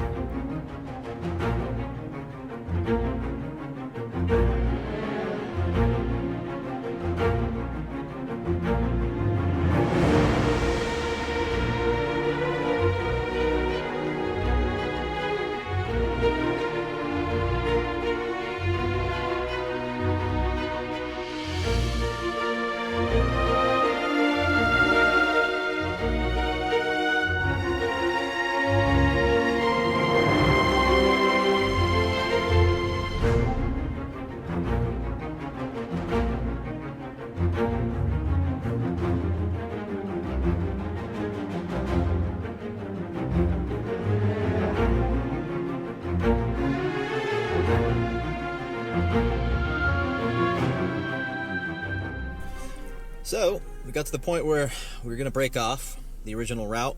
You guys can see Onyx now. The red is our original route. The black is the new route. You can see we easily mapped this route out. It is 28 miles, and then we have some waypoints marked over there. You can see a few of them. So we're gonna make our way that way, find a camp spot, and hopefully it's on the lake. Oh, and also with Onyx, you can airdrop. And just click share nearby, and Dwayne popped up. Boom, sent it right to him.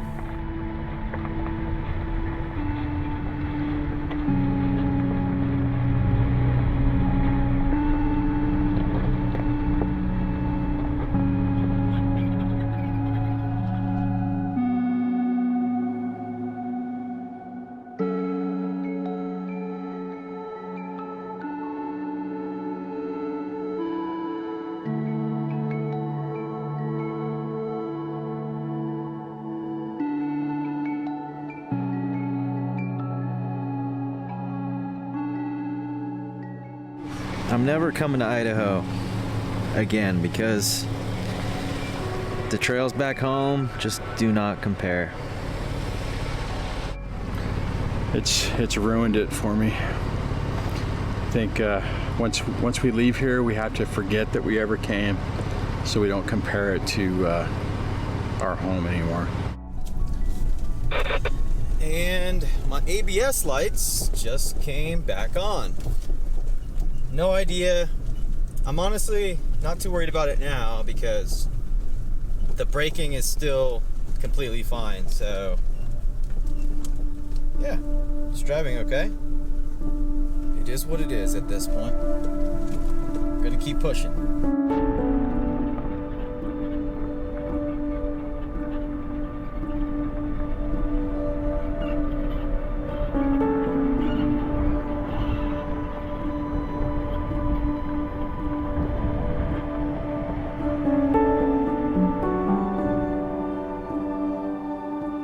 Historically, the area was heavily mined during the Silver Valley mining boom in the late 19th and early 20th centuries, which left remnants that are still visible today, like ghost towns and abandoned mine sites.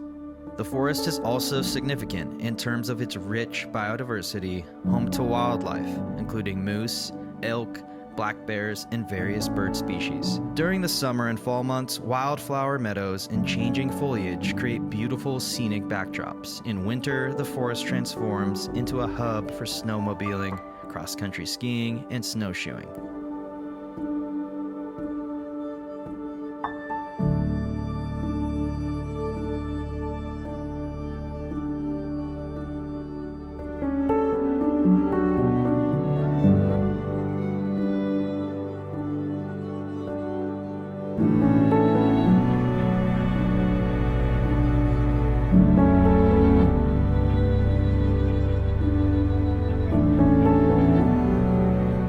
Coeur d'Alene National Forest has a rich and natural cultural history that adds depth to its scenic beauty.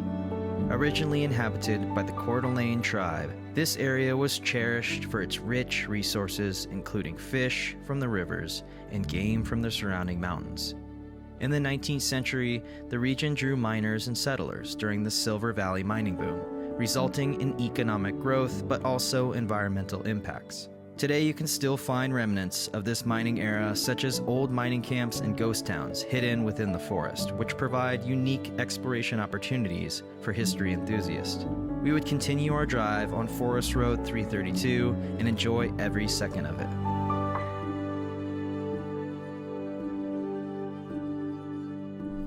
So we're now in the Chilco Mountains, really close to Lake Pend Oreille. And I'm crossing my fingers. It looks like when we're on the other side of the ridge across, looks like big mountains. So I'm hoping we're going up that right now. Hopefully we have a cool view of the lake down below. It'd be pretty awesome. We'll find out shortly.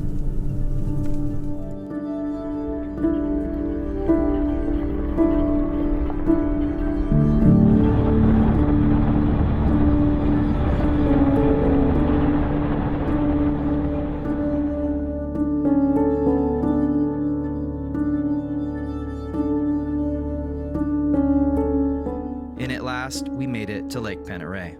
Man, put this out the windows. Oh, that's nice. I know, it's crazy, huh? Alright, so we found the lake and it's beautiful. Check it out. Hopefully you guys can kind of see that on the GoPro. We'll get the drone up in a little bit. But that is an awesome view. Yeah, that's the kind of view we want. Over to the left, there's a view of the lake, but we just got to find a spot with the view of the lake, so we're on the hunt now.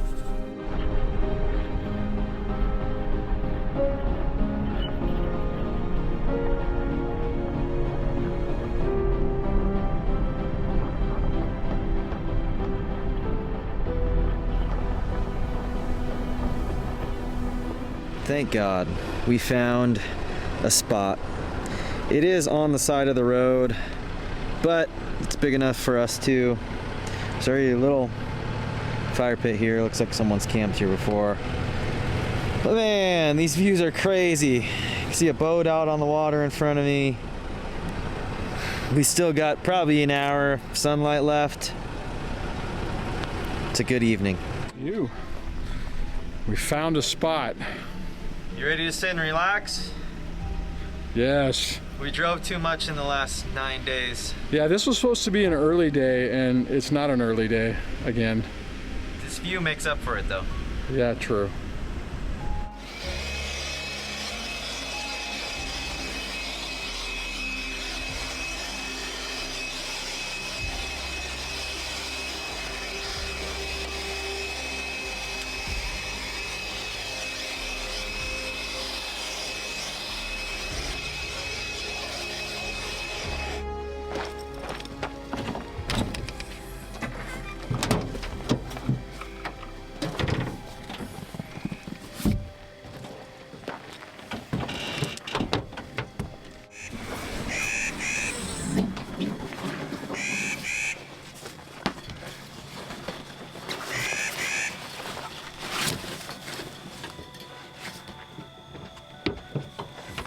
All right, you guys, we are officially at 984 miles.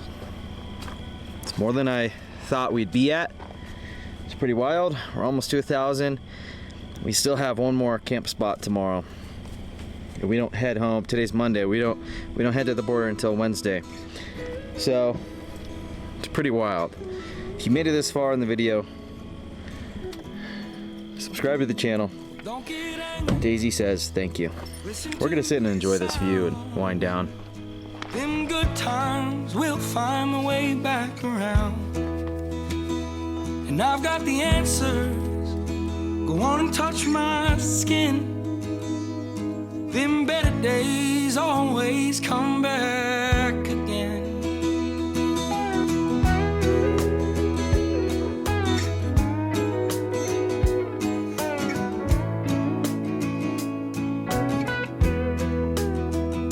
This life's a boat, boy. It all comes in waves. On the radio, her laughter and sweet mistakes. And I wasn't loved well as a younger child, so I pray these better unstable days, they stay a while. So don't get hateful or hot damn. There's a fire burning in the back 40. I'm still finding out who the hell I am. And I'm so tired of wasting it away. Gonna find the time to realize I'm in deep on better days.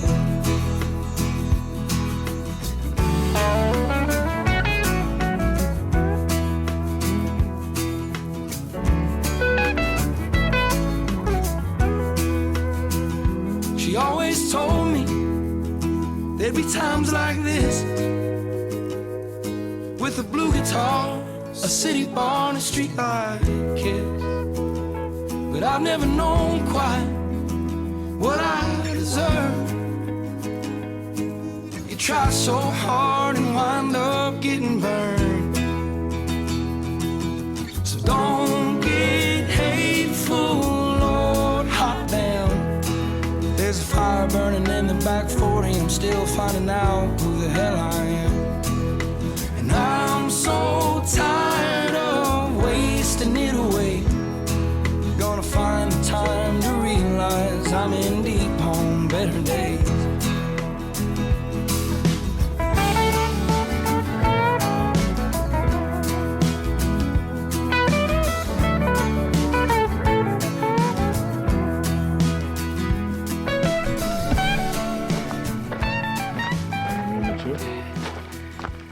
Check out this sunset. It's crazy. I've been working on the truck. I pulled the ABS plugs off the rear axle and trying to clean them, dust them, use my little blower and clean them out. I don't know if that's a problem, but anything might help. But we're gonna finally sit down and enjoy the sunset. It's crazy. Pretty amazing. Pretty crazy. Well, tomorrow we're gonna cross over into the 1,000-mile territory. We're at 980 something now. Thank you guys all for watching. See you guys in the morning.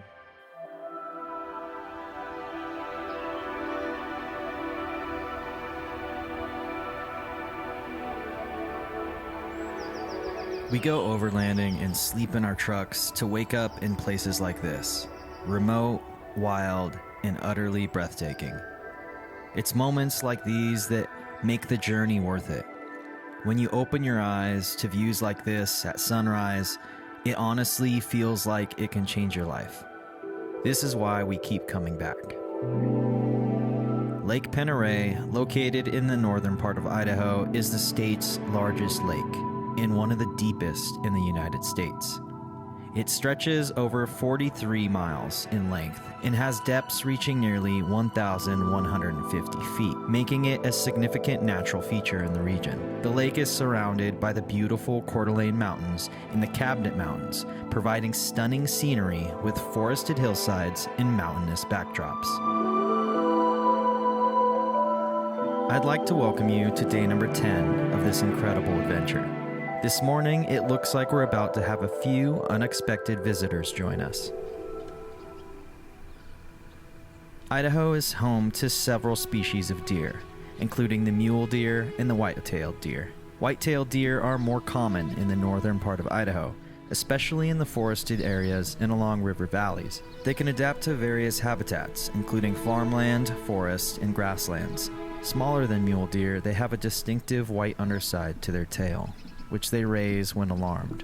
Their antlers are typically more branching rather than forked style of the mule deer. They are incredibly adaptive and can thrive in areas close to human habitation.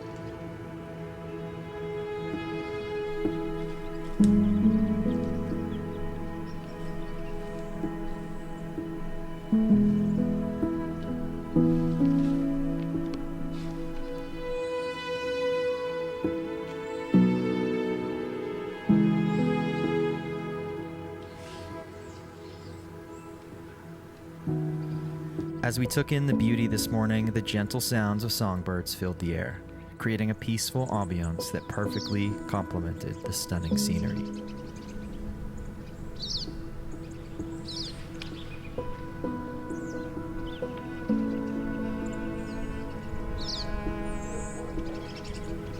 We watched the boats cruise by as we prepared our morning breakfast.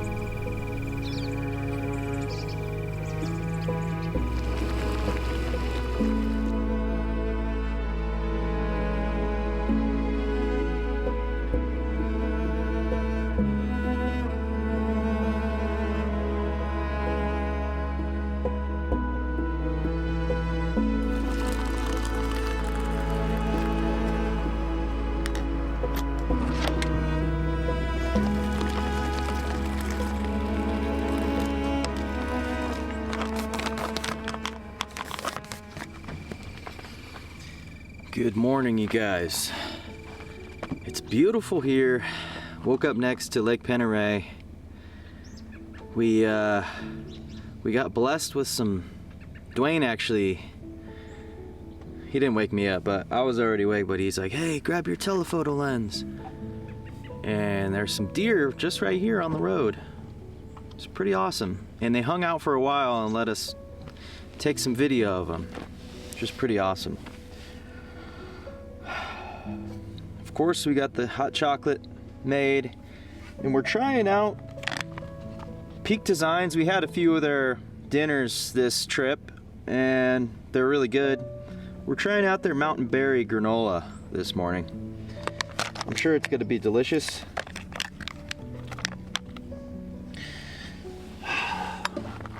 So today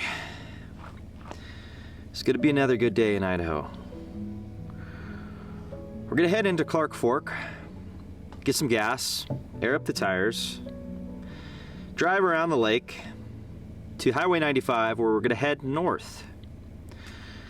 In Bonners Ferry, we're gonna stop in Bonners Ferry, and there's a wildlife preserve. So we're gonna go over there, try to get some cool wildlife shots. Then we're gonna hit Highway 2, where we're gonna air down the tires and hit the dirt and go find a place to camp in the Boise National Forest. If you guys have been following along, thank you for watching. Today will be another great day in Idaho. We'll see you guys out on the trails.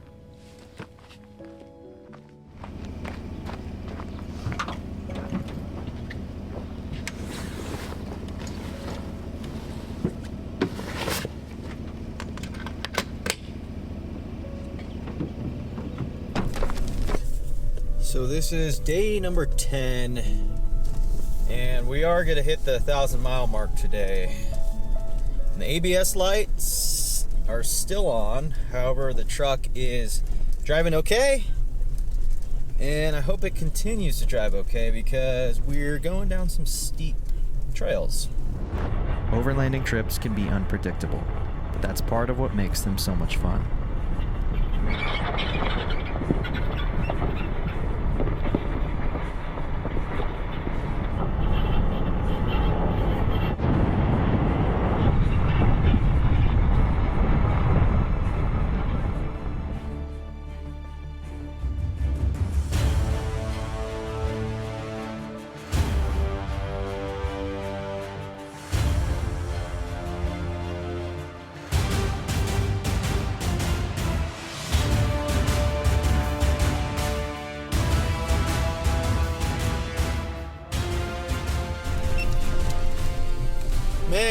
just saw an elk. It was in the middle of the road here, and then it ran up really fast up the side of the hill, so I didn't get any video of it, but still pretty cool. Never been that close to an elk. So we are making our way to Clark Fork to get some gas. Oh yeah, we're yawning. And we have 170 miles to cover today until we get to camp. So let's get moving. Day number 10. And we're not feeling a little fatigued at all.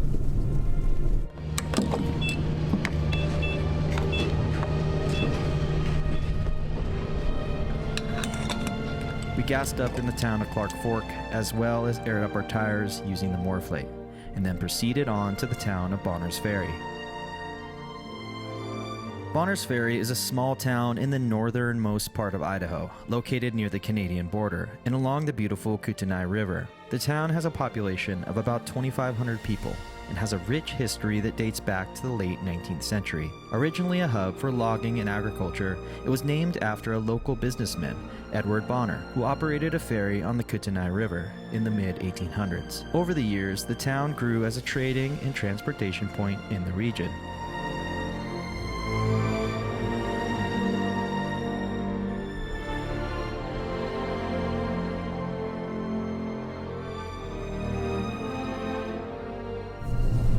So we are at the Kootenai Wildlife Refuge. Well, just pulling up and crossing my fingers that we get to see some wildlife. So I'm gonna grab my telephoto lens. There's supposed to be a loop you can drive around the refuge. I'm gonna see what I can find. Well, we're on the prowl here. There's a bunch of birds over there. Oh, there's a bird down there by the water. See if I can stop and get a close-up shot of him.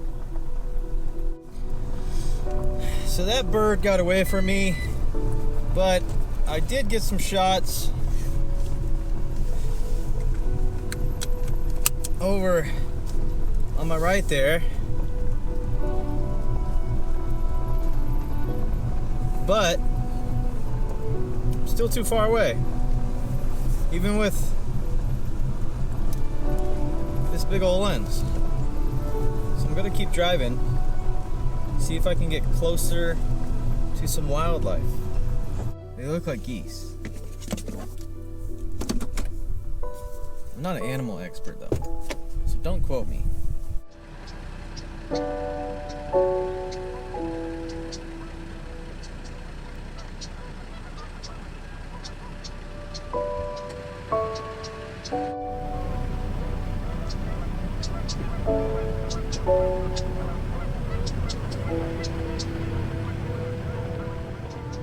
The Canadian goose is one of the most iconic waterfowl in North America, recognizable by its black head and neck, white cheek patches, and distinctive honking calls. The Canadian goose is a year-round resident in some parts of Idaho, though many migrate seasonally.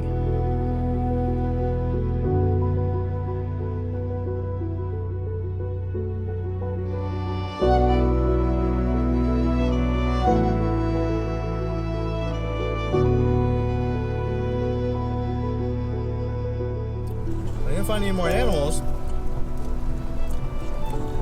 Those birds were pretty cool though. But I did find some Skittles. But out in front of me, I can see, looks like deer. They're walking across the little meadow over there. See if I can catch up to them. Well, I think the deer ran away. But it's 3 p.m. We got to get going to our camp spot, so speeding up. I'm gonna go meet up with Dwayne. You guys totally aren't gonna believe me. There's a cat. Where did it go? There was an orange cat.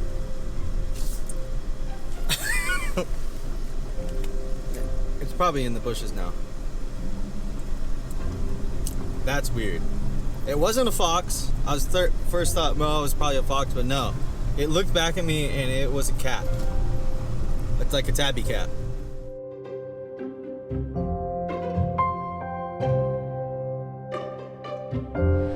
I figured it out, you guys. Found this pamphlet here. Waterfowl hunting. It's a Canada goose. Canada goose. Pretty cool. Canada, eh? We are getting close to the Canadian border and it feels good. It's been a very, very long trip. You can see here on Onyx, we are where the blue dot is, right next to the green waypoint, to the left of Bonners Ferry. So we're gonna follow the red line over to the black waypoint there. And that's where we're gonna camp. So tomorrow morning we're just gonna have a short stretch, probably only 50% on the dirt, and then we're gonna go up to Port Hill on the Canadian border. I went to the wildlife refuge thinking I was gonna see maybe an elk, some deer. We saw deer and elk this morning, but no. I saw a little orange Man, I just finished. tabby I cat. actually activated it. It was a kitten. I'm gonna tear everything down. Dwayne, you wouldn't believe what I saw. You saw a bear. No, I saw a little orange tabby cat kitten. Aw, that's kind of cute.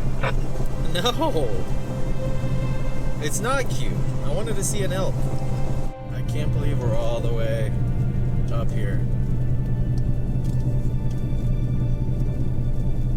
Yeah, this week and a half has just been like a flew by. You see how thick the trees are? Yeah. Yeah, man. Canada. Canada, eh? Hey, Tomorrow. are you gonna jump across with your passport? Just stick your toe in Canada? Unfortunately, I left my passport at home. So we saw another sign on the way up. It says, know the difference between the black bear and the grizzly bear. We've yet to see a bear on this trip, but you never know. Tonight could be the night. Preferably, if I were to see any kind of bear, it would be during the day, not at night. The Kaniksu National Forest is located in northern Idaho in northeastern Washington, covering about 1.2 million acres of wilderness. Its name, Kaniksu, comes from a local Native American word meaning the land of the Flathead, referring to the Flathead tribe in the area. The forest stretches across diverse landscapes, including the rugged Selkirk and Cabinet mountain ranges, and features dense forests, scenic rivers, and many lakes. The sun was now setting, and the drive through the forest was absolutely beautiful.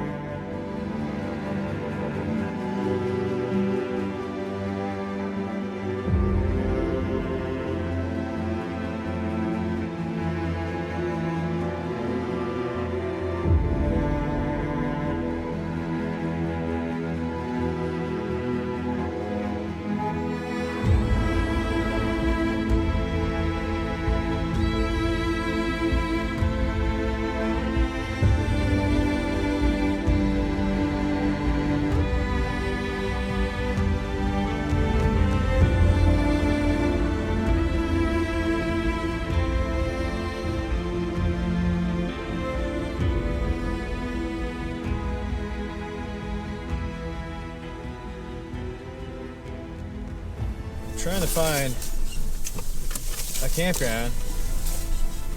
Of course we had to take the road where there's almost no trail, because it's always those ones that lead to the most epic camp spots. But it was just a dead end.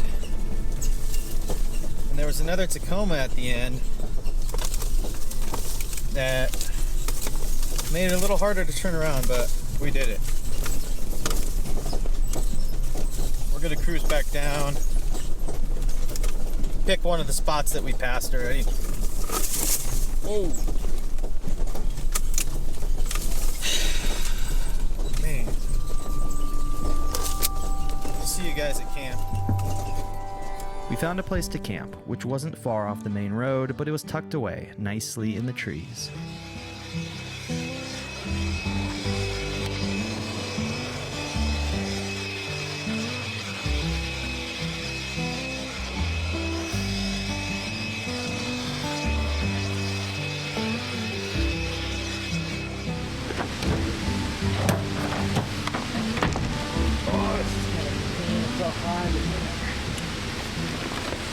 Finally left our bedding up, dude.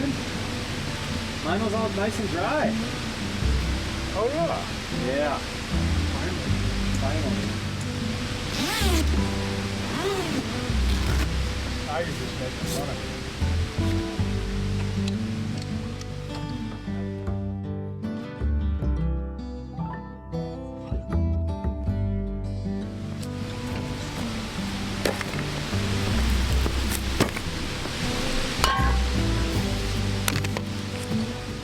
We had beautiful blue skies above us, gorgeous fall-colored trees surrounding us, and the sound of the creek rushing by behind our camp.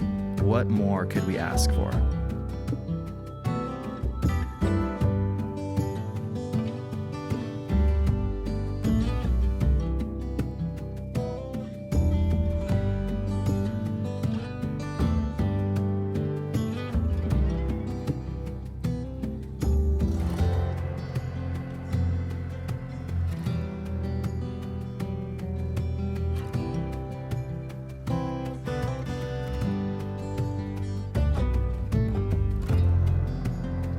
We had found ourselves camping once again on another beautiful creek.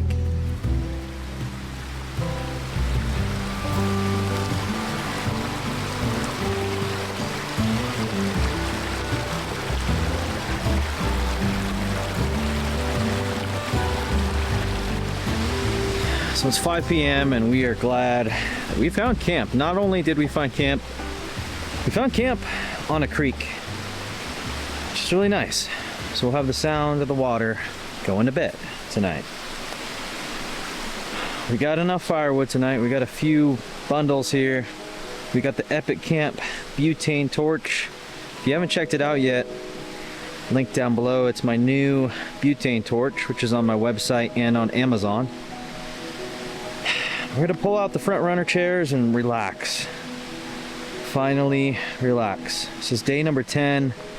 We've been doing a lot of driving. I'll calculate the miles here shortly and let you guys know, but we couldn't ask for a better camp spot for our 10th night. That's crazy. Longest trip I've ever done. So we're gonna sit down and relax for a bit.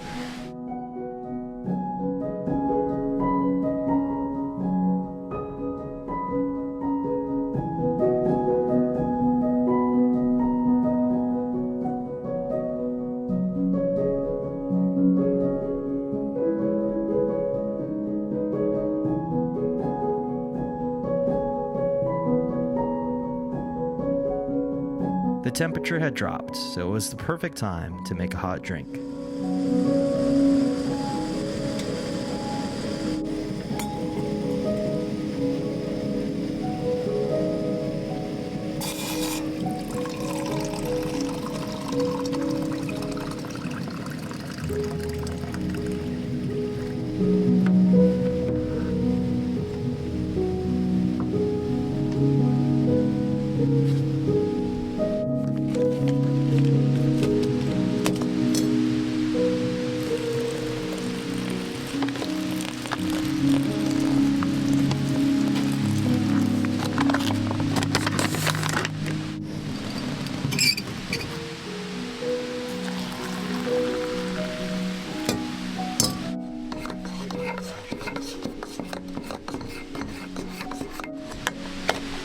Cheers. Cheers. Peak fuel. To the rescue. So, it's night number 10. Most of this trip we haven't felt like cooking at the end of the day because it's been lots of driving. But this stuff, it tastes like restaurant food, or at least some really good fast food. Yeah, yeah. It's very good.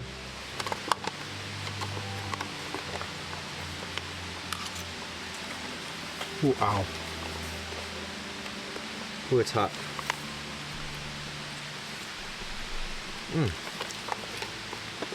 Wow. Hey, did you bring any Tabasco or anything? You got sriracha? Oh, I do. Ooh, sriracha in the chili mac? Yeah, it sounds like it might be good. If you guys made it this far in the adventure, make sure to subscribe to the channel. Trying to hit 20,000 subscribers by January 1st of 2025. I think you'll make it. I think we'll make it.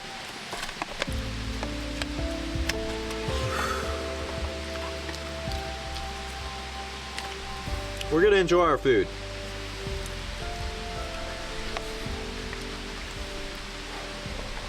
Woo. Okay, now it's got a kick. Whoa.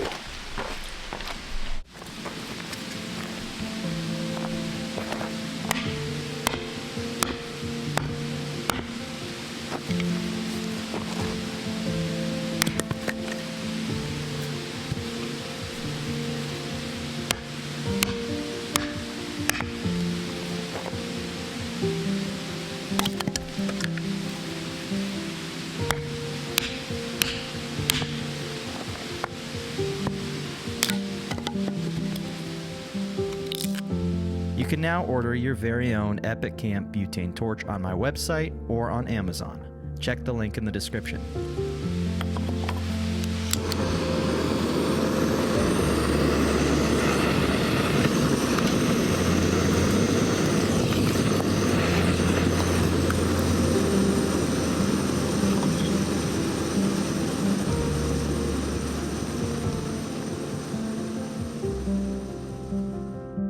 As we settled into the last beautiful camp spot, we were feeling thankful to have seen so many beautiful places.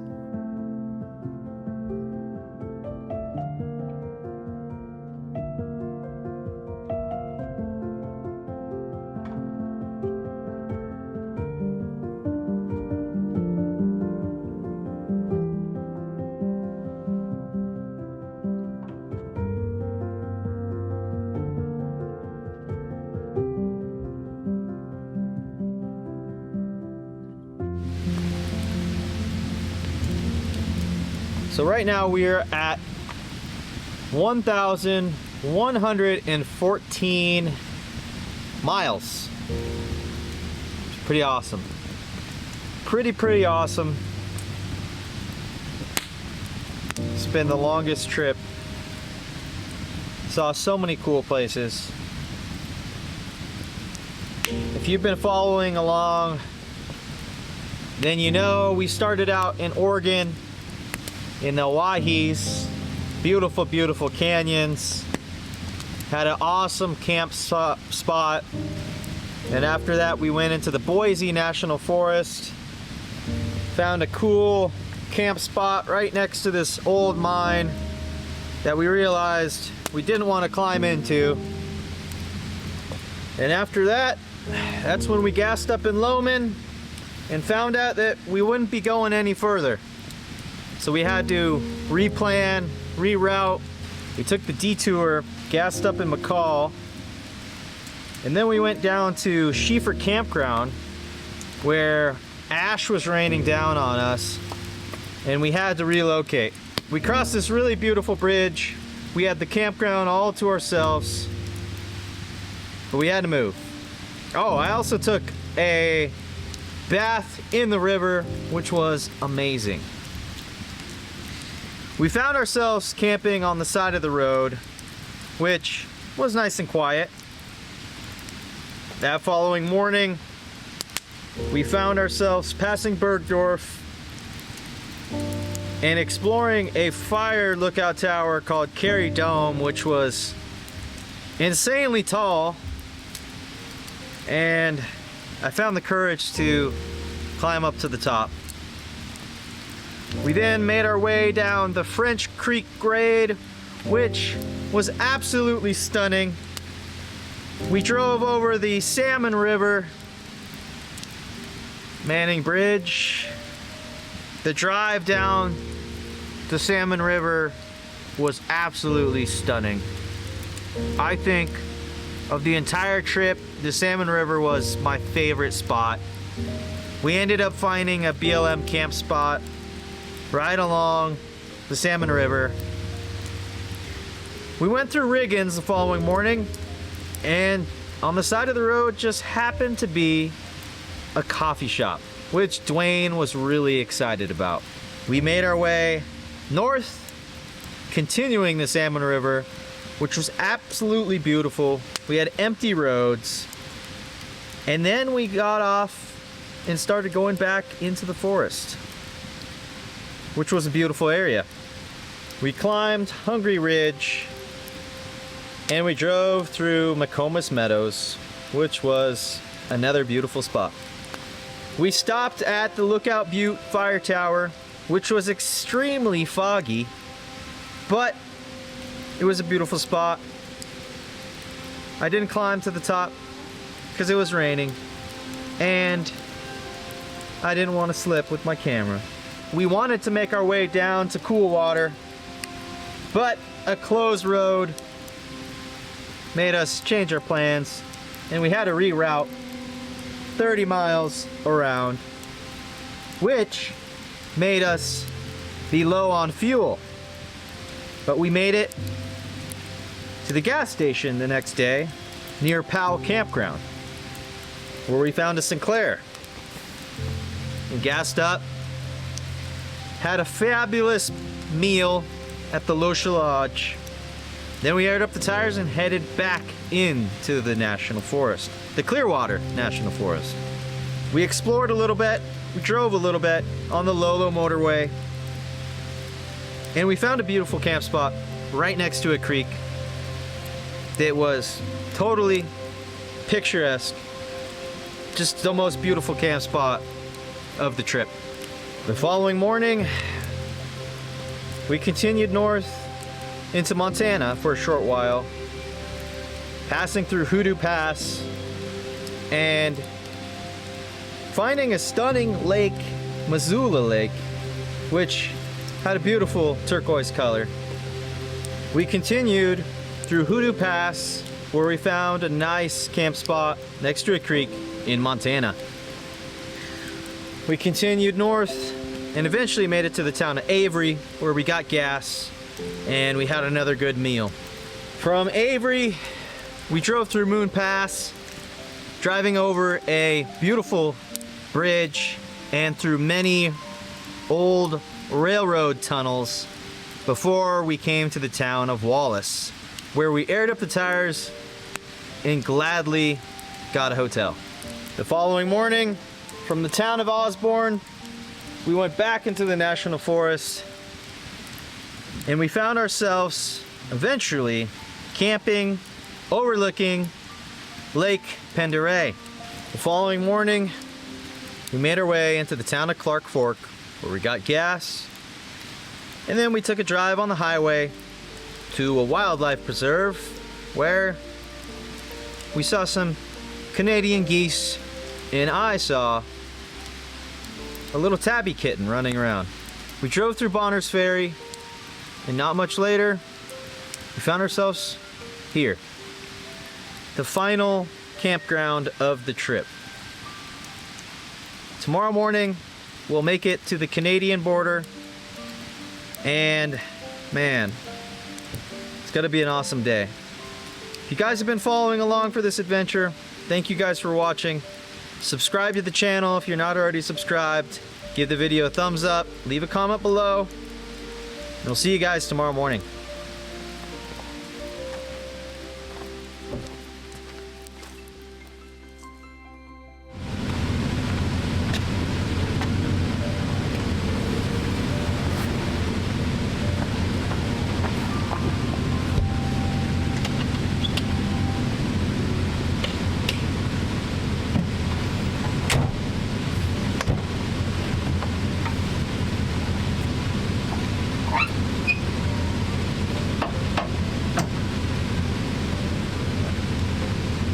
Good morning. It is our final day, day 11. Just got the trucks packed up and we are gonna head for the border. Let's go.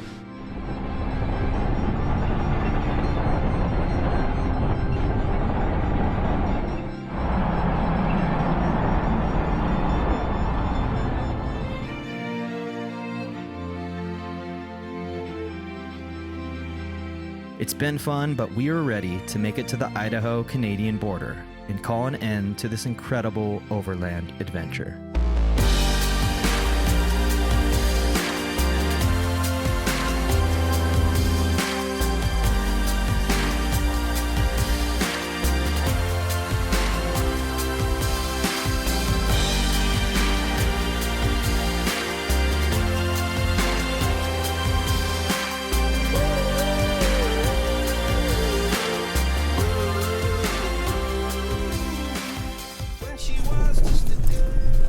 Did it, 11 days.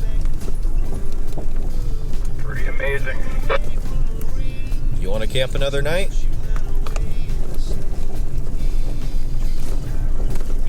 Probably too early to ask that. I didn't bring all my stuff down. I was thinking we weren't, so. But whatever. I'm totally joking, you know.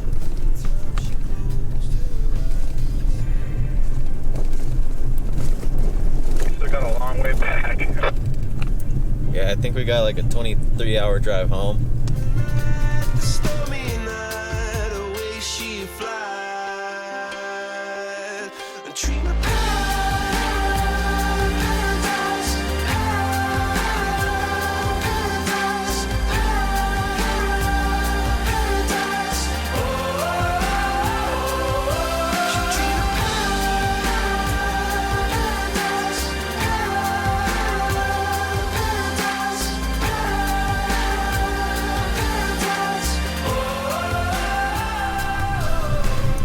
Bittersweet, guys. We are leaving Idaho today.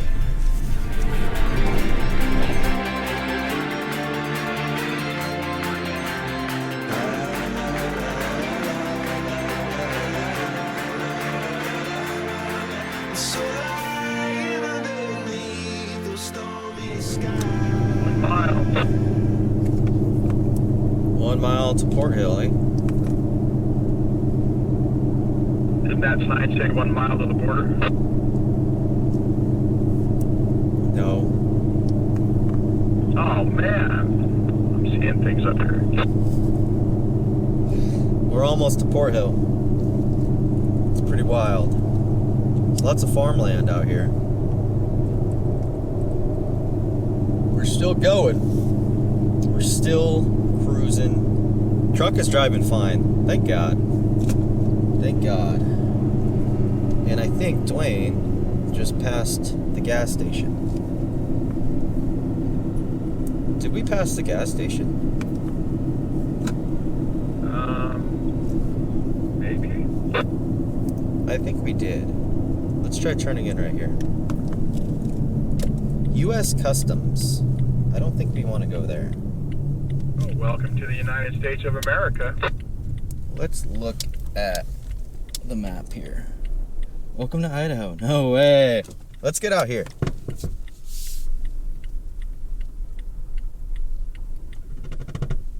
No way.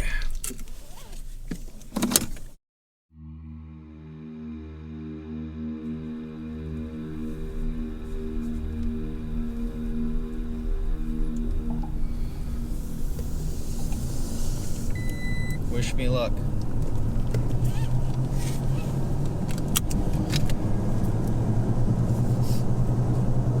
All we see is an inspection area here, which we don't want to go to. So we're going to try to make a left here before the inspection area. Hopefully. Yep. Alright. That is cool. We're good to go. No passports. And we may have weapons, so Canada is not an option. And we're pulling up to the gas station now.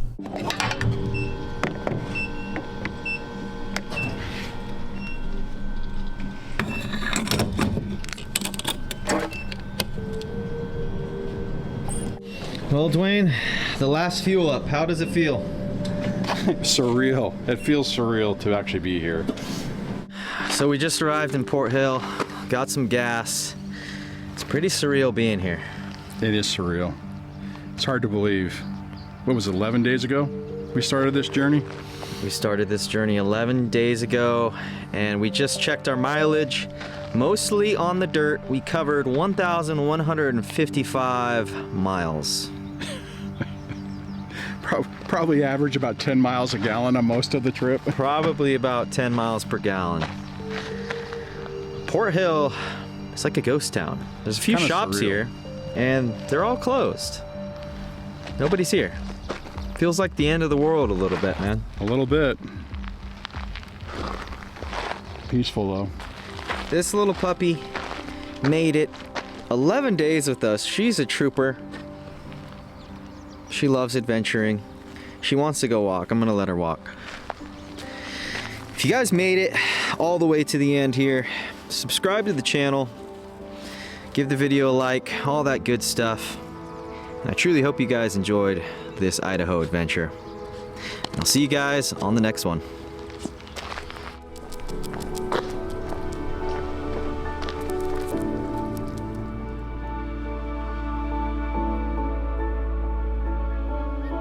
Run, Easy, run.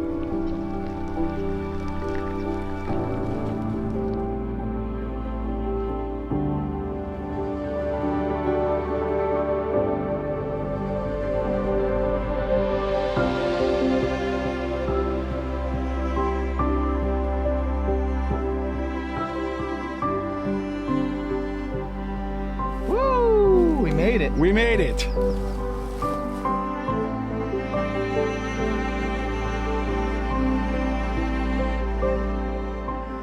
If you've made it this far, don't forget to subscribe to the channel, give the video a thumbs up, and leave a comment below. We'd love for you to join us for another incredible adventure.